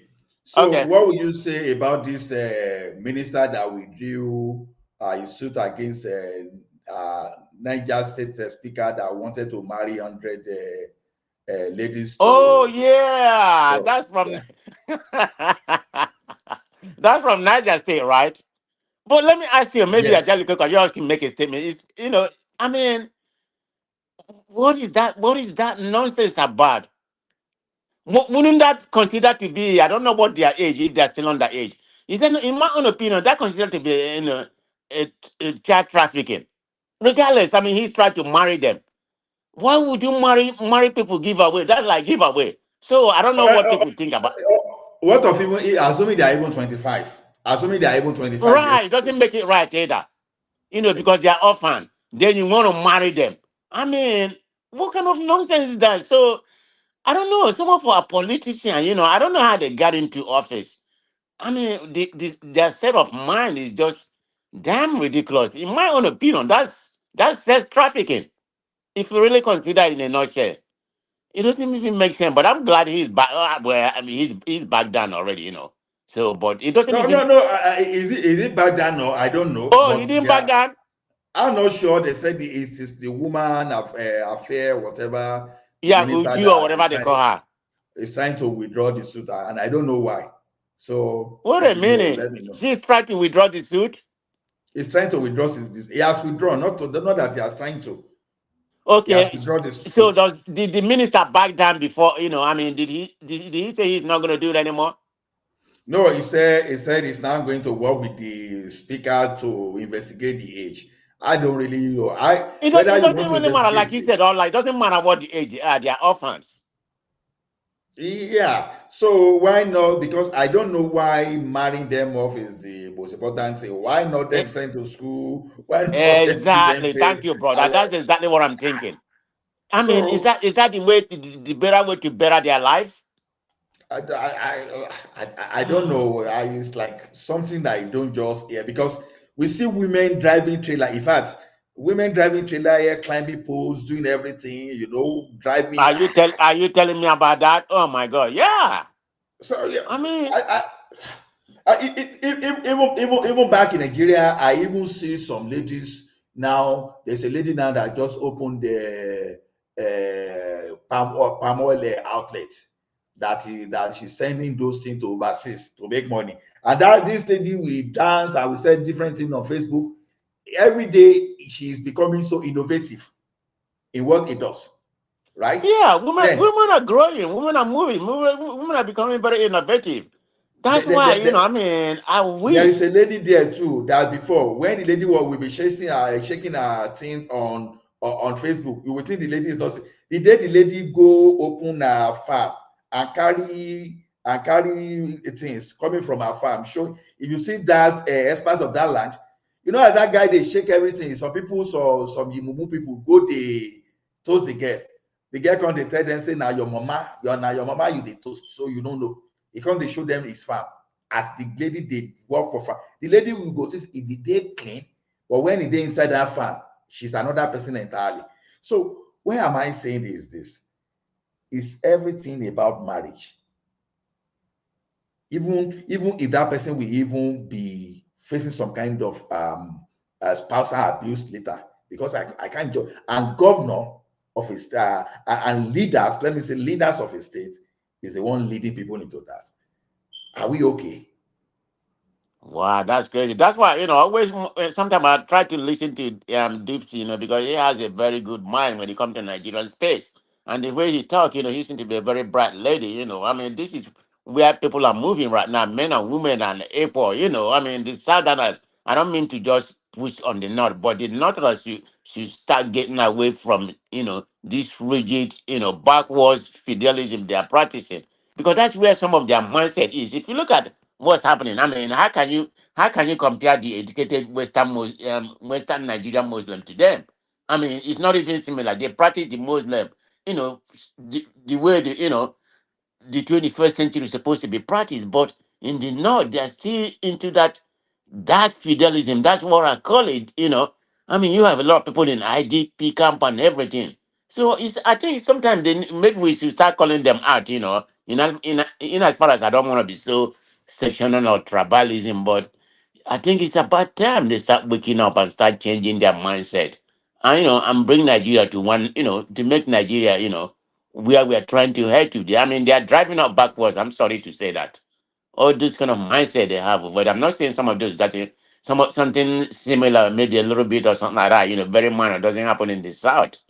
But it's nothing compared to what's going on in that part of country. They're still living in the, I don't know what I don't know. They're still living like like before Christ or whatever. I don't know what. I'm sorry. I don't know what word to use about the way their mindset is so structured. But that's nonsense. I couldn't even believe that when I had it. I mean, if that happened in the Western world, of course, it's not going to happen.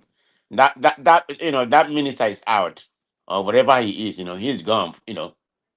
He's gone the next day. If nobody's going to tell him, he's going to resign by himself. So they should start getting out of that mind. But anyway, I'll let somebody speak. Or like you can go. I don't know if you make a sense. You can go ahead or listen. You see, what my fear is this because the way we process things in that country. Okay. While growing up, I had situation where in my school then, one of the most brilliant girl in that class lost her parents. She was unable to continue her education. Then another guy too in the polygamous setup lost his papa, and that guy cannot continue their school. Okay. You now go marry girls without empowering them to one man. Assuming, because we are human, I'm not, I like people faith. You say little things, people will tell you, God forbid. When you even know that, the nature will point. So you marry a girl that is not skilled, that is not trained to do anything, to a guy, and probably, give birth to 4 children, and something happens to that girl that you marry out later. So what happens to the children? What happened to the lady? How are they supposed to feed themselves? So, the mentality of these our leaders, that we don't have something geared towards,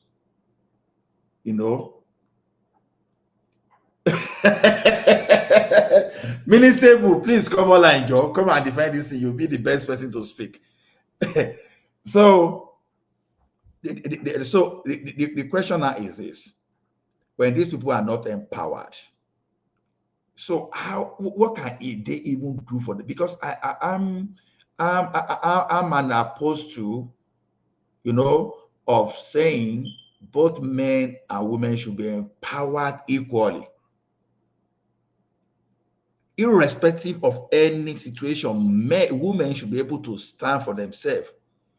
I don't want we may say it's our culture, but when women depend so much on man, if something happens to that man, how will those women continue with the children? So because I don't buy this idea of marry, born, but you are not empowering. You understand? So, Minister, please come online. You are asking a very big question. So to me, What did he say? I wasn't looking at that. Okay, he said that getting married stop anyone from getting empowered. Yeah, see, okay, Minister, but this is the way I say it. Get the woman empowered. So let the suitor come, and not that government should not have any business in such kind of matter. That's the problem I have here now. Personal matter, sponsoring religion, doing some kind of a matrimonial marriage thing. Why should that one be the business of the government? I just want to know. Because don't forget that this thing is coming from taxpayers' money. The money that are supposed to be channeled into something like social infrastructure, like healthcare, like roads, like you are helping farmers build silos, or you use to subsidize production for them. You understand? How does using taxpayers' money for marriage, how does that benefit our economy? Because that's the question I want to ask from you, Minister. That's a good question. That's a good question, Ola. Our taxpayer money, right? You understand?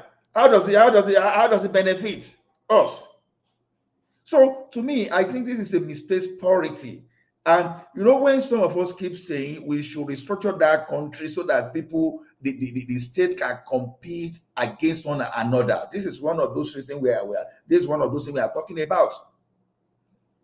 As we speak now, some people will be carrying kaya. We'll be going to Idumota, we'll be doing Potter, Alaharu, right? Potter.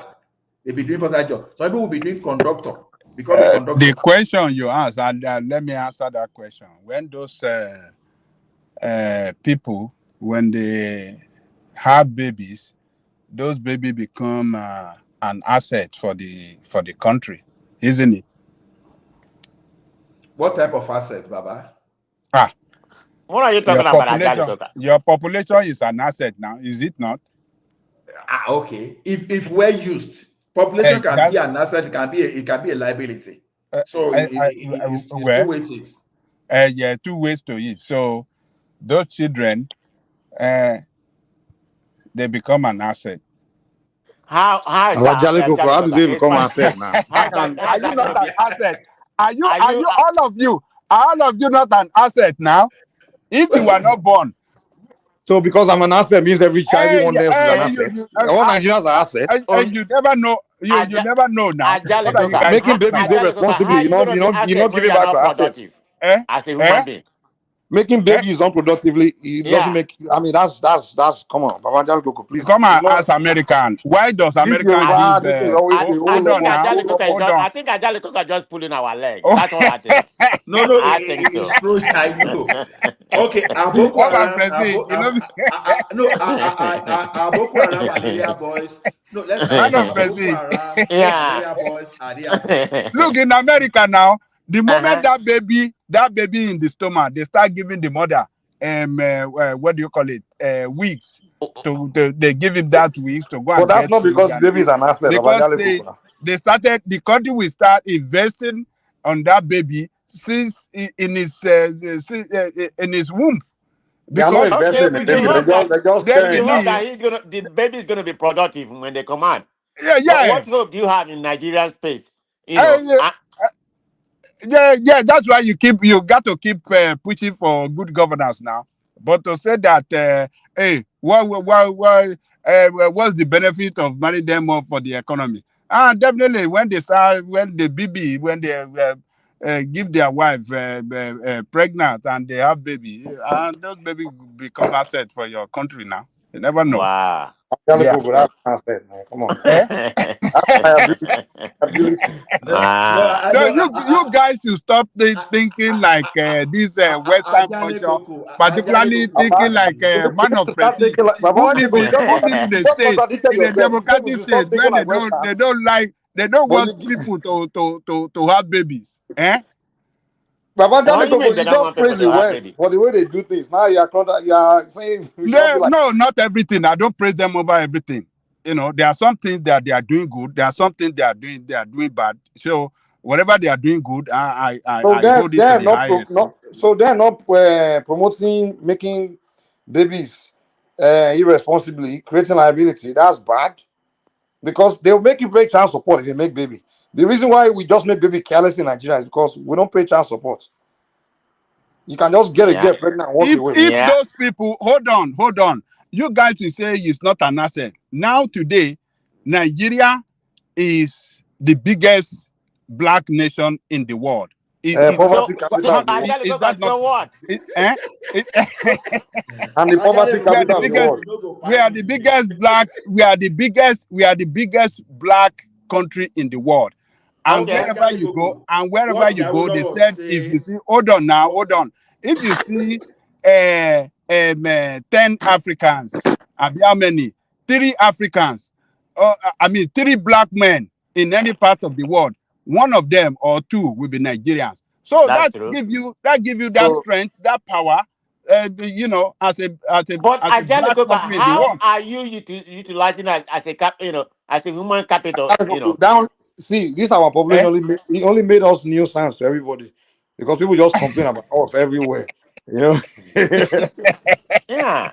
it's not like it's not You making it people, doesn't it doesn't serve anything other nǹkan than tí Bible sọ pé ẹ jẹ́ ká But máa busy, ká máa rẹ̀ sí, ká máa gbáyìn lórí Ajali Coca, ilẹ̀ look at this way. Elédùmarè ká wá sí. Ajali Coca, look at this way. Okay, we are this. I think we have is that the 3rd largest economy in Africa right now? It used to be first. Let's assume when we used to be first. Let's take it when we used to be first. I know we are not first. I think South Africa, Egypt, Algeria, and us. But anyway, I haven't said that. How does that transfer to our, GDP per capita? Do you see where we are?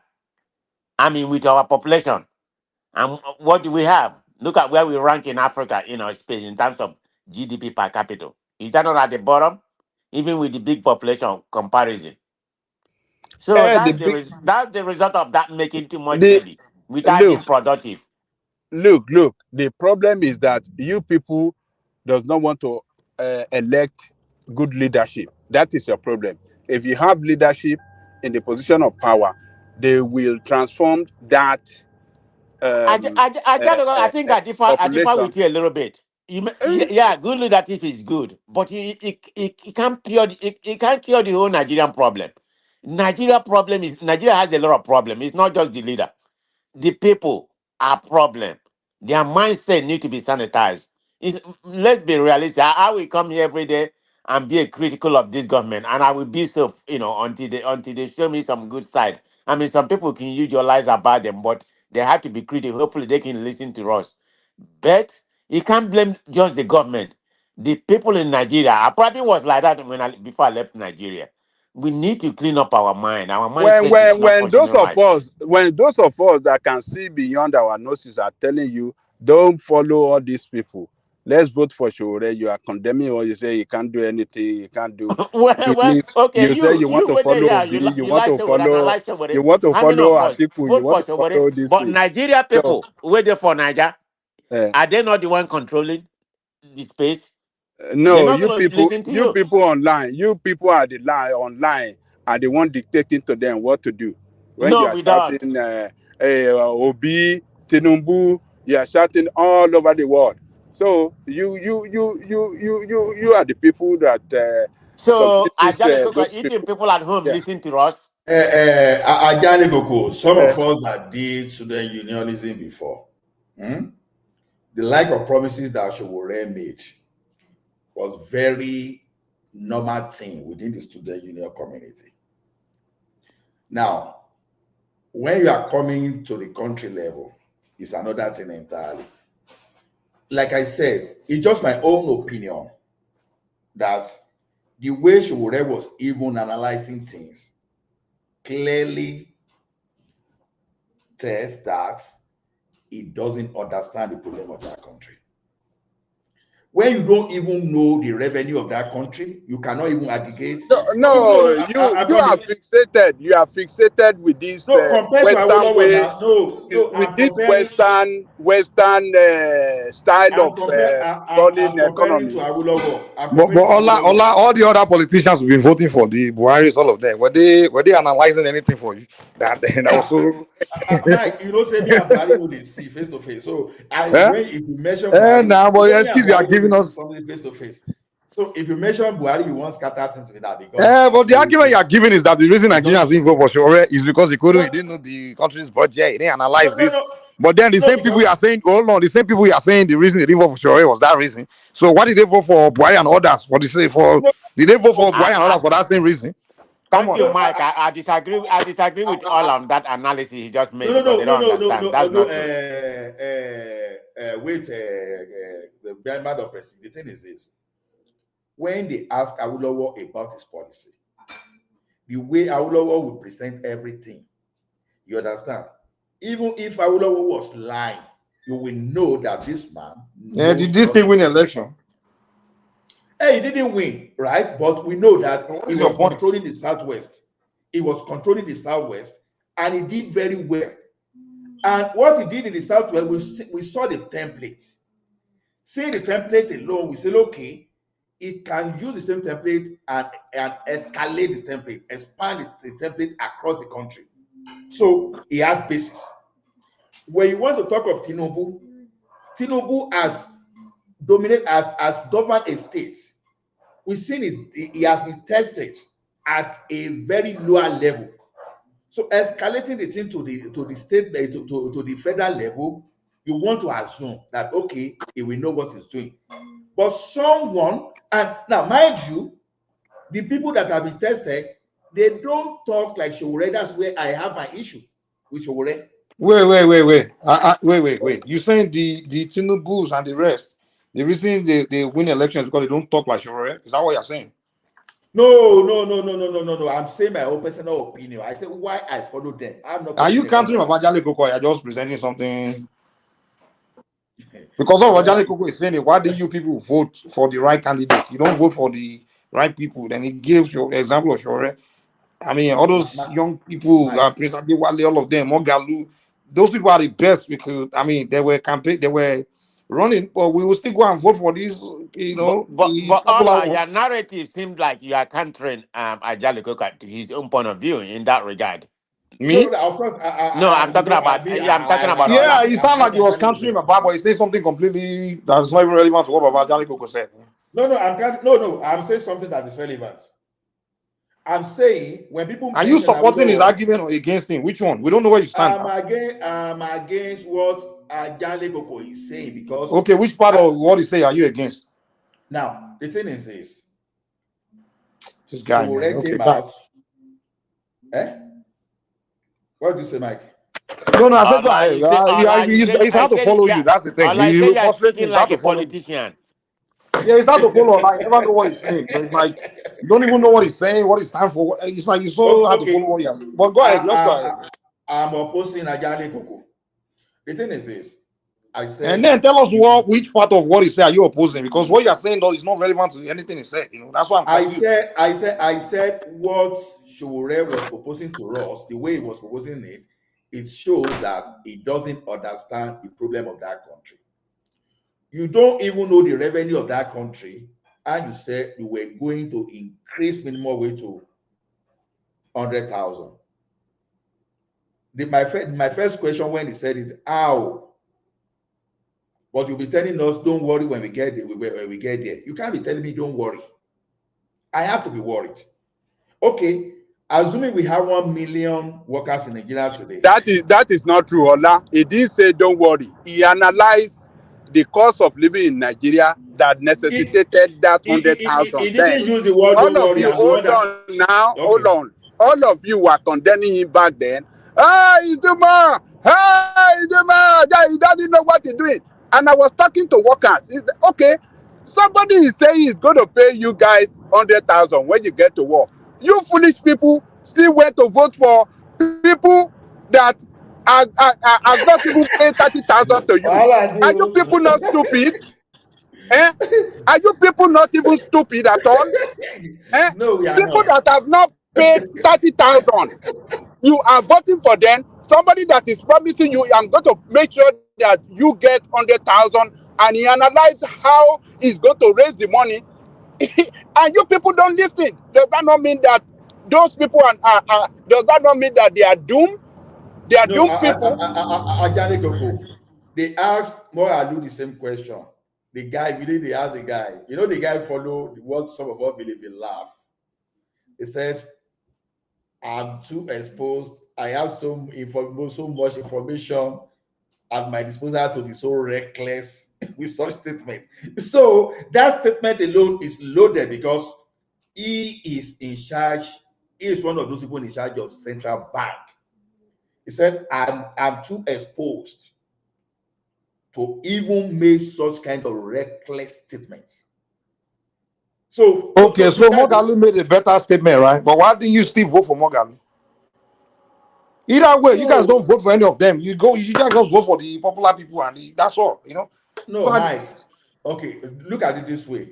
Let's say you are apparel maker, and Ajale Gogo is an apparel maker. You both of us, you present your suit to me, and someone is able to convince me to buy his shirt, and I bought from that person, and you are blaming me that, okay, your own is better.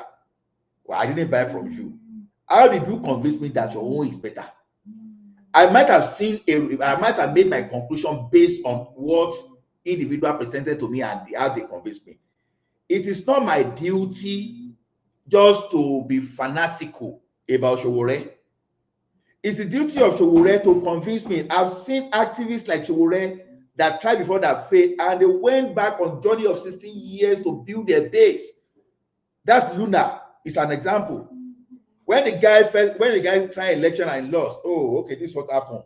Now he got to that. They now say, okay, contest. No, he said, I'm not contest. He went back to the grassroots, started building his base until he was able to capture at the national level. That's why I'm saying the like of Awolowo, over time, they've done something that people could trust them. When Awolowo said he was going You to didn't introduce answer my education. you didn't answer my question. My question, okay, fine. You don't believe in Jore. You believe Jore is not telling you, he has not convinced you enough.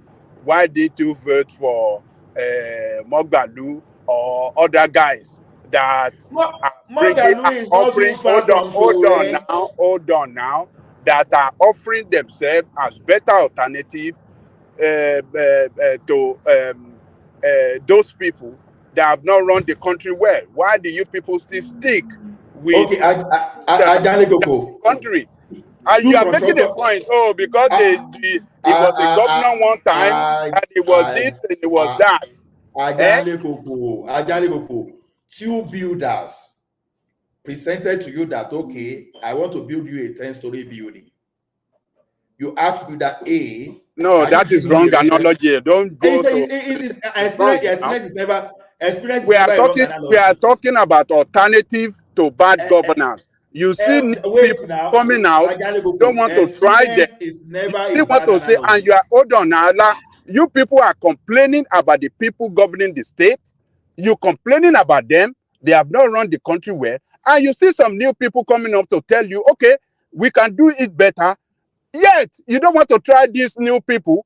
You still want to stick to the old people on the basis that, oh, these new people have not governed anything before. They have not held anything before. I'm conservative. See, there are two ways. It doesn't work like that. You can't change a country like that. There are two ways you can convince me. Excuses. The Nigerian workers that don't want to vote for Tore to pay them 100,000. I was saying, okay, why? Tell me why you don't want to vote for him. He too cannot do anything. When he get there, he's going to eat money. I said, what? Because the Nigerian workers are smart. Because they are stupid. Because they are stupid people. They are doomed. They are docile. Okay. Buhari made a reckless. Is it the same? Is it the same as your politician that have not even paid you the 30,000? Is it the same? Buhari made and he's offering, he's saying a lot of things that he's going to do that for the people, the way he want to govern the state with ideology, to give free education to all, at all level, to run the state in such in such a way that, look, people will benefit the more than the oppressive people that 1%, or how do they call them, that have been oppressing you, that have been milking the state, all the resources of the state. Yet you said you don't believe in it. It just so that something is wrong with. Okay, can I respond? See, Ayale Gogo, I'm a conservative. I try as much as possible to minimize my risk. I don't gamble with my assets. Look at it this way. I was making an example of you trying a builder to build things for you, and you are telling me that it's a wrong analogy, and I prove to you why it's not a wrong analogy. Two builder made a proposal, and someone is telling me that, okay, I built for this lagbaja, you can see the prototype. Okay, I want to build 10-story, but you build like 3-story, 4-story before. You've not built 10-story before. At least you can give me the template of what you've done. That's one way of giving me an example. The other way is maybe the two of you've not done that thing before. So this is like a startup now, a new idea that you want to translate. But someone is able to put his hypothesis down, and you are able to back it up with fact and put it in theory. You've not done it before. So you have two ways of doing that. Either you give me the experience you've done, or you are giving me something that, okay, theoretically, that you can now reference somewhere where they've done that thing and the thing work, and they have the same complexity as what I want. I will believe you. But now, you are now seeing someone that is just talking, and you cannot back the thing up. If you would have told me that, okay, Nigeria make this amount of money. So all the other politicians that were talking, did they back anything up? Even the ones that talked and came in, didn't back it up. Still came back and still voted for him. I mean, I don't. So like Tinubu, right? Every politician none of them back it. Every one of them don't do anything. Did you ask them to back it up? But whenever you have a younger people, that's when you give all the excuse why you can't. What is everybody? What is one now? What of Adewale? Adewale did not back anything up. Mogali did not back anything up. Tore did not back anything up. Excuses. I don't buy that. And look, buy policy here because it's a democratic socialist policy. Fine, but no. Yes, that is. I know when Obasanjo was running, they did back it up for you before you. But listening to the debate, you can't tell me that guy is not prepared to govern well. Something is wrong with our people. Or listen to Adewale. Hold on, but hold on, Ola. You can't tell me about that. Adewale is not prepared to govern well. These are guys that are vast in so many areas of our economy, and they clearly explain how they want to govern. They clearly explain it to us, the direction they want to take the country. But yet, he was to say,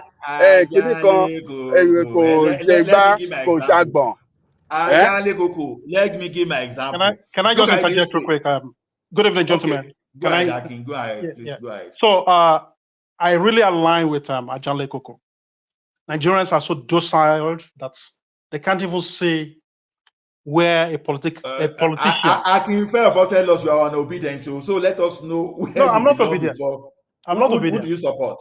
Well, I will. It doesn't matter. It doesn't matter. Make your point. Don't listen to Allah. He's trying to distract you. Make your point. He knew you're trying to counter him. That's why he's trying to derail you. No, I get it. Go ahead. Allah, let me make his point, man. Yeah. So I mean, I align with Ajanle Koko in all the submission he has actually put on ground. Politicians in Nigeria, especially in our space, Nigeria, right? They don't have any ideology. I can say that for free. So if you want to go by what they've done, then we can as well equate it with what we have here or what we had during Obama. When Obama came to office, what office did he hold before he came to office? Definitely not. The guy in Senegal, what office did he hold? Obama is not true, though. Akin, it's not true.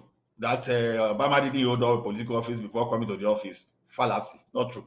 Really? Okay, give me one office that he held. Just continue, not true. I know. All Americans here, they know that that's not true. Senate, being a senator is not an office. It's just a political, How is senator not an office? That's what we say. How senator is not an office. Hold on a second.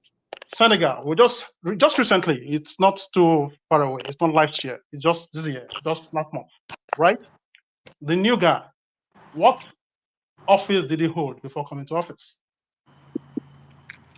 Can you name one? Who? The guy in Senegal. I don't know about that. So yeah, because he doesn't hold office.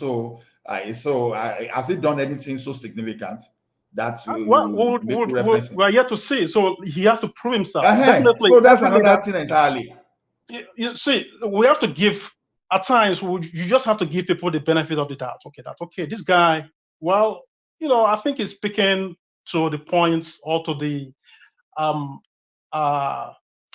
main thing that it's a problem or is a problems in Nigeria, right? If none of that is present in what is submitting, then of course we can say, okay, this guy has no ideology, right? We can just push back at him.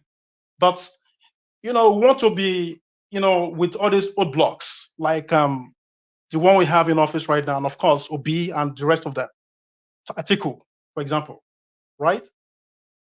All these guys, all these Nigerian politicians, you see,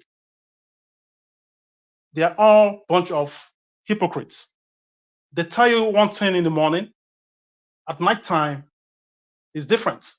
So you can't just say because Showore and the likes do not have or never held any political office, then you want to discard them.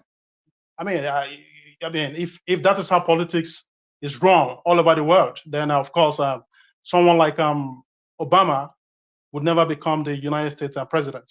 And of course, someone Obama had experience. It is wrong to even compare Obama and Showore. That is where we are getting it wrong. Why are we even listening to Ola? Ola that supported Pastor Bakari. He supported Pastor Bakari. No, okay. Pastor Bakari that failed completely.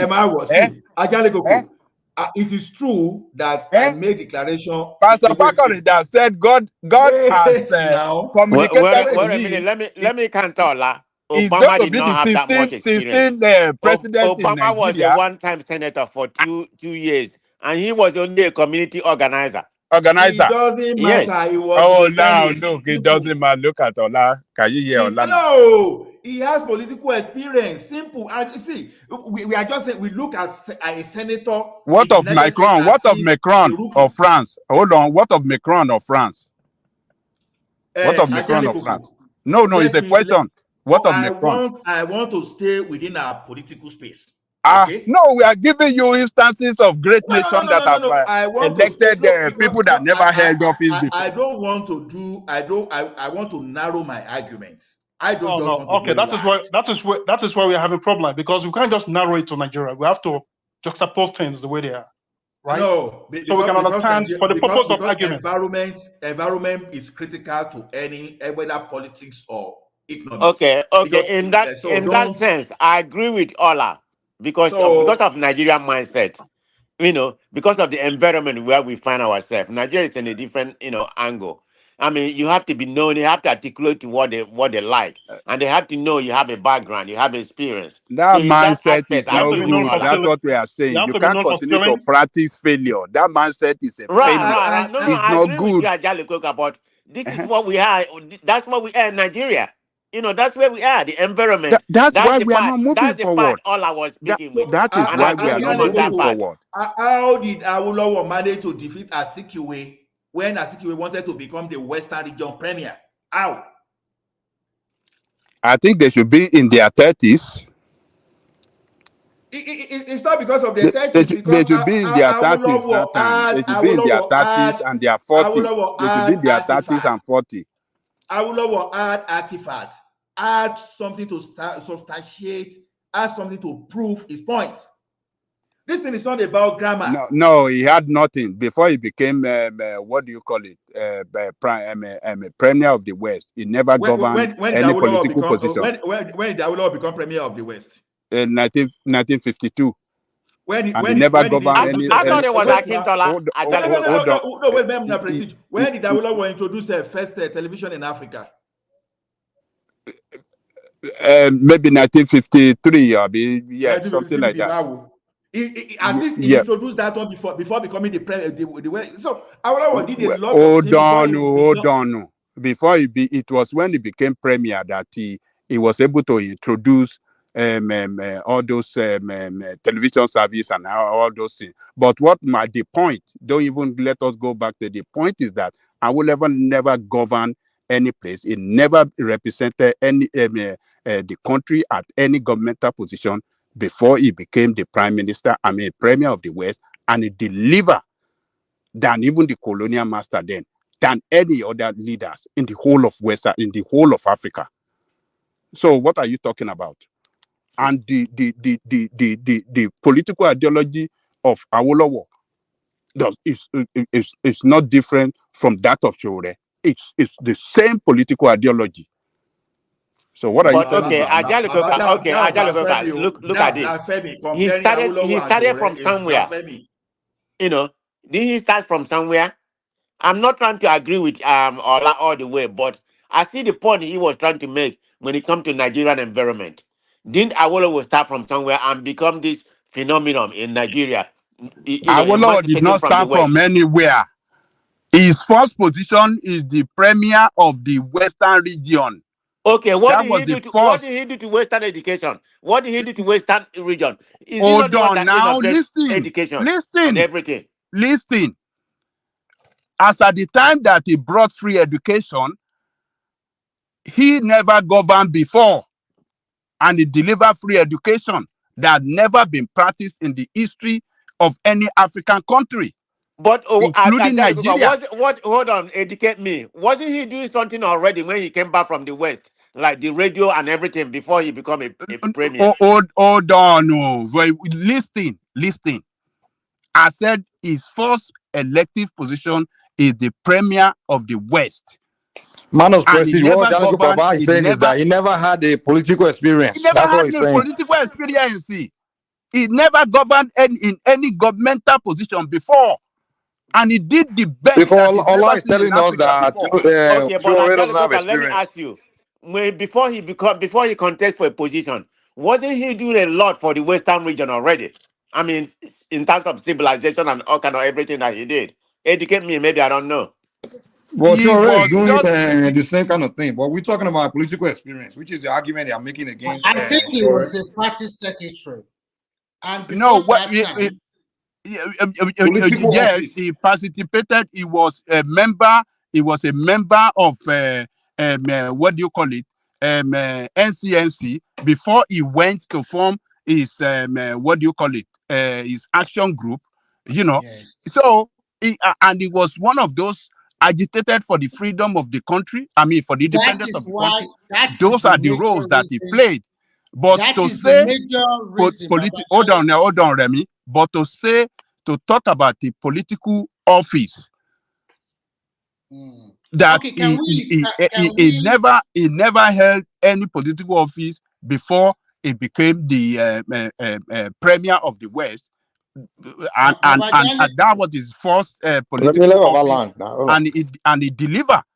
He never had political office experience. So the position of prime minister was the first political office he held, and he delivered. So your argument that Sowore, because he never had any political office, he never be governor, he cannot do anything, I think it's just it's unacceptable. Babajale Koko, I will put it this way. First and foremost, he was a party secretary, and before that time, they have been agitating for Nigeria independence from Britain. That one already gave him a limelight. Everybody in Nigeria already knew them, both Azikwe and Amadou Bello or something like that. So who doesn't know Sowore? Who doesn't know Sowore? Let me tell you, does that translate to political experience? I will be frank with you, Babajale Koko. Maybe they will know your Sowore in the elite. Forget it. We know where your own politics stand too. Let us talk now. I think you have been talking. Give us a chance to also respond to you. I will say to you that in state capital in Nigeria, maybe they know your Sowore, the elite, the activists, the agitator, they know your Sowore. But to most market women, to most towns and villages in Nigeria, they don't know who is Shore. But Remy, that's not about that argument. Now, his argument is not that they know him all over. The argument is whether hold on, Remy, wait, Remy, hold on. Remy, are you sharing the same belief that because he doesn't have experience, he won't be able to perform? Are you sharing that same belief? Let me respond. No, just answer that one first, then we'll let you. We just want to know where you stand. Let me respond. At least No, we want to know where you stand on that position because that's what. That's what I want to say. That's what I want to tell you. Unfortunately, I agree with Ola on this, and I will tell you my reason. First, politics is local. Everybody wants to see your performance, what you have done before. Are you a member of a political party that they know you very well in your grassroots? Have you had any political party? I mean, that's not what we're asking you. Now, I'm not asking you whether what people want to see. I'm asking you that in your own opinion. Do you think it won't be able to? I'm giving you my own opinion. I think. No, I'm not. But hold on, Nisuru. Wait. I'm not asking for your opinion. I'm just asking a question about this position that Ola is presenting that because it doesn't. Nisuru, now this guy, you're too difficult, man. Calm down now. Nisuru, now let people talk now. We're establishing the base of what we're arguing about before you came, and we're trying to see where you stand on that position. Ola said because Shore doesn't have political experience, that means they won't perform in office. And we're trying to know if that's what you also believe, that because he doesn't have political experience, he won't perform well in office. That's what we're asking. What you are talking about, why they won't elect him because they don't know him. That's different. When I respond again to you, maybe you are not opening your ears. You only like to shout, and I don't like people shouting on me. So be careful, okay? So first and foremost, you asked me that question. I respond to you clearly. I say I totally agree with Ola's position. Maybe you do not hear, or you just want to continue to shout on people, which I do. Okay, so you believe? No, hold on. So let's make it clear. So you believe that hold on. You believe that he won't perform well because he doesn't have experience. Okay, so now we know that. Okay. I did not say that. What I'm trying to. Well, you just say you agree. Baba, you see what he's playing. You see the game he's playing now. For God's sake. You see the game he's playing, Baba. Let me talk. Okay, but Mike, can I respond there? Let me talk, please. He doesn't have any political experience in Nigeria because we are talking about present dispensation. If you are talking about present dispensation, because he has never held any political position in Nigeria, it makes it very difficult for Nigeria to assess him. And because of that reason, that is why he's not finding it easy for people to judge him. You have never been it's okay. Let Prince Daddy come in. Let Prince Daddy come in, please. Let Prince Daddy come in. Okay, if you can hear me, I just could ask a question that who doesn't know Shore in Nigeria, and it may be right. I knew Shore. I knew him to be a thief. Okay, so that's I knew Shore. When it comes to and the notion trying to compare Shore's I don't know, his ability to Awolowo is just a slap in the face. Try to make the abnormally the exception or the exception to the norm is not the way it goes. Well, maybe every few people, I don't know, somebody trying to mention Barack Obama. Somewhat, Barack Obama had a experience in local politics or whatnot, but on a national level, he came from nowhere. So I understand that part. And maybe Macron and maybe a handful of other people. But let's not pretend that anybody can do it. This is a big fallacy that somebody did it, so Shore can do it. Shore can't do anything. I mean, just like Ola said, he has this mentality of what you call it, an organizer, a student union organizer. He's not not a politician. I mean, he has an ideology, which is fine. Come on now, Prince Daddy. Don't come here with that nonsense, okay? What are you talking about? So, what do you mean, prestige? So what is it? What do you? I mean, so to try to elevate Shore to the level and the capacity of Awolowo is such a joke. That's not what we are doing. That's not what I just. That's a different conversation right now. It's not about comparing Shore with Awolowo. This is Shore having experience to run Nigeria. And he doesn't have any experience, and Allah is trying to establish that from the onset that it is not the kind of caliber. It's not the kind of caliber that you can put in there to be able, especially in the Nigerian political system, to to have any impact. I mean, look at all the people that he ran against, the meaningful people. They have experience, they have a background, they know how to navigate the political system. But Shore is just a loud mouth, identical Okay, hold on. and he doesn't. Prince Daddy, step away hold from on, Prince Shore Daddy. for a second. Let's I step away mean, from in a Nigerian space, Hold on a why second. would you talk about experience? In a Nigerian space where character is very expensive, and you find person of person of Shore with impeccable character, and you are Stop that, coming here Prestige. to Impeccable what? Impeccable from what? From where? Stop that, Prestige. Stop that. what? Hold on, guys. I mean, Shore, this is not about Shore now. This is about the people running generally, right? Do they have the capacity to run Nigeria? Do they have the executive or some kind of experience prior? You get it. So let's not make this about just Shore.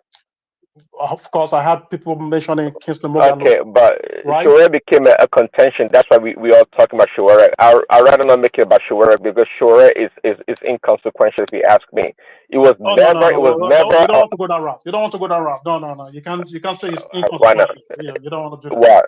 Well, it is inconsequential. I mean, okay, tell me, when you ran, what was his numbers?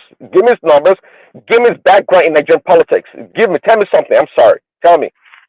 Well, all this background you're talking about, Prince Daddy. There's no way I'm going to say. Don't say we speak the language of a common people in Nigeria. What a common It's language that common people understand in Nigeria. It's a fraudster, man. Listen, maybe it was actually the originator of graduate before he started calling people my God. graduate. What have you been drinking this night? You have a personal. Okay. Let me actually, to tell you the truth, when Shore ran the first time around, I won't say I believed in him. It was more an internet sensation, right? He maybe said the right things and whatnot, but guess what? After Shore ran and it didn't make any impact, I sat down and analyzed that. Look, damn, this Nigerian politics is. Somebody made a comment yesterday. Actually, it's really, really dense, diverse. I mean, you gotta have this level of marksmanship, like the current president, Tinubu. I mean, literally, the man was able to orchestrate in putting Buhari into power. This is Tinubu's quote unquote third term, because without him behind Buhari had no chance. But the point here is that look, Shore is really in the four corners of a university kind of a politician, if you want to put it that way. He does not have the experience. He does not have the capacity. He's not well in depth in understanding the dynamics of Nigerian politics. Let's not pretend. He says the right things. What experience does the current president of Senegal has before coming to office? That's just one. What experience did Macron, right? What experience did Macron have before coming to office? Can you answer that? Hold on a second. I just like I said. By the way, you're talking like this current Senegalese is a Senegal president is made any impact, or we know the future of what Senegal is going to be. We don't know that. But to the fact that he won an election is not. It doesn't prove anything. By the way, I hope you know that. I can talk it. His father was a former president. Though. Okay, good. So I didn't know that. So the fact that the guy is young, he won an election, doesn't mean that he has any experience or what Senegal is going to turn out to be. We don't know that. But I agree with you, Prince Daddy. Okay, good. So let's not make the exception of Macron, maybe Barack Obama, this Senegalese guy. This is the ideal way for somebody to gain power. Maybe so in other places, but Nigeria is so dense, diverse, and so political. Complex, if you ask me, and that's why I'm going to hold you to that point. The point you just made right now, the last point you just made, it's a very vital point. Yes, Nigeria is so complex. Good, but if you keep throwing that, Shore is inconsequential in Nigerian politics or in the Nigerian space, I mean, I'm going to say no. That's not true. Okay, it's because of the please tell me. Give me something. Give me something I don't know. Maybe I don't know everything about Shore. Give me something I don't know. Prince Daddy, just a minute. you see one thing, Akin and Jaleguko and Showore soldiers. See, I've said something. To me, I'm even shocked that people were comparing Awolowo and Showore. Oh my goodness. There's no, in fact, it's an unforgiving. No, Ola, don't twist it. Nobody ever compared. I don't think anybody ever compared. No one did any comparison, man. You guys do straw man argument. What? You know, Awolowo did not have experience in governance before he became the. I know. So we are not comparing them. Don't get worried that you are shocked. Okay. Retraction accepted. You know, if I say something, I own it. Like Minister Stable is trying to hold me to this thing, but I told him, you know, I made disclaimer even before I declared my support. So even if you hammer on it, I will still tell you, yes, I said it. Even though you are ignoring the disclaimer I gave before I even made my statement there. So me, I hold on to whatever I say. The thing is this. If you actually look at Awolowo activities in the build-up to become the Minister for Finance and Local Government, you will see that this guy went to his grassroots. It was not given to this guy on the platter. That is what you miss. Awolowo had the buy-in even before the election. And don't forget that we were under a particular colonial master regime that already they've already done the mentorship. Awolowo has some kind of mentorship that people just try to ignore and just think that Awolowo just jumped from thin air, like he just descended from sky. I say, hey, here I come. I want to become the Western Region Premier. No basis for comparison, honestly. No basis. Now, where we were now in the Nigeria we have today. Like 5 seconds. But also, I think Awolowo, did not go start his own party from scratch. He actually navigated the political terrain to have won that position or that right to run. Exactly. Okay, that makes a big difference in politicking. So let's go Shore's route. First of all, the only way you can compare two people is if they both served in office, and then you can compare their performance. No. So what you guys, the kind of argument you guys are presenting is that's a wrong logical argument.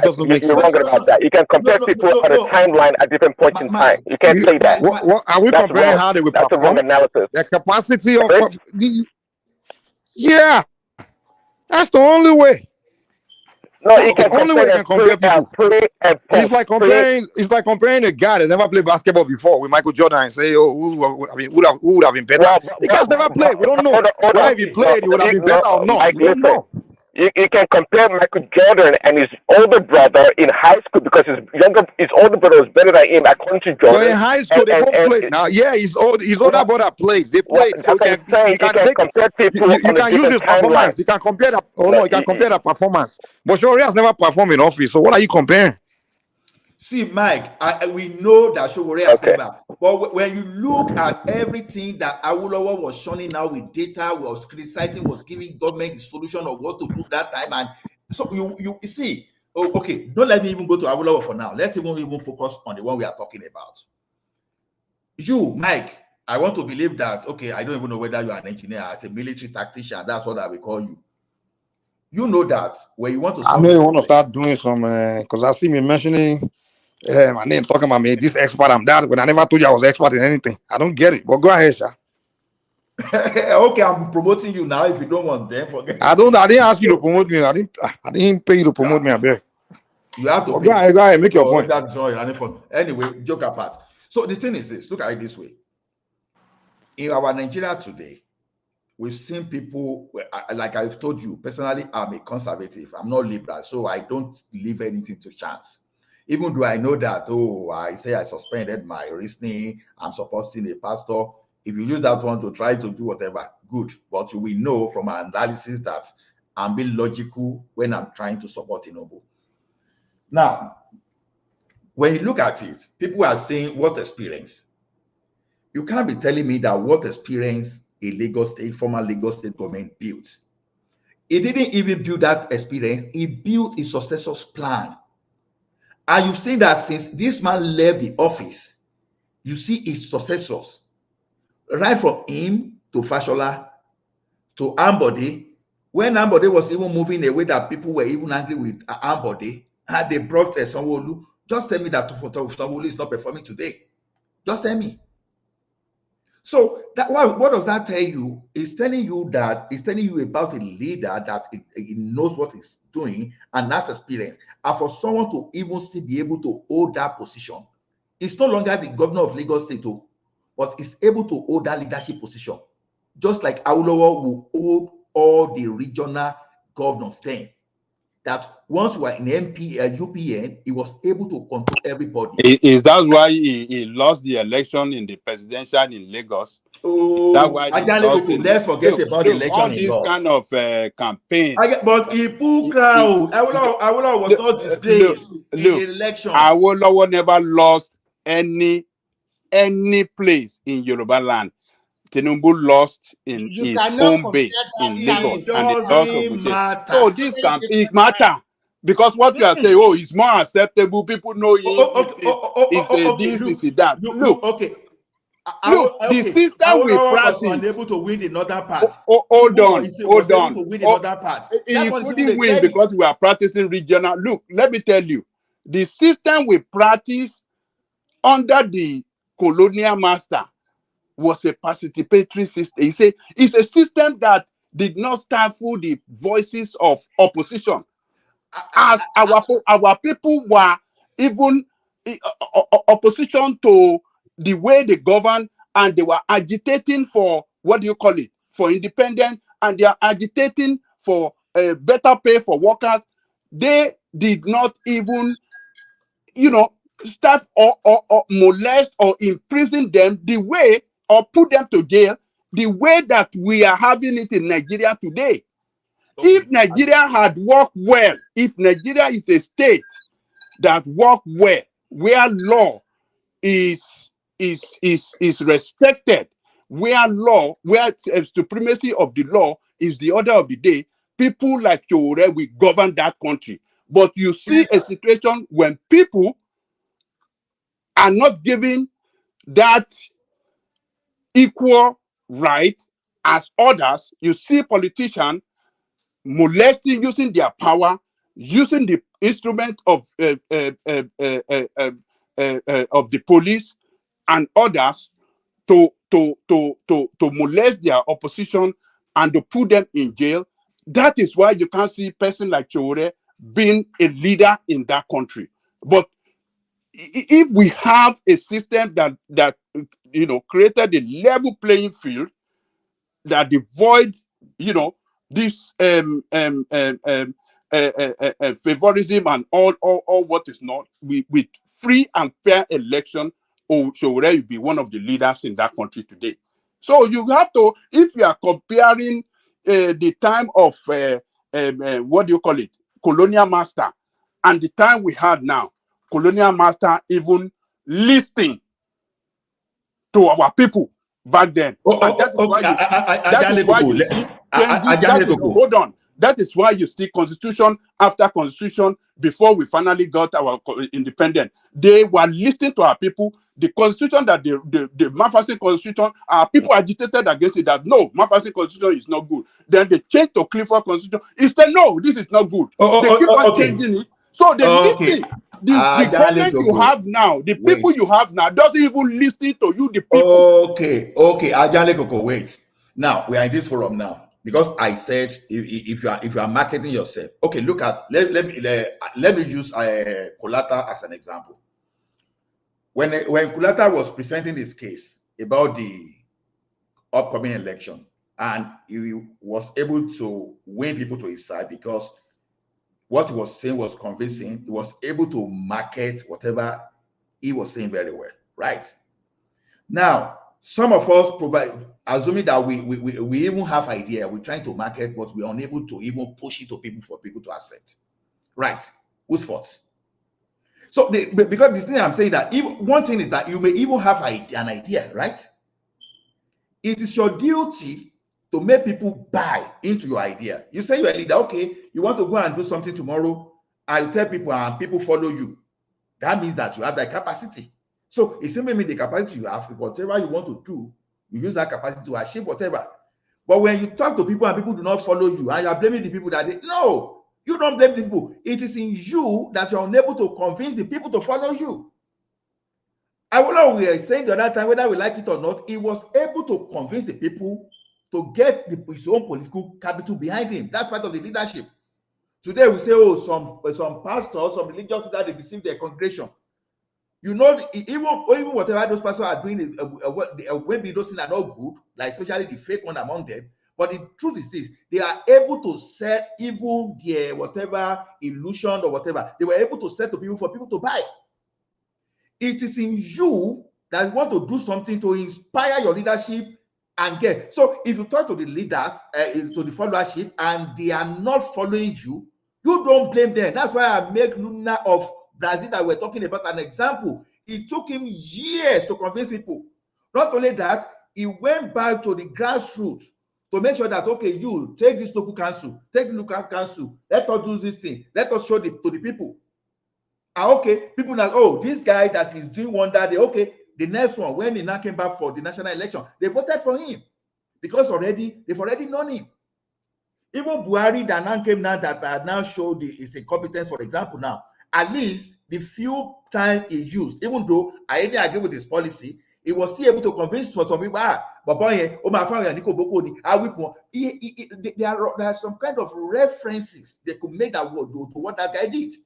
Now, people now went for Tinubu, and we are saying Yoruba didn't vote, and yet people in the Kano state, they agree with him. The people in the north, they agreed. Remember that the southern Nigeria is not the only state in Nigeria. You have to be acceptable across the country. So he was unable to convince everybody in the southwest, good, but he was able to convince, and that's what Awolowo was unable to do. Even though we know that we were practicing, but he was unable to convince that, because the like of Akintola told him, this is what we will do, but he didn't listen to Akintola, and he lost. So the thing is this: politics is your ability to convince your followers. When followers do not listen to you, we can't call them idiots, stupid people that are not listening. No, you are selling yourself to that people are the one that you are supposed to convince people. But I agree with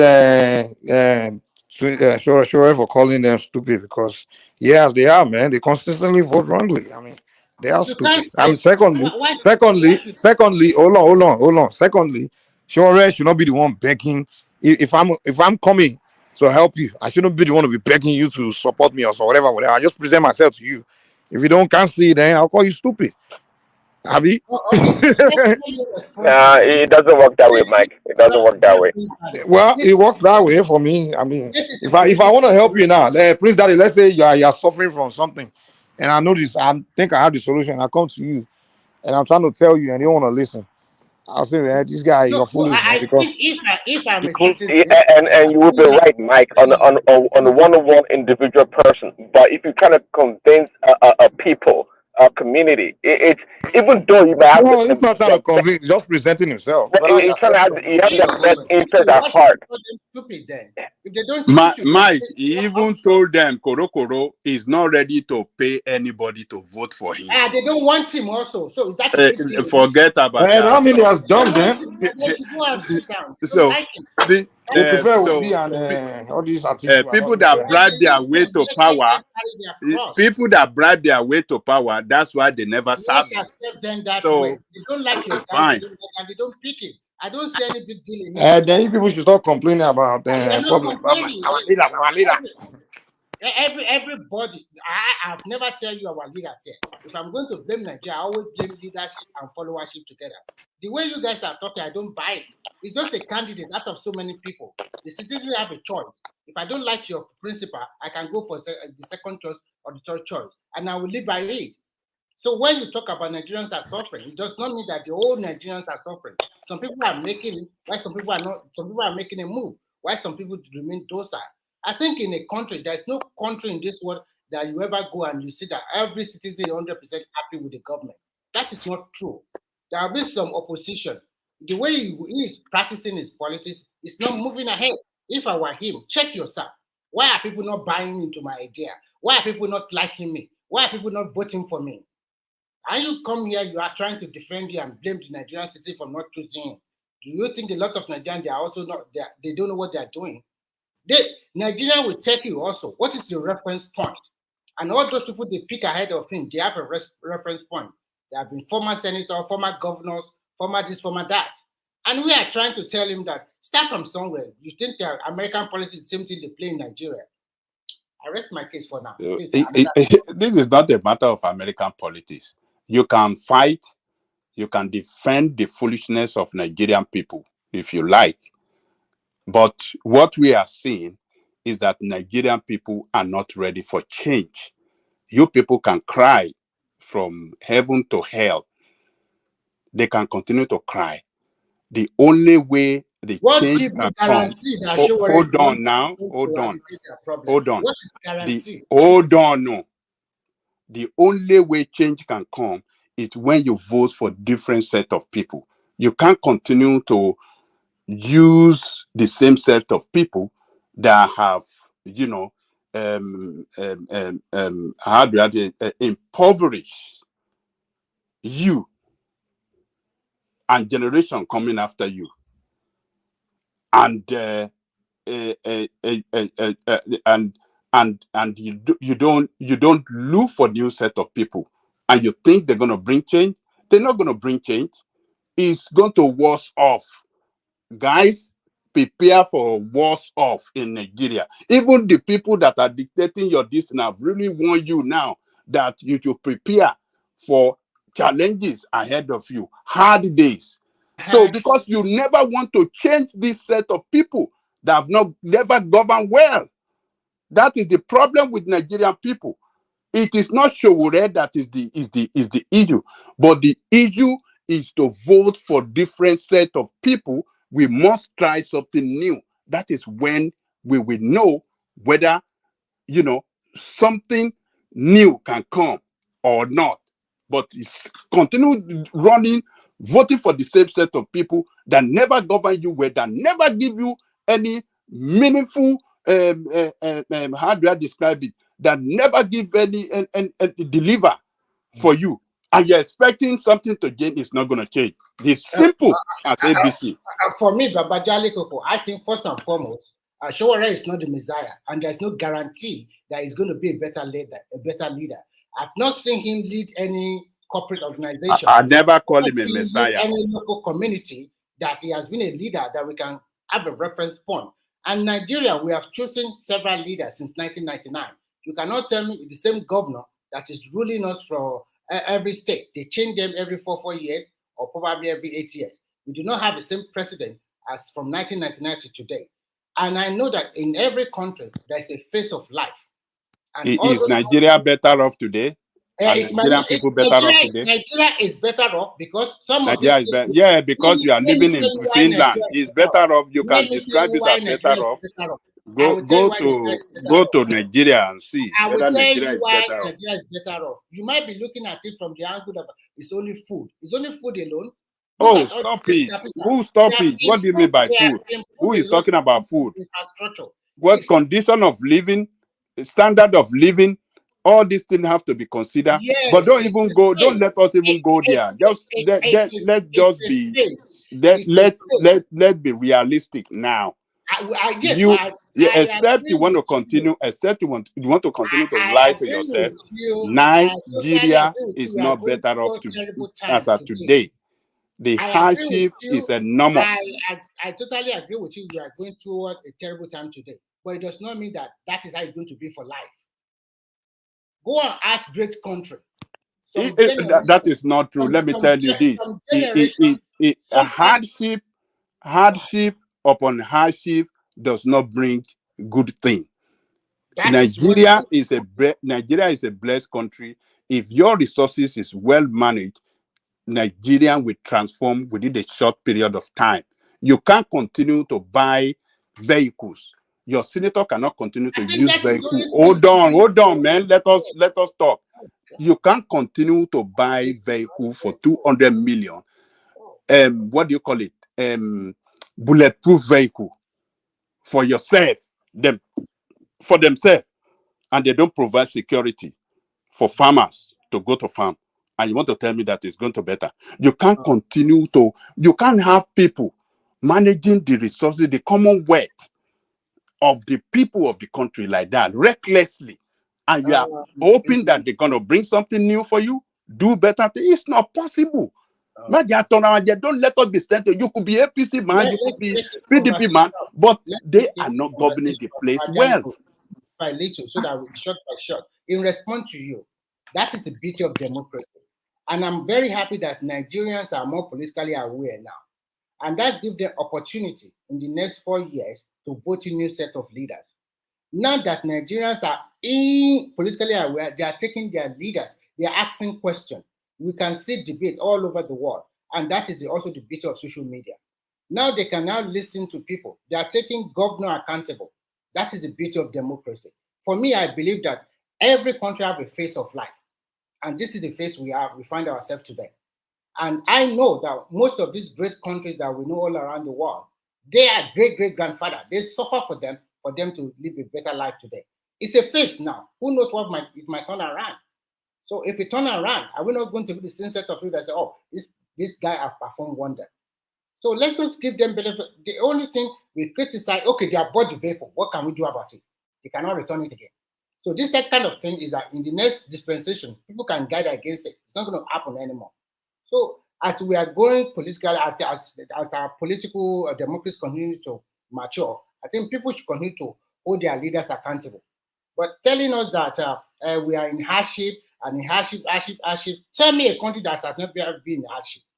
And today they are very successful, prosperous. If you can name one country that have not been in hardship and just from prosperous every now and then, tell me that country. Then I will bow my head for you.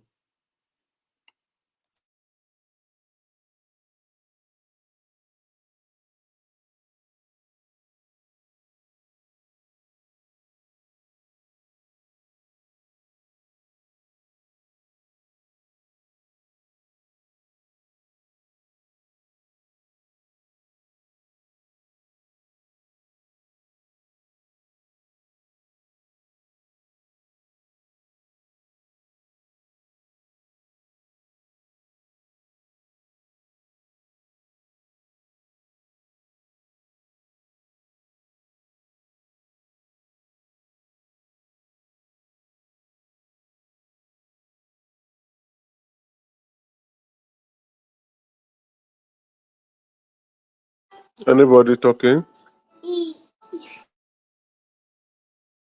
Go ahead, Emeka, if it's your turn. No, it's not my turn. So I'm just trying to see that because we in Nigeria, we like to criticize and we like to say, how to say, for me, I always believe that politics is local and you must play your politics. If you want to get to a position, there's some ways that you have to do. The utterances of some of the politicians are not good enough. And Nigeria being a very kind of sentimental country where people see what comes out from your mouth, how do you deliver your speech, how do you relate with other politicians, how do you relate with other citizens. There's so many things they will look before they can say, okay, we can trust this guy to some extent. And for you to become a president of that country, you will have put in the work. It's not going to be just an easy ride for you. That is why it's very difficult for anybody that's going to be Nigerian president to be at the age of 40 or 45. It's not going to be easy. Because how do you now, so many interests, so many vested interests from all parts of the country. How do you maneuver your way? How do people believe you? And everybody just talk. If this leader is there, he can just do whatever he likes. It's not easy like that. So do you say, why did you say someone around 40 or something like that would be more difficult for that person than for someone that's older? Well, I mean, what do you mean? I will tell you the reason. First and foremost, an average Nigeria, the first question they will actually want to become their president is, what position have you held before? Is it a former senator or a former National Assembly member or a lawmaker or a governor? And if you are pulling that one for 8 years, let's say you are lucky, you are very young, you're youngest, you get there at the age of 30 or 35.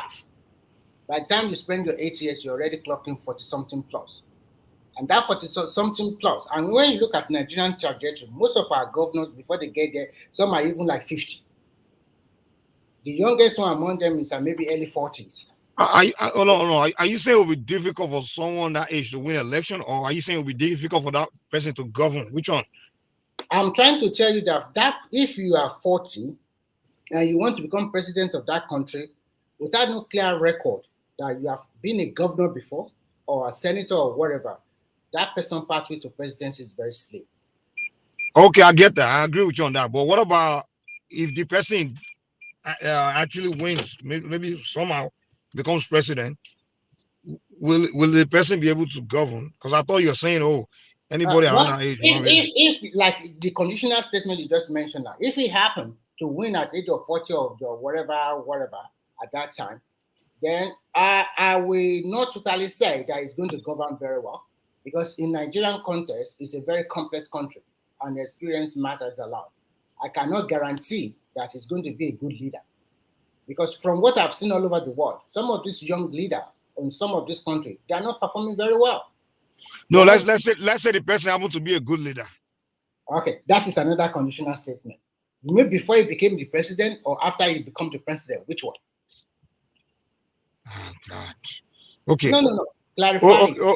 What I'm trying to get from you is what would be the, because I'm thinking you're saying it will be a more challenge for someone that's around 40 to govern the country compared to someone that's.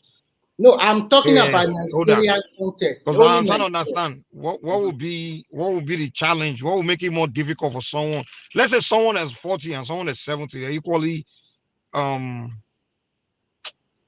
competent, right? Mm-hmm. So what will make it more difficult for someone that's younger to do better? If he's 40 years old and he has been a governor at age of 30 and he has ruled for 8 years and he performed very well, then he might have a brighter chance if he can maneuver all the complexity of Nigerian politics from north to south. Then he has a better chance. So what we are trying to say here is very simple. Better chance to govern well, better chance to win election. Which one? Better chance to win election, to win that. No, I'm talking about governance, no election winning. I'm talking about a president. Okay, let me make it simple. A president that's 40 years old and a president that's 70 years old. So, who will have a better chance of doing a better job? If I'm to talk from the experience in Ghana, I'll prefer the 70 years old in terms of Nigerian context. I'm not talking about that country. Just Nigeria. A 70-year-old in Nigeria will govern better than 40 years old. Really? Remy, you're really funny, man. Funny. This guy is funny, man. It's very funny. I'm not funny. Remy, yes, and yes. Okay. I will repeat it again. Yes, and yes. Let me tell you why you are funny. Do you know that we live in technology age, information age? The amount of, within the last 10, 15 years alone, or just 20 years alone, the amount of new technology, what we live in, I'm talking about, we're going to AI, we're going to just to the point when I talk to an average 70-year-old Nigerian, they don't even know anything about it. They don't know how to type email. They can't keep up. It's like they can't learn about this new, this new technology. Hold on. They don't know much about the new technologies that are out there. What do you think about when I think Davido was telling the IG of police, like, how about you do IG live, with us to communicate? He didn't even know what he was talking about. Like, we're talking about the information age, technological age that we are in. These old people are not as fluent with these things compared to younger person. Or they're not even, we're talking about young people that are connected, are more global minded. A 70-year-old is not, you can't compare that, he's not on that level with a 40-year-old. So I think you are wrong. Technology is a tool that anybody can use. Because you are a leader, 70 years old does not impair you not to use technology. Because as a president, listen, as a president of a country, you have a lot of people working for you. And I think as the president we have today, they have started using technology for most of the things they are doing. So what you do is that put the right person in the right position and everything fit and everything works. So telling me that because he's who's about technology, that means he won't be able to rule, or he does not understand what is going on. Nobody said he won't be able to rule. What we're saying, hold on now, it's not a fallacy, it's a fact. A younger person, it shows it shows that I don't know. hold on now. The younger people, even me myself, I have to call my sometime. I have to call my 12-year-old, all these kids. Hey, whenever they come show me, and they will show you something new. When it comes to technology, the younger the mind, the more. Does that one guarantee that that person will be a good leader because he knows about technology? No. We said what we told you is that two people that are equally competent. One is 40. We are saying they are equally good. They are equally competent, meaning they are both good. But one is 70, one is 40. Which one do you think will likely do a better job? Because your question is too. Well, anyway, let me just move on. It's too general. Your question is a general question, but I want to put it to you as a president. You are not only talking about technology. You are going to know how you are going to improve the economy of your country, how you are going to manage the people of your country, how you are going to do so many things. You need technology. Remy, why do you think I went to Muntala Mohammed Airport and the people say we're still using pen and biro and paper? When other airport, they're already using, computer, they already, So if you are talking that way, do you know why? Do you know why they haven't upgraded? Do you know why they haven't upgraded? Because the mind of people leading there in charge of those departments. Hold on, Nisuru, when you're making minister of this and that, a freaking 70-year-old man, and it was PDP that were doing that rubbish. When you're making all these, because it's old mind. If I take a 20-year-old now making to manage that airport, the guy will get rid of all those old. His generation don't even know how to operate those manual things again because he grew up on the goddamn digital stuff. So that 20-year-old, hold on, Nisuru, that 20-year-old guy, if you put a 40-year-old person in charge of that airport management, he will get rid of all those manual rubbish that they are using there because he himself didn't grow up with that kind of manual stuff. He grew up with the latest all this digital stuff. That is a lame excuse, and I'll give you my reason. The president of China today is close to 70 years old. And when I come to Europe here, I discovered that most of their technology is outdated. What they have used in China 10 years ago, that's what they are using here. And I can bet you with you that your infrastructure in America. We can't compare Chinese leaders. No. Listen, no. I'm trying to give you a real life example. Your infrastructure in your so-called America is overly outdated too, compared to what is going on in the rest of the world, especially in Asian countries. So if we are coming here, America is outdated. I'm telling you the truth. It's outdated. No, Remy, I don't even know this idea of technology what we are driving at because I don't know whether president of Nigeria is supposed to be a typist or is supposed to be a social media content maker because these things sometimes the way we drag these things. No, you guys don't get what Mike is saying. Mike is saying that we need a leader that hold on, a leader that is in tune with what is going on in the world, the way the world is developing with technology. We need a leader that can lead us. You just need an innovative leader that can embrace change. That's what we say. So no, you can't get it with this leadership that want to settle political. Want to appoint on the basis of political favorism or political appointment for their fellow party men. We need a leader that is in tune with the way technology is used. It's in tune with the way governance is carried out around the world in advanced countries, and can the way we are talking of technology now. That can the way we are talking of technology now, that is what is even agitating me. Because the question is this: we are overemphasizing on technology. If you want to talk of creative, you can't do anything without technology. Even your crime, even security, to fight security in the country, you must use technology. There is nothing you want to do successfully in this world today without the use of technology. And it is when you have the right people that can use technology well, that have that experience on how to use technology that can transform the society. No, that's not what we are saying. This guy just give an example now. Mike just give when you get to the airport, they are still using pen and paper. Is that the way it should be? How can you have? That is not the issue. How is it not the issue? How is it not the issue? How is that not the issue, Ola? That's not. As if that is the way it is done when he's traveling in Canada from one state to the other. As if that is the way it is. That is not the point. Country that want to open up for investors and for people from all over the world, they get to airport. That is not the, see. I'm speaking from the experience. I've said this in here, and I will tell you again, because I told you that some of the innovation that you see in the government houses today come from the bank and the company like Interswitch and eTransact. All those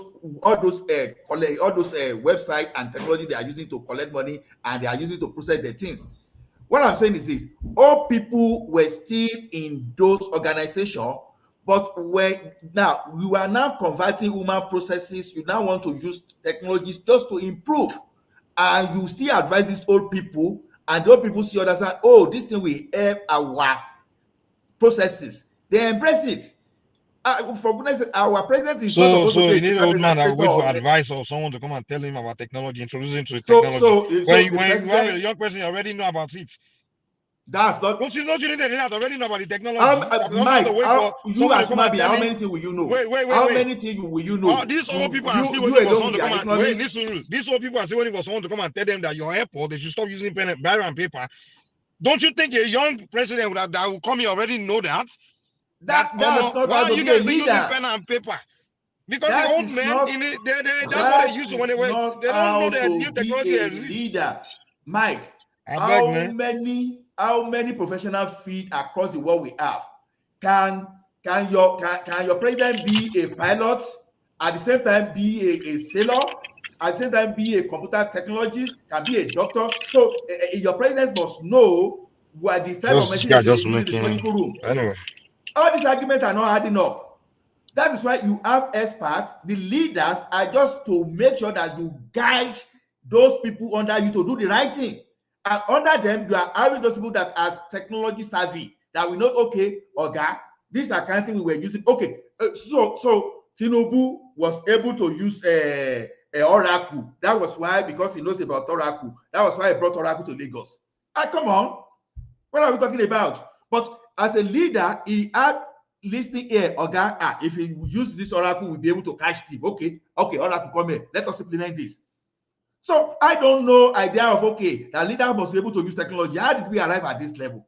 So many bank, so many bank MD you see today, they cannot even type very well on their laptop, and they are still holding successful businesses.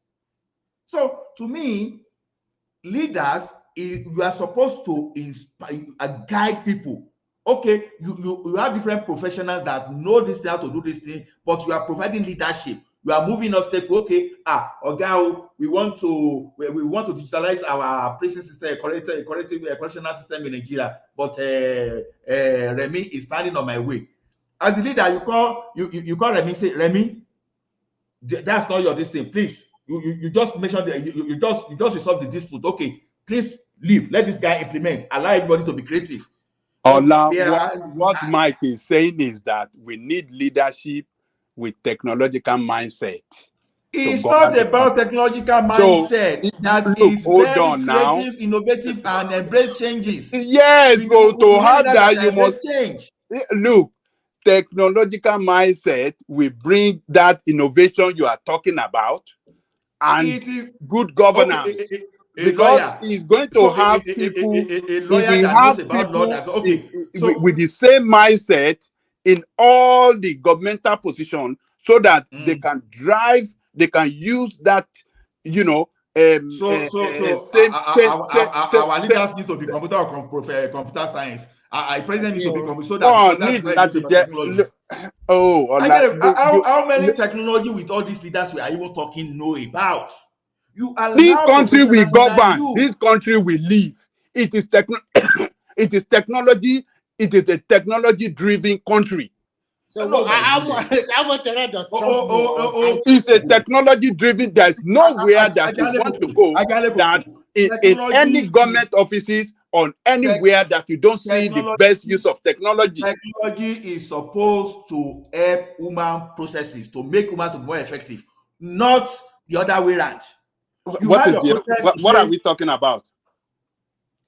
See, what are we talking about? We are talking of technology. We are now making look like, oh, okay, this leader must even be very good in artificial intelligence software and not know ABBA. See, the thing is, do you have a leader that is Yeah, a ready technology man, oh, you know what we are, but we are just pushing back. that is why I'm agitated that you are misinterpreting technology. Without the use of technology in this current That is not what I'm talking about. Okay, look, Ajale Koko, you are the president of the country today. Can I make a comment? Can I make a comment if you don't mind? Okay, Prince Daddy, please go ahead. No, who's that? Go ahead. Oroyo, please go ahead. Oroyo, go ahead, yeah. I just have a question. Does technological advancement also translate into good governance? That's not the point.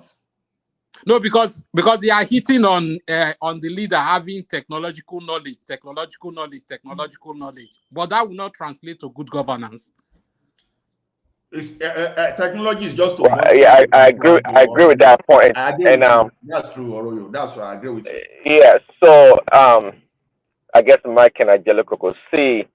I like your explanation or definition of what a leader should be, Ola, because technology is just a tool. And by the way, older leaders or leaders in general are not against the use of technology. They embrace technology, just like Ola said. If it's going to solve their problem, reduce their cost, of course they're going to embrace technology. That's not the problem. But the notion that because a younger person must have or does have a technology, having a technological background makes that person a better leader is a fallacy. It doesn't even compute. It doesn't make any sense. Okay? You just need a leader that can embrace change. As Allah said, a leader that's more than happy to listen to new ideas, okay, and explore new opportunities. That's the quality of a leader, one that listens. So I don't know the value of, okay, if you know about coding or programming, does that make you a good leader? Not at all. Not at all. We're talking about leadership, which is the spirit that people have. It doesn't, that's for many people. Okay, it doesn't have to be in technology. Some people are great in accounting and finance, okay, but they're horrible leaders. They can't be leaders. Leadership is reserved for people that can manage people, the people that have vision, that can see beyond themselves. Selfless people. That's what leadership is reserved for. So the notion that, okay, I know more about technology, I'm younger, therefore I'll be a better leader in this kind of environment is not true at all. It's just a fallacy. It doesn't make any sense. I don't understand it. In addition, we have seen our leaders that have embraced technology. During Buhari regime, he embraced NIN number, which they used to give people a security number and also form of part of our database. Recently, we also use technology to make you renew or do your passport. I was just about to help my sister to get a renewal, and I went online quickly. I see what I'm going to do, and we finish it under some few minutes. And with this new technology we're talking about, by the end of this month, they are going to open an e-gateway in all the airports of Nigeria. So, Mike, don't worry. They're not going to use pen and paper, biro and paper anymore. Next time you go to Nigeria for passport ready, swipe it and blah, and then you go in. So, I don't see whether you are young or old. So far, you are open-minded and you can agree. And technology continues to change. It continues to change. To top it off, okay, I guess you guys know the story, including Ajala Koko, right? You know what happened to Donald Trump when he got kicked off the social media platforms from Facebook to Twitter and whatnot. And this man, okay, it went ahead and embraced its own platform to be built. You know, he formed a joint venture partnership, whatever. And it developed its own platform, Truth Social. You know what Truth Social? Just recently, right, when it went public. The guy became, added about $4 or $5 billion to his net worth. This is an older man. I can guarantee you Donald Trump doesn't know how to code. He doesn't even understand the basic of programming. I can guarantee you that. He has no knowledge. But guess what? He pursued the idea because he understood the value of the tool of social media platforms. What about that? Isn't that a core and the epitome of leadership? Prince Daddy, do you know that's one of those misinformation that some campaigners just push out when we're talking this thing. Now, when people say technology, sometimes people really think that computing You know, yeah, computational technology is the only thing technology.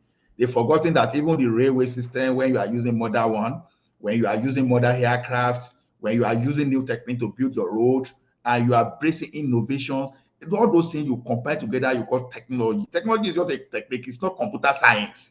I agree. That you just have to know this. So when that is when I'm saying that when some people campaign, sometimes I now start thinking, do they really know what they are talking about? Because because these are the kind of misinformation that agitate me. That I just want to put that in the right perspective. So the thing is, when you will have numerous ministry. So if I were the president of the country today, now only me alone go know about finance, now only me go know about aviation, the deep sea diving, now only me we know about space technology, all those stuff. That is why mine is just to be able to think as a leader, to put the right person in place. Okay, this is my vision. Okay, maybe I see Dubai. I want all houses in Victoria Island now, on Victoria Island now, to be like 2 million, 200-story building. I will just have to look for someone that is the expert on that. That is just inspired. Look, whatever, I'm going to sponsor you for this, and I will move all obstacles for you. This is the vision. Just by exposure, you are allowing your followers to have their own creativities. You is just to be supervising, to be monitoring, to be giving them that murabu. That is what you need leadership for. Okay. I agree. I cannot operate iPad. What does iPad has to do with I don't know. Yaya Bello, when we are talking of youth, all youth, we forgot that people like Ibori, they got there as youth. People like Odili, they got there as youth. People like Adeni Yadebayo, Fayoshe, all those people we're talking about, they were youth when they got to that place. And when we are doing some comparison that, it's just because we don't have youthful people. But we have some youth that they even have worse record. Obasanjo was not a youth when they got to that place. Compare what Obasanjo did to what even some of those people that I mentioned did in the States. So the point is, you just have to look for competence. Leadership competence is what you have to look for. So to me, like I said, I can't say this in enough. Maybe this about 10 times I've been saying, I'm a conservative. I don't joke. I don't risk anything. If Nigeria since 1960, we still want to be gambling with Nigeria today, I don't know where we say. That's why I keep saying, I can't say we have templates of how leadership should progress in Lagos State. So people are now blaming me for supporting Tinubu. Of course, because I have basis. So we are not asking me that someone is now saying, because we are not serious. I'm not supporting you because I don't. It's just like I want to award contract to someone and you say, that guy is so brilliant. You are not. Why should I take experience? I will now go to someone, a rookie. I don't joke with my resources. So that's me for you. But if you want me to follow you, it is your duty. Don't blame me for buying product and not buying from you because you've not convinced me. You've not. To that point, Mike was I guess, trying to. I'm not sure what exactly he's trying to do. That, for example, because you're a leader and you want to lead a people, therefore, the people should rather embrace you and embrace your idea because you're doing them a favor. I think Mike has an erroneous understanding or definition of trying to be a leader or lead the people, because you know very well, Allah, for example, because you have all the ideas in the world and you think you're trying to help a people. Well, it's again, just like you said, it's your responsibility to convince the people that you have what it takes to help them, and for the people to see in you that you truly genuinely want to be of help to them. So many times people are maybe ignorant. They may not know better. They may not know better. So it's up to you to convince the people. You can't just expect the people to see the best in you or the qualities that you have to offer them. No, it doesn't work that way. In fact, we can use Jesus Christ as an example. He came to save the world, but guess what? They killed him. Man, Okay, forget you so sometimes, man. Don't your rubbish you this are stuff looking you are for trouble by even I want you, Prince that's why Daddy. you reason like that's why you think the way you think anyway. Prince Daddy, like, you sound like hold on, what you say, Mike? What you say, Mike? Let me What did Mike? let me respond to you this way. Like me, right? I'm not interested in being your president. I have no desire. I don't even have interest in it, right? Now, let's say somehow I discover a solution, something. I discover something magical that can turn everything around, right? But I don't have interest in being your president, and I realize that if I become your president, I can turn everything around. I will show you. I will tell you that hey, I have it. I'll present it to you. Now, if you choose to be a stronghead and dismiss me, I'll tell you, fuck you. I'll move on with my life. It's not my Well, responsibility. that's why you're not the that's why you're not the It's not. leadership It's not quality. in my. It's not for you. What I possess. What I possess is not for me, for myself. It's for you. Now, if you don't want it, to hell with you. How about that? Leaders don't behave that way now. Exactly. Exactly. Am I the one that will lose Mike. at the end, or you? Who's gonna lose? Is it me or you? No, it's the people that are going to lose. I get your point, but Exactly. So that's what the why. hell are you talking about? But that's why you don't understand what it takes to be a leader, or what leadership qualities are. That's what Dude, a get the leader hell is. out of here, man. Okay, Mike. No, a good leader. Listen. They don't understand. Okay, baby A Mike. good leader. Let me tell you something. A good leader doesn't want to Let lead me a foolish tell you. people. No, let me tell you because A you don't good know. leader Let me look just for tell you. quality followers who lead. First of all, Okay. good people. Listen. All right. Quality. Let me tell you why some fantastic people in Nigeria leader don't want to put themselves forth because they know that the Nigerian people are foolish. Because a good leader don't want to lead foolish. A good leader want to lead quality good followers. It doesn't want to lead bad followers. No, Just like that's a in the lazy company. leader. Hold That's a on. lazy leader. In a company you work, right? When you become a leader, first thing you want to do is shuffle your followers. If you don't have good, you want to get rid of all those stupid followers and get quality followers, right? Because otherwise, if they keep giving you No, bad followers, you're gonna tell you're gonna quit the company and go to another company and go lead over there. That's well, just the because way life works. no, that's not the way life Good works. Maybe that's what they tell you that's that kind of about that's what they call an a leader is obedience as kind good of as about a leadership. hold on. That's what they always say. That's what they always say. A leader is as good as the followers.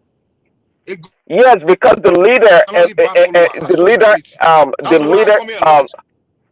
hold on, the leader imbues his followers. Okay, the leader, okay, with his leadership ability and skills, okay, imputes his followers. See, going around looking for the perfect followers is just a lazy way of leadership. Now, if you're a true leader, you present yourself to the people and you convince the people and impart No into the one is people. looking for perfect followers. No one is looking for perfect followers. Just a You good just said it. followers. Good You go followers to a doesn't company, you get rid of people. no And no. Listen. Being good doesn't mean you have to be perfect. You understand? Being bad is not because you're not perfect. It's because you're not good. You understand? So no one is saying we're looking for perfect followers. We just need good followers. That's it. And if you're a terrible follower, I don't want to lead you. I don't have time for Okay, you, man. Mike. Okay, the question is: do you believe? One second, question quickly. Do you believe in trying to improve a people or a person to a certain Yeah, degree? In, yeah, I you want do to. believe in that? Yeah, I believe in Okay. that. You improve good people. Yeah. No. Bad people. People in You general. can't They don't have improve to be bad good. people, man. They are bad, man. You can't improve bad. Come on. They are bad. You can't improve them. Forget it, man. What are you talking about? Okay, I'm not glad. You heard that. I'm not You can glad. only change bad people. You can't improve them. You can change them. You can only improve bad people to Well, become worse. That's improve it. them, change them, whatever. You And make what my no. You point can is only that make my bad point is. worse.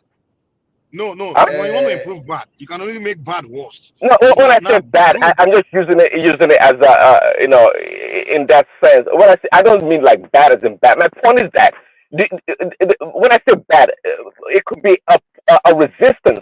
A leader gets to a place, a company, or his community, and it gets a lot of a resistance. That could be bad also because they're trying to prevent that leader from performing. So a good leader is able to go in there, understand the dynamics, the nature, or the challenges of the people in the community, and is able to reason with them with good leadership communication and the ability to to collate the resources of the community. So because you're a good leader, you want to go lead a murderer. Okay, go lead him now. I thought we chop your head off. I know you want You see stay away that's a from. poor You stay away. argument. You Listen, don't go to away from extreme. bad In an argument, you don't go to extreme. That I don't know who said something No, about. don't say And by the bad way, people. listen, a murderer can repent and be reformed. By the way, in case you don't Yeah, know you that. change no. The murderer has to change. The bad person has to change when he after changing, and then he can now lead that person. But you can't lead a bad person. The person has to make a conscious decision to change, right? He has to decide that he wants to change before you can't change people, right? People have to decide that they want to just like a drug addict, right? Hold on, wait. The drug addicts or the drug after admit that he had a drug problem, he's willing to change. That's when you can now work with it. But now someone that doesn't want to admit that he has a problem, right? He's just bad. He doesn't want to admit that he's bad. He doesn't even know that he's bad. You can't change that person. Forget it, man. You're wasting your time. Okay, so Mike, have you heard about drug treatment program or resources? Have you heard about that? Now, Mike. That's what I'm saying. Drug treatment program only work for those drug addicts. They admit that they have drug No, problem. it's because of the environment. Because of the environment and the resources also counts that helps the people change their behavior from being a drug addict to being clean. It goes just about just making a decision. If that was the case, a lot of things would be perfect. But that's not the case. We humans make poor decisions. There's no doubt about that, and that's why in the more refined environment, if you can put it that way, of society, they have things, tools, resources in place to enable people to be the best of themselves. Mike. Yeah, but the people that choose to use the resources are people that are willing to change, to help themselves. Okay, and Mike, there are others I know that he exists. Hold on, there are others I know that he exists, but they will never go there to use it. You see them all the time. You want to tell me all those drug addicts you see all over America, they don't know that help is there. They're not willing to. They rather be ready. Mike, so can you go lead? Can you Prince Adi, can you go lead? Can you go meet those people and force them to go get the help? Okay. You can't. Why are you making the anomaly the norm? It's not anomaly. It's precisely the point we're making. Well, you don't lead such people in that regard. You provide help. Now, the question when I ask me is that, do I understand enough to be able to provide to those people the right help or the resources to make them whole? That'd be a good question. Because trust me, some people, they want to change their habit, but they don't have that will, that human will, the will. They don't have. They can exercise their will. But if I'm able, to psychologically or some other ways, medically, to get into them and be able to get them to a point whereby they can change their course, why not? That's leadership. You see, one thing is this: leadership. You have a lot of skills, so they use reverent power. You understand that? Okay, once some people see the leaders and they've accepted the person as a leader, the first thing they do is they want to listen to him, and they believe that, oh, this guy has some kind of superiority in terms of knowledge, in terms of guidance, in terms of when you mentorship. Now, look at it this way. Even I was listening to one interview when one guy said, it was because of Ebenezer Obey that he stopped smoking. You understand? When the guy just say, okay, you have to stop this smoking, and the man is still testifying to that fact that man was the reason that he stopped smoking. I just mentioned smoking, not cigarette, smoking, where I don't want to mention because of the forum. So that is why you still see that even within the religious setting, that even the leaders that died several years ago, people are still respecting them to today, and they are still following what they say because they draw inspiration from what from the leadership that hero provided. I see that thing in traditional, you see that the same thing in Orthodox, and you see the same thing in Protestant. So that's where you see that is leadership. So no matter how bad you are, if you see the leaders that you respect, you will just wake up one day and discover that you've dropped all those bad habits on your own. Just because you so much respect the leader and you just you believe that his way is the right way, is the right way to follow. The reason you still see some people still be referencing those some Orisha today, the reason you still see some people referencing the pastor that died or prophet that died like 200 years ago. So leadership is not just things that we just look at, oh, hey, just come here. No. Look at you and I today. We are blaming, like I made it the other time, we are blaming some pastors. You know that there are some religious leaders, even the like of Gumi and Co now, they will have some people go and do this thing. The next thing you see, they will go and do this immediately. That's the power of a leader. But leader will say, oh, you see some leader, they are creating some kind of trouble. I say, okay, you say everybody calm down. And they will just calm down. The same thing when you look at all this TUC, all this labor union, when you just see people, you think it's not that easy to gather people together and start giving them order, okay, go and do this, what you want to do. And they will follow, even know that there will be consequences. But just because it's the leader that is saying that is telling them that, they will follow. That is what we call leader. You should be able to carry your people along. You should be able to sell your idea. You should be able to let them see the benefit in whatever you are selling to them. That's leadership. So the thing is, for you to command those crowds, it means that you have the skill. For them to follow you dogmatically, maybe dogmatically or whatever you want to call it, you call that thing. You understand? And it's not as if you have any legal power to deal with them. Just the reverent power. They just honor you. This is our leader. It's not as if if you disobey them, there's going to be consequences. No. They just respect you as a leader. They just believe in your way. That is leadership for you. So if you are unable to command respect, if you are unable to inspire respect, if you are unable to inspire people or motivate people, if you are unable to convince people, and when you lose in a particular goal, in a particular competition that require great leadership skill, and you start they are stupid. If they are not stupid, they are supposed to reason. Oh my goodness.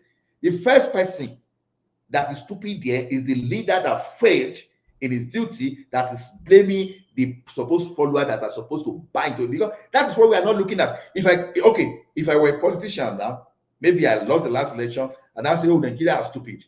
Do you know what I'm telling myself? I'm pointing one finger to Nigerians that are stupid. Meanwhile, the remaining four, all the entire nine is from that I'm the most stupid person in that particular cycle. Because I failed to convince you, and I'm now blaming you. You are a human being like me. Why should I just forget and suspend my mentality and follow you?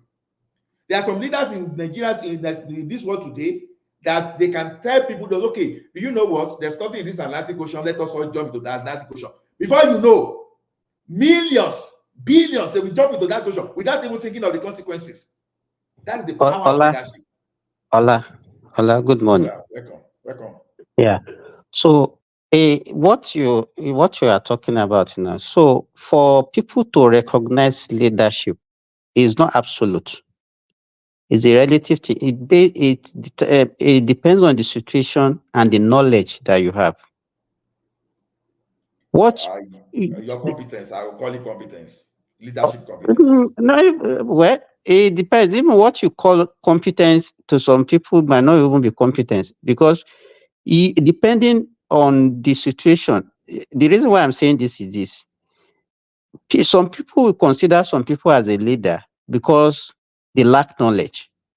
So the little thing those people, that so-called leader have, they will see it as being superior. You understand? The kind of person you will consider as a leader will be different from the kind of person that maybe an illiterate will consider as a leader. Do you agree with me? Yes, Tim, but I agree, yeah. You are probably right. So, to me, it depends on your situation, it depends on your knowledge, and even your belief. No, that's why I say your competence. Because for you, okay, look at it this way. I'm educated. I'm a professor. Okay, hold on, like, quickly. So Simbad. So, in other words, are you saying that it's the onus falls on the leader to convince the follower based on the followers' understanding of what a leader should be. Exactly. Exactly. You sometimes, and that's why we wonder sometimes, why should some people believe their leader or believe in that whatever they are preaching to them? And you'll be wondering that, does people have brain at all? How can they believe such a thing? You understand? But they will believe, as Ola said now, some people, okay, look at what happened. Some people will say, okay, go and eat grass. And the leader will say, okay, go and eat grass, and some people will be eating it. Can somebody Yes, say that to you? you are correct. Yes, yes, that's what I'm saying. Exactly. How you manage to convince them to eat that grass without, and they suspend their senses, they so much have confidence in you, and they go and do that. Exactly. So you can go ahead, Dola. Continue what you're talking So, about. that's it. So everybody that will aspire, because in this world we have both evil and good forces. So if you have good intention, one thing is for you to have good intention, but another thing is to make people believe in your good intention. Otherwise, look at the people like Adedibu those days. Look at those people he commands. You command leadership, they respect you, and you incentivize you. Incentive is part of what is you call it that, because there are some kind, as a leader, you provide for mental need, if you like, call it spiritual need, or some people, even by the means of inspiration, you inspire them, where you have something to even support them, to you support them, either morally or whatever. They should have that confidence in you, even if you don't have money. For example, now maybe you have like 10 people in your group, and two of them they have some kind of discourse. Some now reported to you, and your ability as a leader to settle the conflict between them without even you siding, without seeing your partiality, without you seeing your excess. So a lot of things Ola, goes to. should we have a criteria before you even call somebody a leader?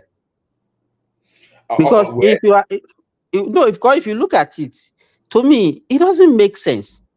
And you ask me why. Okay, somebody like MC Oluomo is a leader. You understand? Even somebody like what is it called now? These rascals, that is this singer. What is his name called? Yazoo. What is the name of this? Yazoo. Eh? Portable. Yeah. Portable is a leader to some people.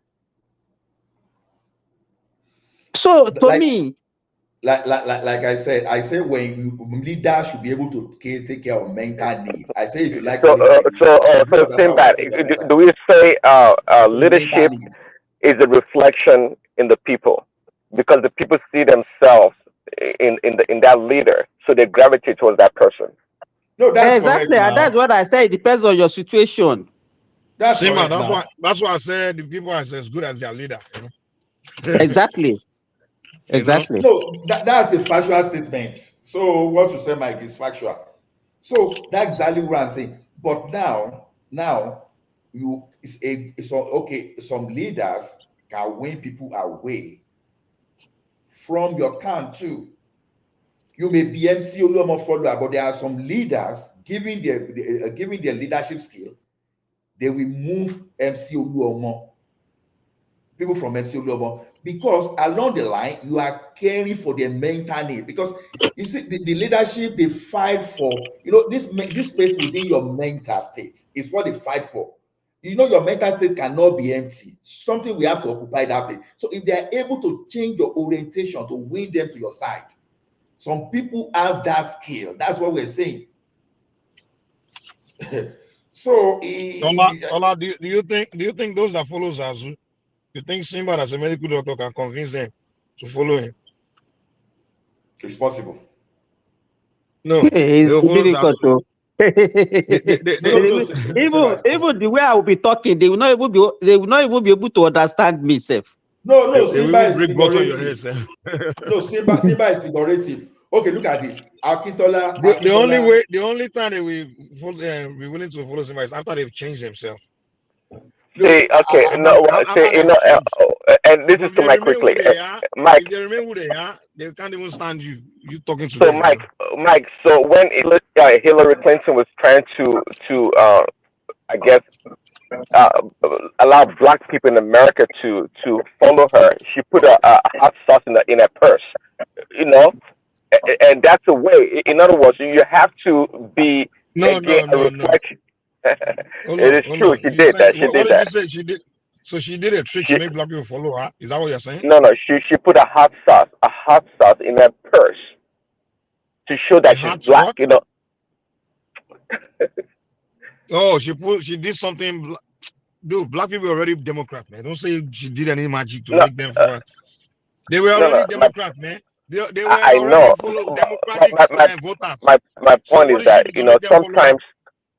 sometimes you want to build a rapport with the people. You want to see you want the people to see them see you as the leader in them, or see them in you, the other way around. So I mean, even you talk about Simba, for example. Yeah, Simba may not the way he talks, his background may not relate to the people, but if Simba understands his audience, there's a way he can dress. There's some certain lingo that he can use that people will gravitate to, and they will see him Bro, as as people can one of smell them. bullshit from a mile away. Well, So not everybody. Simba Yes. wanna go. Simba wanna make Zazu followers to follow him. So he will start talking like Zazu, right? How long will Simba talk like Zazu before they will know he's faking? Come on. It's not okay. So I The guess it people that doesn't work following like you're saying. Zazu, they want someone like Zazu. They know what it is, someone like that for them to follow him. So They Simba have their cannot language, present something they have different. their language, they have their belief, they have so many Exactly. things. Simba. So there's nothing When Simba can Awolowo, many good luck like Simba will do there to make them convince them to follow him. No, they already know what they want in a leader. And that's what is and that thing is in Zazu. You know? you old people like you, Simba, you know this thing very well. That when Awolowo was still on Kí ló dé, má bà mí lórúkọ jẹ́ náà, kí ló dé tó okay, let people. me mention Ajali Koko there if you don't want me to Ọbẹ̀ mention pa some mí people. sí ni. Now, when Awolowo got to the arena of Akintola, because it's on record that Akintola, oh my goodness, according to the record, that orator like that might be, oh my goodness. Akintola speak all Nigerian language, I say, especially the three major, fluently. They say he will narrate everything that before you know. Awolowo is the one that used to campaign for Awolowo now. Then there's one another orator to call Peculiarments, Adelabu.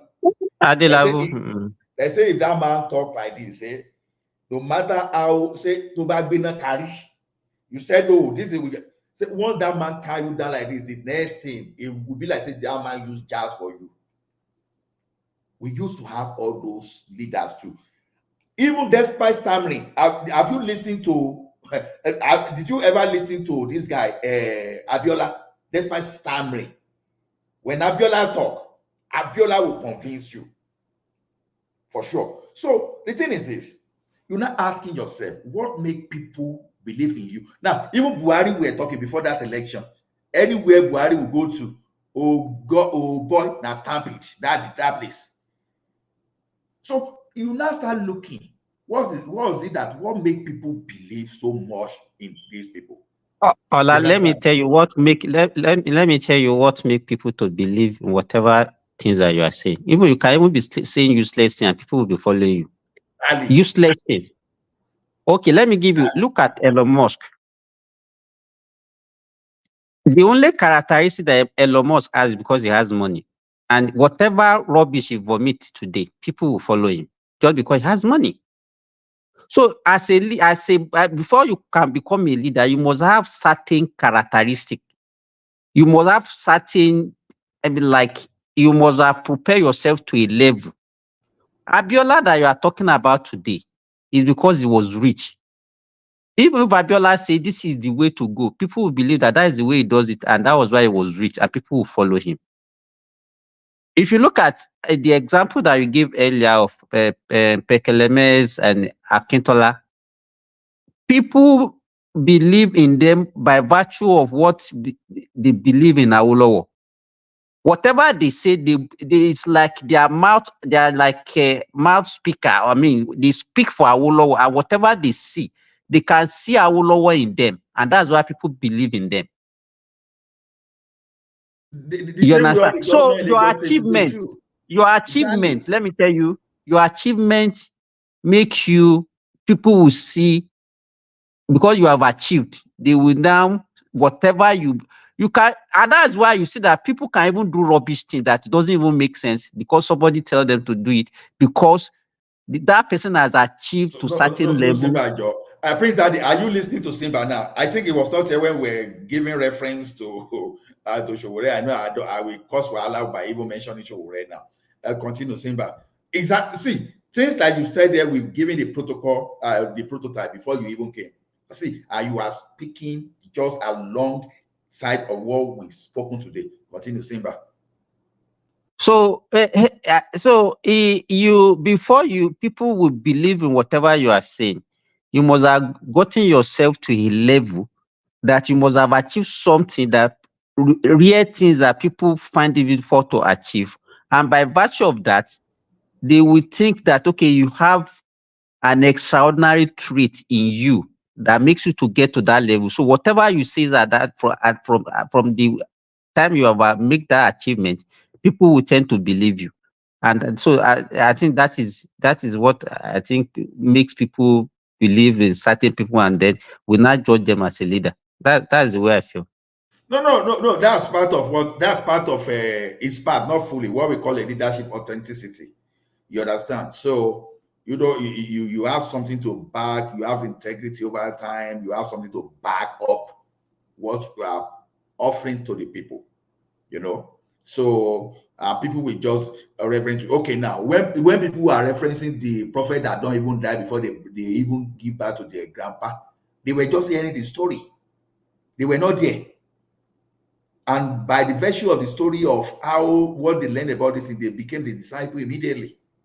So if you are still alive and you are able to inspire people and you are unable to convince people, that is why I say sometimes you need to, when you want to reach the top of the roof and you want to use the ladder, you don't just sometimes go and jump to the top, except maybe you have some flying machine. Then it's another thing entirely. But when you don't have some kind of a flying machine, you have to start from step 1, step 2, step 3. So is Ajali Kuku's mentor that led to this discussion, eh? In fact, Ajali go ti gbá mi lójú lórí bíbá ilé ìdè Mike yan ti kù mí lẹ́sẹ̀ o. Can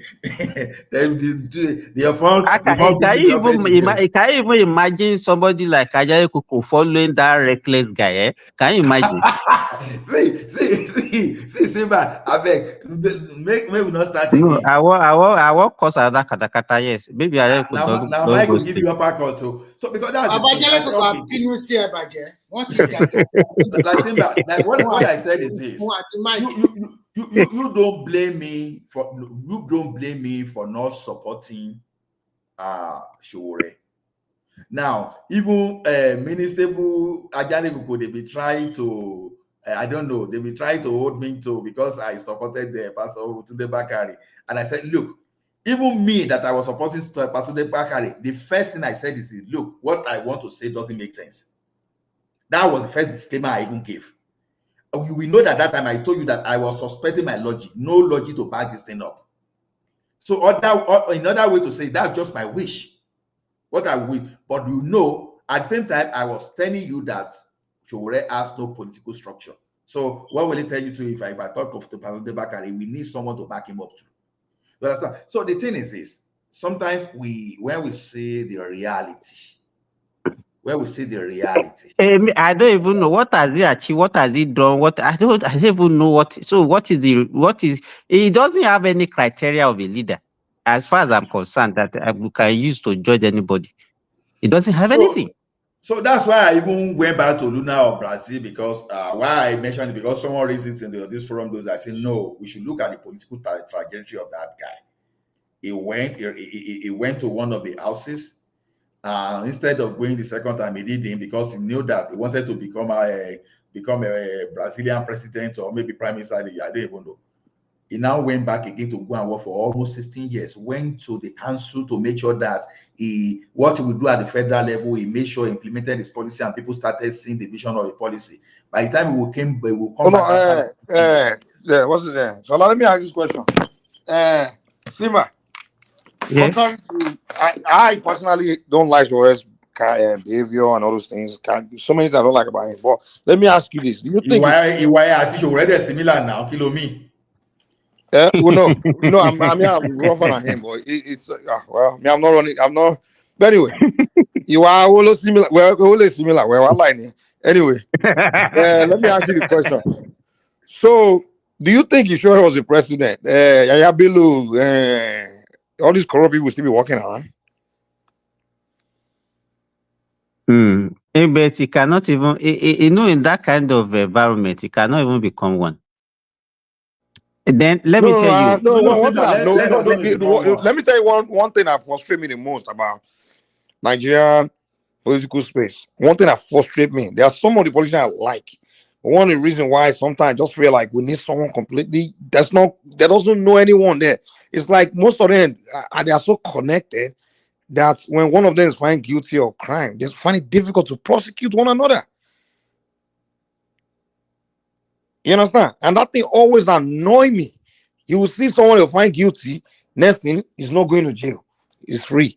And he won't come back to the party. Like someone like Jesus was found guilty. He should be in prison for 12 years. He was sentenced to 12 years in prison. Now he's a senator. You see some person at least like that, so billion, they arrested it, and they don't go to prison, like no prosecution. You heard about there was one man that was sentenced recently for how many was it for how many he embezzled 24 point something billion pensions police pensions money, and then they now said he's not even a politician. They now said he should pay they seized his asset worth 300 and something million. Somebody that embezzled 24 point something billion. Even our justice system is he was just, sentenced to what? What did they sentence him to? I think, did they even sentence him? They said they seized his asset. I mean, maybe 6 months. That's what they would do now. Take the asset and do some deals. They will make it back and all that stuff. The asset Let me answer this guy. Let me answer this guy's question. It does not even worth 1 billion. He said you need to understand practice democracy, so Shore cannot just be putting. No, he's not the one putting people in prison. This guy doesn't understand. We are telling you that some people are found guilty, but because of either presidential pardon or some kind of pardon or someone's favor, they will not go to jail. They are obviously found guilty. I'm not saying Shore can be arresting people for no reason and be jailing. That's not what I'm saying. I'm not talking about that. I'm just saying it's not even just Shore. I'm saying someone is out of the circle. Mike. The only way we can believe whatever is saying now, I mean Shore, he has not demonstrated. Even you and I, remember, if you and I enter there, we don't know these people. We don't have any kind of long time friendship with any of them. So, like Yaya Bello right now, Simba, you can't tell me that you just let him walk around. You don't have any kind of connection with him, friendship or affiliation. You will be like, hey, no, you will tell the FCC guy because you are the IG police. Come on, or prosecutor, Attorney General, go and prosecute this guy. Go and charge him. Mike, because Mike, before you get there, you will have known some of these people. Yes, so okay, well, that's the problem. No, that's the problem, and that's what we are dealing with because they also before you get there, you will have known them. You will have even seek for their support. That is the problem. Simba, sorry to cut you short. Even the so-called Shore, he has met all those people before, and they advise him. They also advise him, but he's adamant. He wants to start from the top. They also advise him. Because the only reason I'm thinking the way he's rolling, he's not associating himself with them. If he was like, hold on. If he was running, cool down now. If he was running along with maybe under their parties and then I won't be saying no, I won't even regard. But the fact that he's not affiliating himself with them at all, so I'm thinking that if you come in without the help of any of them, then you have an excuse not to prosecute. So how does he control the house then? If his party does not win the majority in the you are presenting a whole different argument, man. No. We are telling you, I'm asking you a very good question. Let's assume that related to what I'm saying. I listen. I think the question. Mike doesn't know that a leader can be ostracized. He doesn't know that. You don't know that. No. Prince Daddy, you're misunderstanding me. I'm not saying I heard you, hold on. but Let me sure. explain. Let me explain what I'm saying. I'm not saying come in and then start witch hunting and doing all this stuff. Of course, yeah, they will fight back. I'm saying somebody was found guilty, right? Or someone is done something clear that EFCC is supposed to do their job automatically, and then somehow they just leave him alone. That's because they know that the person is connected to the friend. It's a phone call. It's just a phone call away. Like it was a phone call that was made. You Why know, the EFCC guys not going Mike, after the you know why person? they believe that? They just, See, it's like a Mike, trade by see, barter. the, Well, the that's what they are system can doing. reject a leader. See, yes, towards maybe the president, he has all the power, but what if the system bind together or work together? They can undermine his leadership. So, and that's why it's very important. It's very important to build that. Yeah. Nigerians rejected Buhari Diagban in 1983. That's true. That's fact. Well, the Maggie that took him out. It wasn't Nigerian. Hey, even Nigerians were celebrating. They were celebrating. They were happy. Yes. But that's because he was bullying Nigerians now. If the guy was only bullying them. No, because that's the closest regime that we have that will mimic what Sowore would do. No, the mistake, the difference is, I don't think Sowore will be bullying the people, flogging people on the street now, like Buhari was doing. I want to give him discipline. Somebody that is even on his own, that is fighting on his own. See, the most brutal president since 1999 that even tried everything to deal with his political enemies that are corrupt. Obasanjo. Yes, he was able to get Tafa. He was able to get Alamesie. He was able to put Fayose out. But how many of them was he able to prosecute?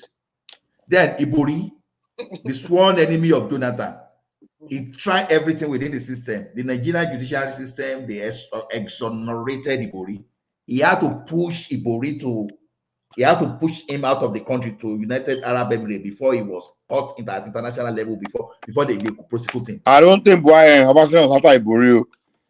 No, I mean Jonathan. Right? I said Jonathan pushed him out because Jonathan was unable to get him. No, you're telling us Obasanjo was after him. No. He didn't say, you are not following him. You are not following me. He mentioned Tafa Balogun. He mentioned Fayose for Obasanjo. How many of them went? We have the judiciary system. I'm telling you, it's a complex country. Even with all the EFCC, they did everything. Ondi Zakalu went to jail. But when Supreme Court released him because of technicality. But Mike, have you ever asked yourself why Nigerians are not believing in Sowore? Yes. No. To me, because we are stupid. That's why you don't believe in him. We are foolish. No. The way Nigerian, I don't think anybody that doesn't run under the two major parties, I don't think he stand a chance. Same way all the other. Obi did not run under major party. Obi is the PDP guy now. Obi was the PDP. Obi was technically a PDP, and just kind of like a new PDP. So you think that the support that Obi got was because of PDP? No, hold on. If you look at what happened, Obi vote was more of the vote Atiku, half of the vote Atiku got when they both ran as president and vice president, and which was his region and religious vote, and also everything that went behind it. Also, it was the turn of the southeast, all those things. So that's when went behind it. Was if it had been hold on, if it would have been Mogalu that was running, then they won't even look at it. So Nigerians go for who is popular, who everybody knows, and also so you don't believe that because of certain kind of leadership trait that they think Obi possessed, that was why I got. I don't think so. I don't ever think Nigerians are really voting for someone because of some kind of any traits. I don't think so. It may be few intelligent people that are doing it, but the masses are just doing it based on their structure. The party structure. Mike, do you know what it means for the southeastern brethren to go against their own justice of what will be? That's how much they believe in leadership. Even though hold on, say it again. To go against who? For our brethren in the southeastern part of the country to go against the other leaders because of Obi. Which other leaders? Which other leaders? Who did they go When Yeah, against? Southeastern leaders. That's Some what of she's them lose talking their about. They didn't go against anybody because of Obina. They No, went no, for no. Look at what they are doing to. Look at what they are doing to most of their leaders now. They don't believe in them. It's only Obina. No. That was after Obina movement. But we're talking about when Obi and the Obi movement started. It was more like the Obi movement was more like everybody saw like it was the turn of the southeast. If you ask anyone from Edo, all those places, even Igbos, the only Igbo was night. The only reason, hold on. The main reason this Obi thing became big was everybody's like, is a turn of the southeast. That's it. And the fact that Obi was a PDP guy and everybody was already running on PDP, was already waiting for him to be the PDP ticket guy. And then got PDP. So they followed him to Labour. So they followed him from PDP to Labour. So it's not really. I partly agree with Mike on some of the reasons. First and foremost, it was they thought it was the turn of the southeast. He had that sympathy vote. The ruling party were not ruling very well. And moreover, a lot of people are also fed up with Tinubu because he's the one that presented Buhari to them. That there was a lot of protest votes. And Obi also used the opportunity to sell religion as also as But Obi was not the only Southeasterner that contested now. So why him? Exactly. Because it was already under the PDP structure now. So the PDP, that structure on the PDP took it with him to Labour. That's the point I'm making. We can also agree that for people in Anambra, they believe that he did some work for them that time. You people just want. You just want to whisk away. They believe he has certain leadership quality. They do. That was why. Yeah, you might be right about that too. It's, at least several factors will factor in. And so they were making references now. They were making references. So we know that leadership, all his authenticity. They were referring to what he did or he did this. So they so much believe in him. For people to start calling themselves obedient. Simba, let me ask you this question. Let me ask you that hypothetical question. If APC today, like, they bring Showore on APC, they're not packaging. They started saying, oh, Showore started pumping and saying it's our next candidate. Do you think he will get more vote than he got the last election? He will get to. Exactly. He will get, but he might not win. Okay. Exactly. Okay. Where you are get, going to? He might not win. No, Remy, only there. Oh, sorry, Mabino. Now, when Tinubu, when Buhari Lule, now where Tinubu brought in, people that didn't vote for Buhari voted for Buhari because it was Tinubu that was doing Ayagbanga. Then, even when the same Tinubu supported Jonathan in 2011, the same thing happened. He got vote. If I won Lagos. Yes, exactly. And so, as a matter of fact, he moved against the battle that was even a party member, and people abandoned the party for Jonathan.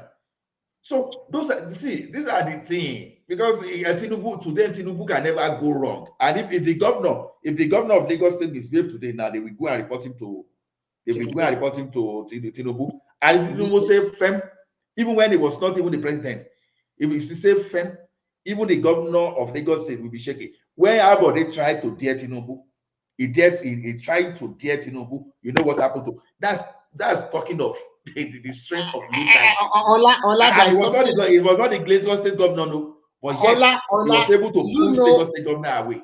Ola, sorry to interject. Do you know that even Tinubu listened to all those GAC leader in Lagos State? They call them the Babo, Lucy, or the rest. They are even more powerful. These are unseen hands. See, Remy, if you can bring vote, Tinubu will listen to you. If the Tinubu knows, no, I'm telling you that Tinubu also listen to some people in Lagos State that they call No. No, he can't say he listen to them. Those are the people that he's using. You understand?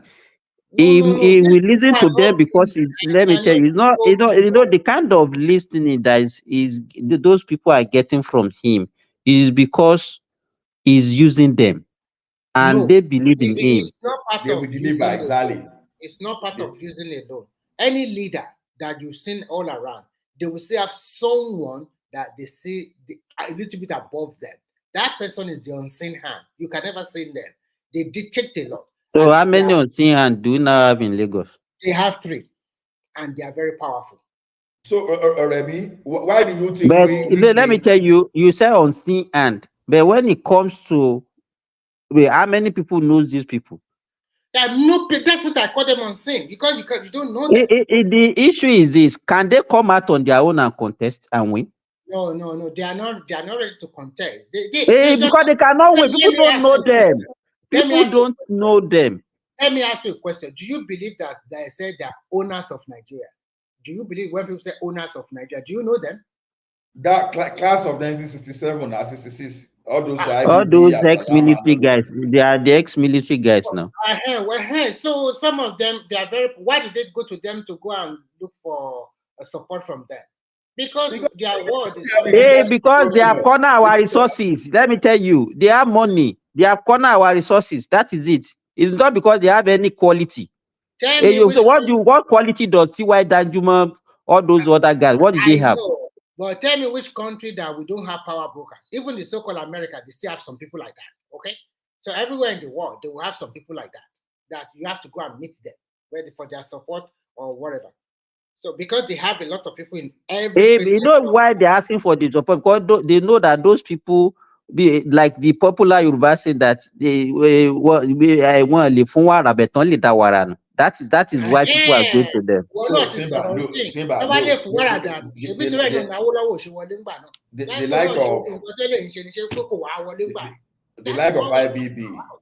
The like of IBB train so many soldiers. And IBB soldiers train so many people. Now, those people that Ola, what do you mean by trade? He didn't train them. When he was the president, he used his influence to spread corruption around. There was so many of them that he has empowered financially. And that's why people believe in him. It's not training. It's not training. What did he train? When he overthrew the government, he used all those his boys that he trained in the school, and he put them in strategic position. Don't you know that people like David Mark happen to be IBB boys too? That's what he said. David Mark he made him governor of Niger State that time. Even the so-called Yoruba guy in Osun that became a governor. So how is that different from Tinubu that is installing his people around the Lagos State? Is that not part of what leaders do? Are they not? That's how leaders build their base. Why do you think Wike is making sure that Fubara, be whatever you call the name, is not taking his political structure? Because he has built all those stuff. Because they know that is what they call. So leaders will build his own structure, and that leader those structure are those ones that will keep having confidence. Because I said he's taking care of their mental and their physical needs. I mentioned that thing today. So leader will say, okay, they work on your mentality and they make sure they back it up with something physical. So okay, Adedibu then, if you ask everybody to carry Adedibu contested in the 60s. I mean in the 50s. And then he now vowed that he will never contest again. But he now changed. He changed his way. Become a power broker now. No, he became a godfather. No, because some people were stronger than him that time. He contested against those people that were stronger than him. That was just the issue. And he became a governor, and he built his machinery over time. Just after Bola Ige, any other governor, it's only this Lamadation that fought him. After Lamadation, every other governor, they are bowing to him. Is it not because they are Rashid Aladi that doesn't want to bow to him that led to his removal by Obasanjo? Obasanjo needed the rest of the votes. Why do you think Obasanjo was looking with an energy to IAD, even despite the corrupt allegation or again, because you know that they hold their region properly well. They hold their region. So the thing is, it's just like me today. I say even as I did now, for me to even win my local government chairman election, it's even difficult. Yes, so it's okay. I want to contest. So how do I even push myself there? Maybe they start seeing something I'm doing. I know maybe someone identify me that guy won't like a go. Then they start pushing me. Okay, come and join us so that we can win the election. So you see, in this life, you lived in the midst of, in the midst of carnival. Is Ola, is it possible? Is it something that you can build for yourself?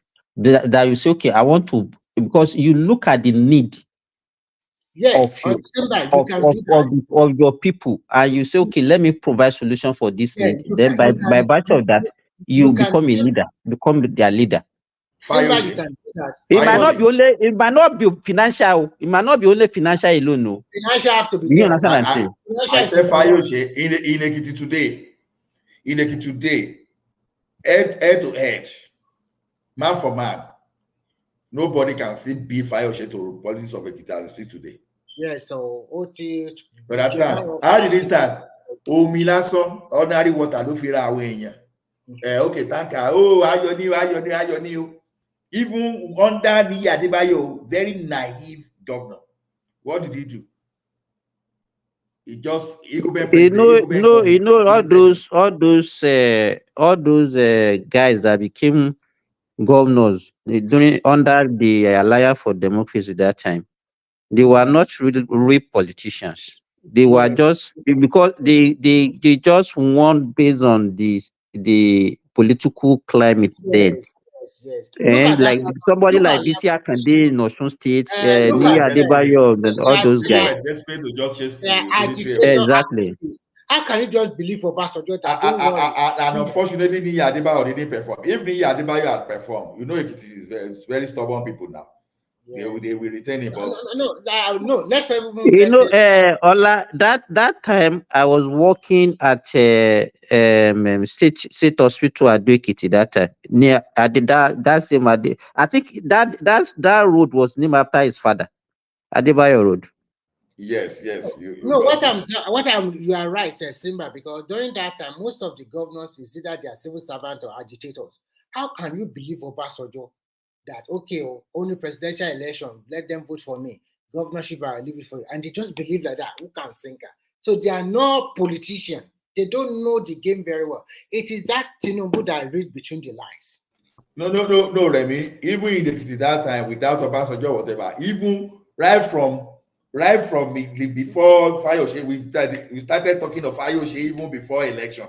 That Fayose will be in there because what Alabi and Adebayo, we were accusing them of just chasing guests around. That was the accusation, whether it was true or not. But you know when they carry one rumor about you like this, I know, whether but it's true or not. At least if you have been evenly contested between Fayose and the rest, even Fayose is going to win. But with the support of Obasanjo, because when Adebayo was not doing enough, that guy was supplying. No people, they didn't even know why he was supplying. It'd be okay, give this thing. You put poster Ayonio. But I think Danny Adebayo, you can see him as well. But Ola, that what Obasanjo did in 2003 it was rigging. It was rigging. Total rigging. Let me. He rigged, but for that Ekiti, I do not believe that. Oh, rigging, no. But who was before 2003? Who knows Fayose? Yes. I said no. That's what I'm saying. Before 2003, nobody knew Fayose, but right there before that 2003, he started doing some kind of using a tanker to supply water, and he started promising what he was going to do, and you know all those things. So even before 2003, his name everywhere. Wait, it was everywhere because Adebayo didn't perform. Remitra, listen, you are not in Ekiti, so let him. At that particular moment, they say Fayose is more closer to the grassroots people, He was playing grassroots politics, of course. You know that Niyi Adebayo was he's not a politician. Then he's a body. You got it. It's one body guy, yeah. So and it was not under. It was not. He thought it doesn't hold anybody. It was not under any pressure. It was just there, like if you go ahead. Just Fayose will collect your pets too. I help you plant your yam. We help you carry all those everybody started looking this or to respect you. Understand? You know all those little things now. Just before you know, you know that Niyi Adebayo got that thing by virtue of his father. No, just because of his father now. That was why he was able to defeat Bodelo Poroku then. When Bodelo Poroku. Because let me tell you, that Ado Ekiti was just like a village. That between that 1999 to 2003. Because even that hospital where I was working, which is the biggest hospital in there, no, is not. I think it's now the teaching hospital. Yeah, it's not the teaching hospital. Come and see was that will be using lantern to attend to patient at night. Now, no, I agree with you. That guy did not do. He did not do anything in that And when Vayoshe came, I could see he opened up the roads, he dualized most of the roads.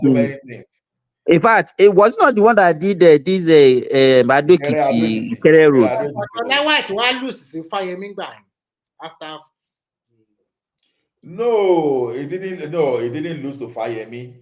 Obasanjo find a way to impeach him, to chase him out of power. They now brought Oni.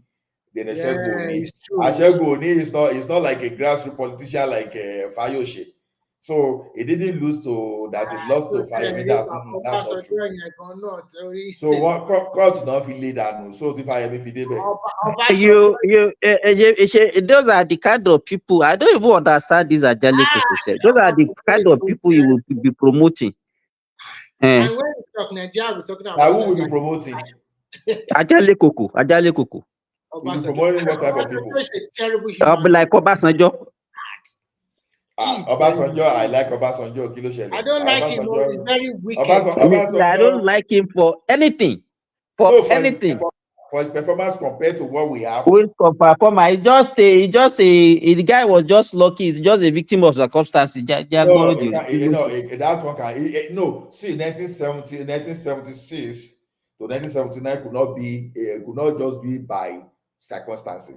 The same way he now came and repeated. What did he do? What did he do between 1976 and 1979? She was just convention. I was there now. No, Ola, let's start from 1976. What did you do between 1976 and 1979? Okay, when someone bought so many ships for Nigeria that he left 19 ships in the Nigerian shipping line, then right? Then he bought some aircraft too to boost our aircraft. So we don't have before, right? We don't have all of those ones before. Do you know? If you go back, now. Go and look at our economy between that 1976 and 1979. That was when our economy started nosediving. Yes. Because you understand, and that was when forget about it all. And it was one that started introducing all these higher denomination. Denomination. You forgot that first tax 77 started before Obasanjo, right? And no, that was I think it's the one that started the so-called first tax. That project wasted our resources. Wait now. That project wasted our resources and it created in fact, Olami, God bless you. That was why I was telling Ajele Koko that those guys, because they are not visionary, that is why some people will be comparing, because those military people, they were there when we have this all windfall. Yes. And what did they plan for the future? Did they really invested those things that time to cater for our future and expand our economy? Yeah. Look at the way the Middle Eastern countries now, they know their situation, they made money from oil and they diversify. Thank you. Look at Dubai today. Dubai is not relying on oil to survive. Simba, there's a good news that came out from Nigeria this week. They said for the first time in the history of that country, they get more revenue from tax more than oil. For the first time. But the issue is this: that one is not sustainable. I hope they can sustain it. Because no, it's not sustainable. You know why? Let me tell you.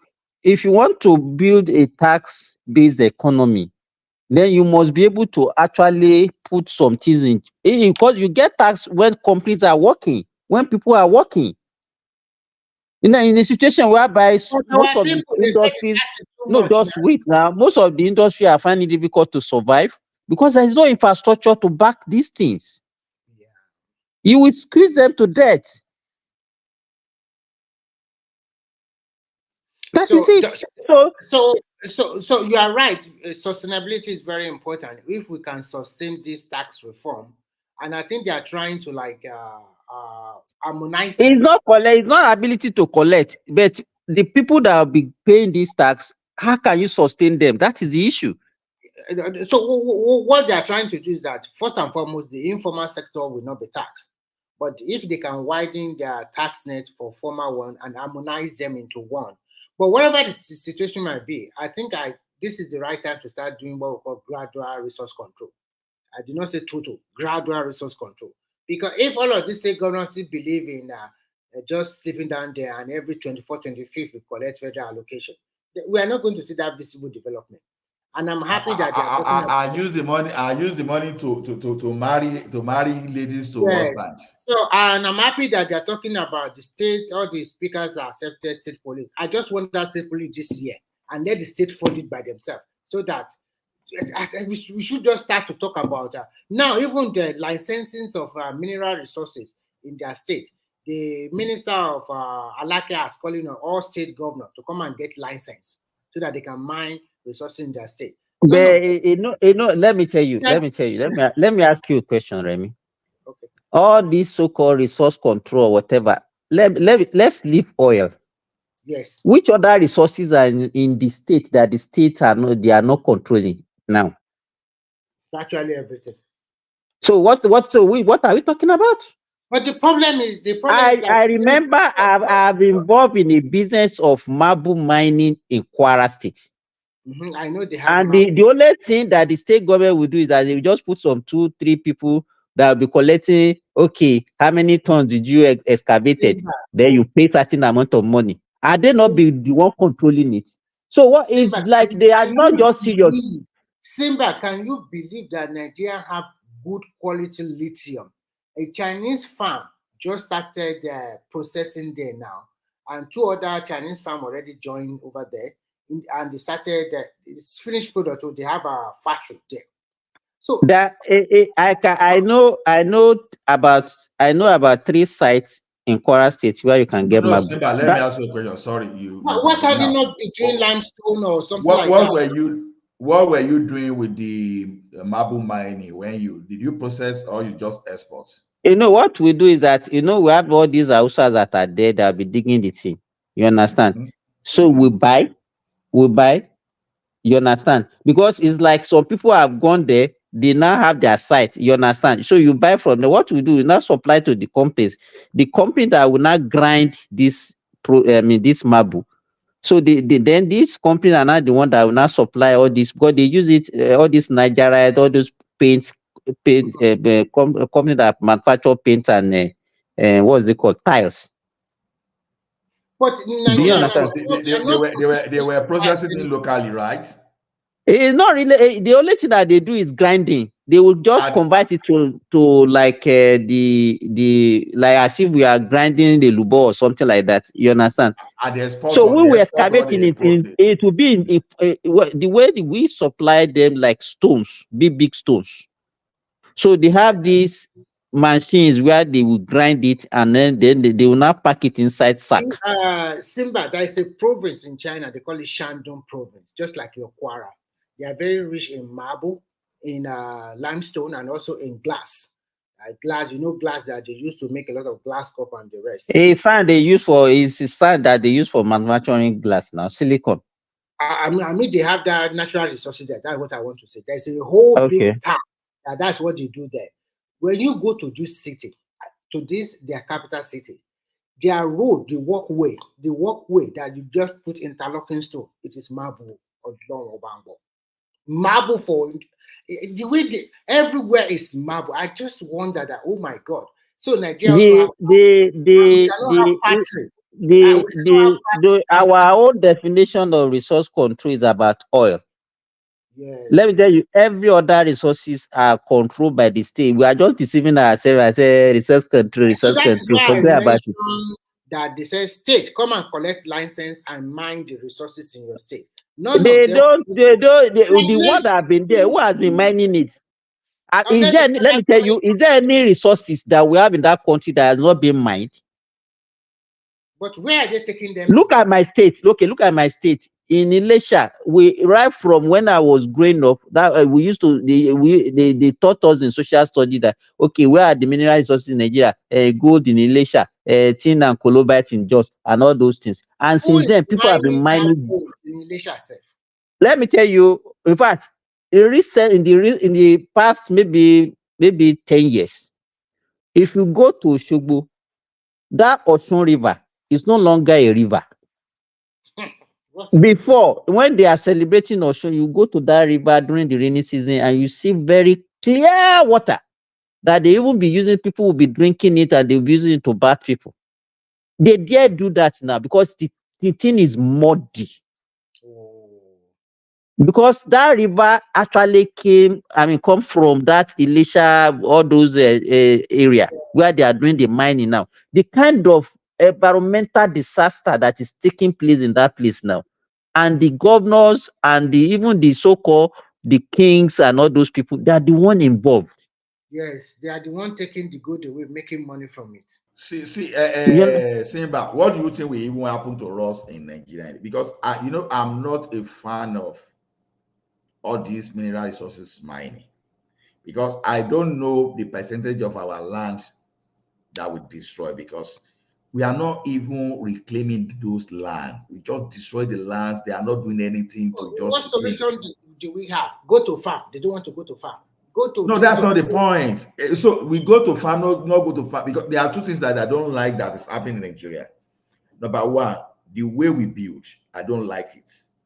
The way we are destroying our land in the name of mining, I don't like it. Now look at it this way. You know what is that we don't understand in Africa? Let me tell you, all these Oyibo that they are deceiving us. So all these minerals, they don't have in their own land also, but they knew the implication of. And they left their own, then they will come and be. If you let me tell you, when I used to visit those sites where we used to get marble, Ola, if you see the pits, some can take 5-story building. And they are not reclaiming those land. No, they will leave it. Okay, how does that? And that one span hectares. Okay, Simba. And now, those lands, they are not good. You can't use it. You can't use them for anything again. You can't use for anything. You can't use them for anything again. Because number one, you cannot build. I say it's a pit. It's a pit that you can, even inside you can put like 5-story, 6-story building. It will take it. You understand? During rainy season, what you now see is that you now see water collecting inside this pit. In fact, a lot of people die inside it now. Some people will fall there and die. Some people, they won't be looking for them. They will not know that they are already dead. That's why I'm not comfortable with all this, because when people say mining, I keep emphasizing that human resources is the best. Okay, look at China. We are supposed to use Ajaokuta, to develop Ajaokuta in the name of local content, to use to develop our rail system, because that's what Obasanjo introduced then. But when the like of Amechi, when they arrived, they changed everything. Do you know that the Chinese people, they were cutting, when those people, there's a way they cut our timbers, they will now cut it to small size and they load into container and they will go and process in China. They are cutting our trees in Nigeria. They are causing us deforestation. And they plant, if I remember, they must have planted over 10 billion trees. Quickly, let me tell you something. They are planting trees, but they are destroying our own. In the northwest and the part of the northern part, there is their work called deforestation. Do you know what they did? They plant trees and they turn that place around to a big a big forest. China. Yes, this place are dry land, sand, full of sand. Now it's a big forest. Is it the western part? Because I know that western part of China is desert. They now brought in a lot of animals, tiger and the rest, to go and stay there, and nobody can go there. But you know what? To say the truth, if we want our country to, maybe we need a dictator. I don't know, because it takes those people. If their presidency quiet, everybody will be quiet. Nobody. There is no one that is Remy, do you know what I read now? China has planted 78 billion trees, and they are all over the country everywhere pointing in at their trees. city. There are trees 78 everywhere. billion trees. Yeah, Now, do you know how many trees Canada has planted? Do you know how many trees Canada has planted? Even despite the wildfire every year. But Nigeria, even Ola here in Finland, here everywhere there are trees. We are living with nature. When you drive along the road, especially in the highway, you will see the reindeer.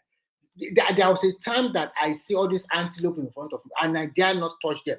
Everywhere there's rabbit everywhere, and you cannot kill them. Rabbit, I'm talking a big rabbit.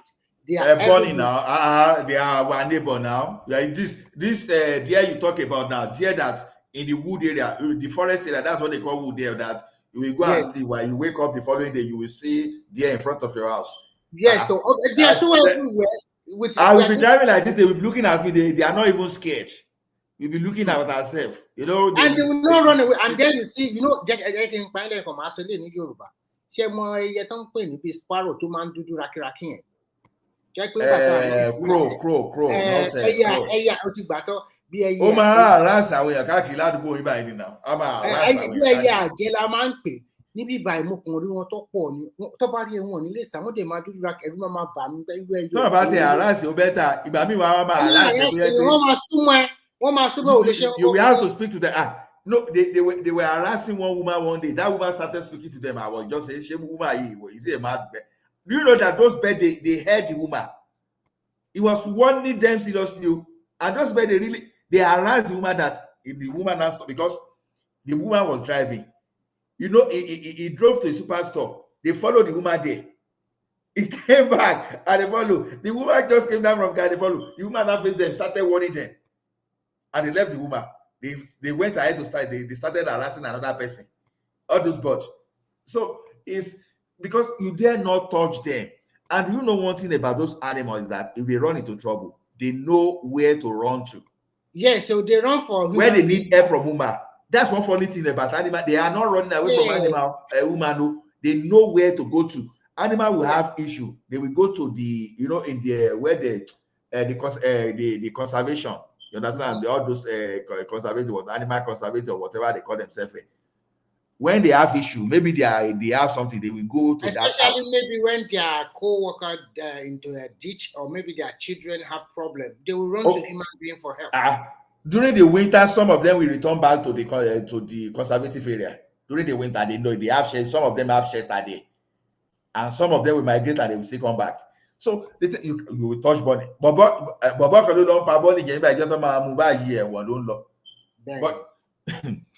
yeah, so when you see the way when you look at how you ask yourself, what is the black man? We don't. The issue with us is that we don't value nature.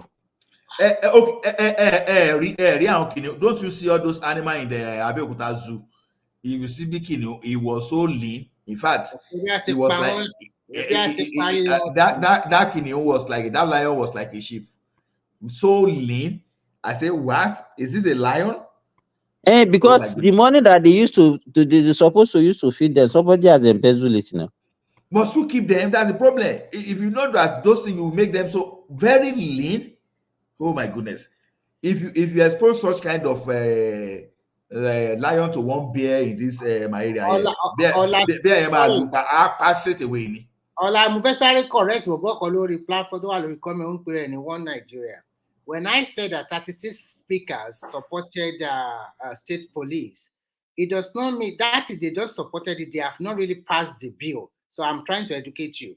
If they pass the bill still have to go to all the state assembly, and they must have a 2/3 majority in at least a 2/3 of the whole 36 states.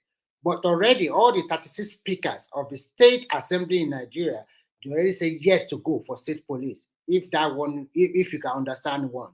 Because you always come here to do your criticism or just write your rubbish most time. Ola, you can continue. Thank you.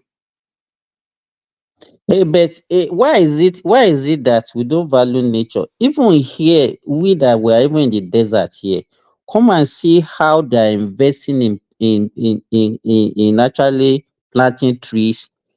And you see that even in the hottest of the season, they already supplied these trees with water. You understand what I'm saying? And No, the whole place we is love green. planning. Simba, we love planning. Okay, like I said, you see, if I had an opportunity to be a leader in Beola, Nigeria, sorry for cutting you short. What happened? Because I used to know, even during the military regime, that they have maybe one day in a year they will say this is tree planting days. Do you remember those times? I remember, but na them destroy things, Jare. Na them. Oyan equivalent tó fẹ́ gé gbogbo kí tó wà lẹ́kìtì tán tó jẹ́ pé when Bode Lowo Paroku was running after him, that that Oyan equivalent. Look, the military were the one. Ta ló pa màálù tán fi ń breed ní Fashola farm jẹ? Àná kan ló pa jẹ. O màálù ló iyebíye. Tán pa torí pé ipa tí òfò wọn tán ṣe káàkiri. So the thing is this. The type of that it was a mistake for us to add a military coup in Nigeria in 1966. We've not still accepted that error. It was a terrible mistake. The thing now is we are suffering Lagos State today. I'm not happy about it because I believe generally that urban renewal, Lagos State should be the place whereby we should be talking of minimum of. Look at just look at Ebute Metta. That place I still believe is the best planned place. Maybe although Festac, they bastardized Festac, right? But the thing is, Even let me tell you, Ola, if you get to Oshodi is well planned. Oh. I'm not talking about where they used to have the market, but if you go inside Oshodi, you will not believe that you are in Oshodi. Well planned with a very good road network and all those things. you understand? So now, Lagos by today now, we should be doing urban renewal that because we know the land in that place is so small, we should be building story building, tall building, not skyscrapers, not for someone to just be building and start feeling last time. No, we shouldn't be doing that. As a matter of fact, we should have preserved our aquatic resources. Bola, are they not going to demolish more houses? And your people start shouting again. Oh my! See, let me tell you one thing. It's just because we are not okay. When what's the name of Baba Kekere? When Baba Kekere did that one, he didn't compensate those people that demolished.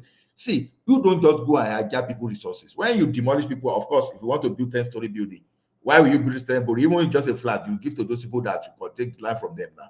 We are not saying you chase them away. But the thing is this. Don't just be building anyhow. Plan. Get your sewage system. Now, tell me the sewage system in Ikeja. Tell me the one in Agbado Jayi. All those Agbado Jayi, Abule Egbade are even supposed to still be farm. Okay. You are somewhere now. Okay, some of us we live in an environment where we see parking where you play, you go to playground to play there. Even when see, there are some times that when I feel pressurized, maybe me, I still have too many things to deal with. I will just walk. It sometimes can be as early as 4 o'clock. What you cannot do in Nigeria, I feel just walk to the park and just stay there so that I feel breeze, I feel in nature. By the time I come back, my head has already reset. Where will you get that one in Nigeria? Is it Nigeria that you just want to walk on the walkway already that Okada will pursue you, come up for that place? So, Lagos, we should be having high rising. We shouldn't be filling our lagoon. No, Lagos should not even be a place where everybody can is supposed to be living. Exactly. We don't say that should be we should have turned our Lagos to If you Lagos don't to have any business to do, you should not be in Lagos. I don't even know. I've been saying I don't even know what they see in that Lagos. That place to me, I don't. Can you see any good sewage system in Lagos? Everybody, you just create your own gutter and all those things. You don't even know when let me tell you, Ola, here in Saudi Arabia, whether you are in their cities or you are in their villages, maybe because they don't have, in the whole of Saudi Arabia, not even only Saudi Arabia, in the whole of yes, or that's a Gulf region, which include Saudi Arabia, Kuwait, Dubai, United Arab Emirates, Qatar, Oman, and possibly Yemen. You know, they don't have a single surface running water. You understand? No single river, no single stream. Yeah, You I get understand? it. So I don't know how. So I used to get water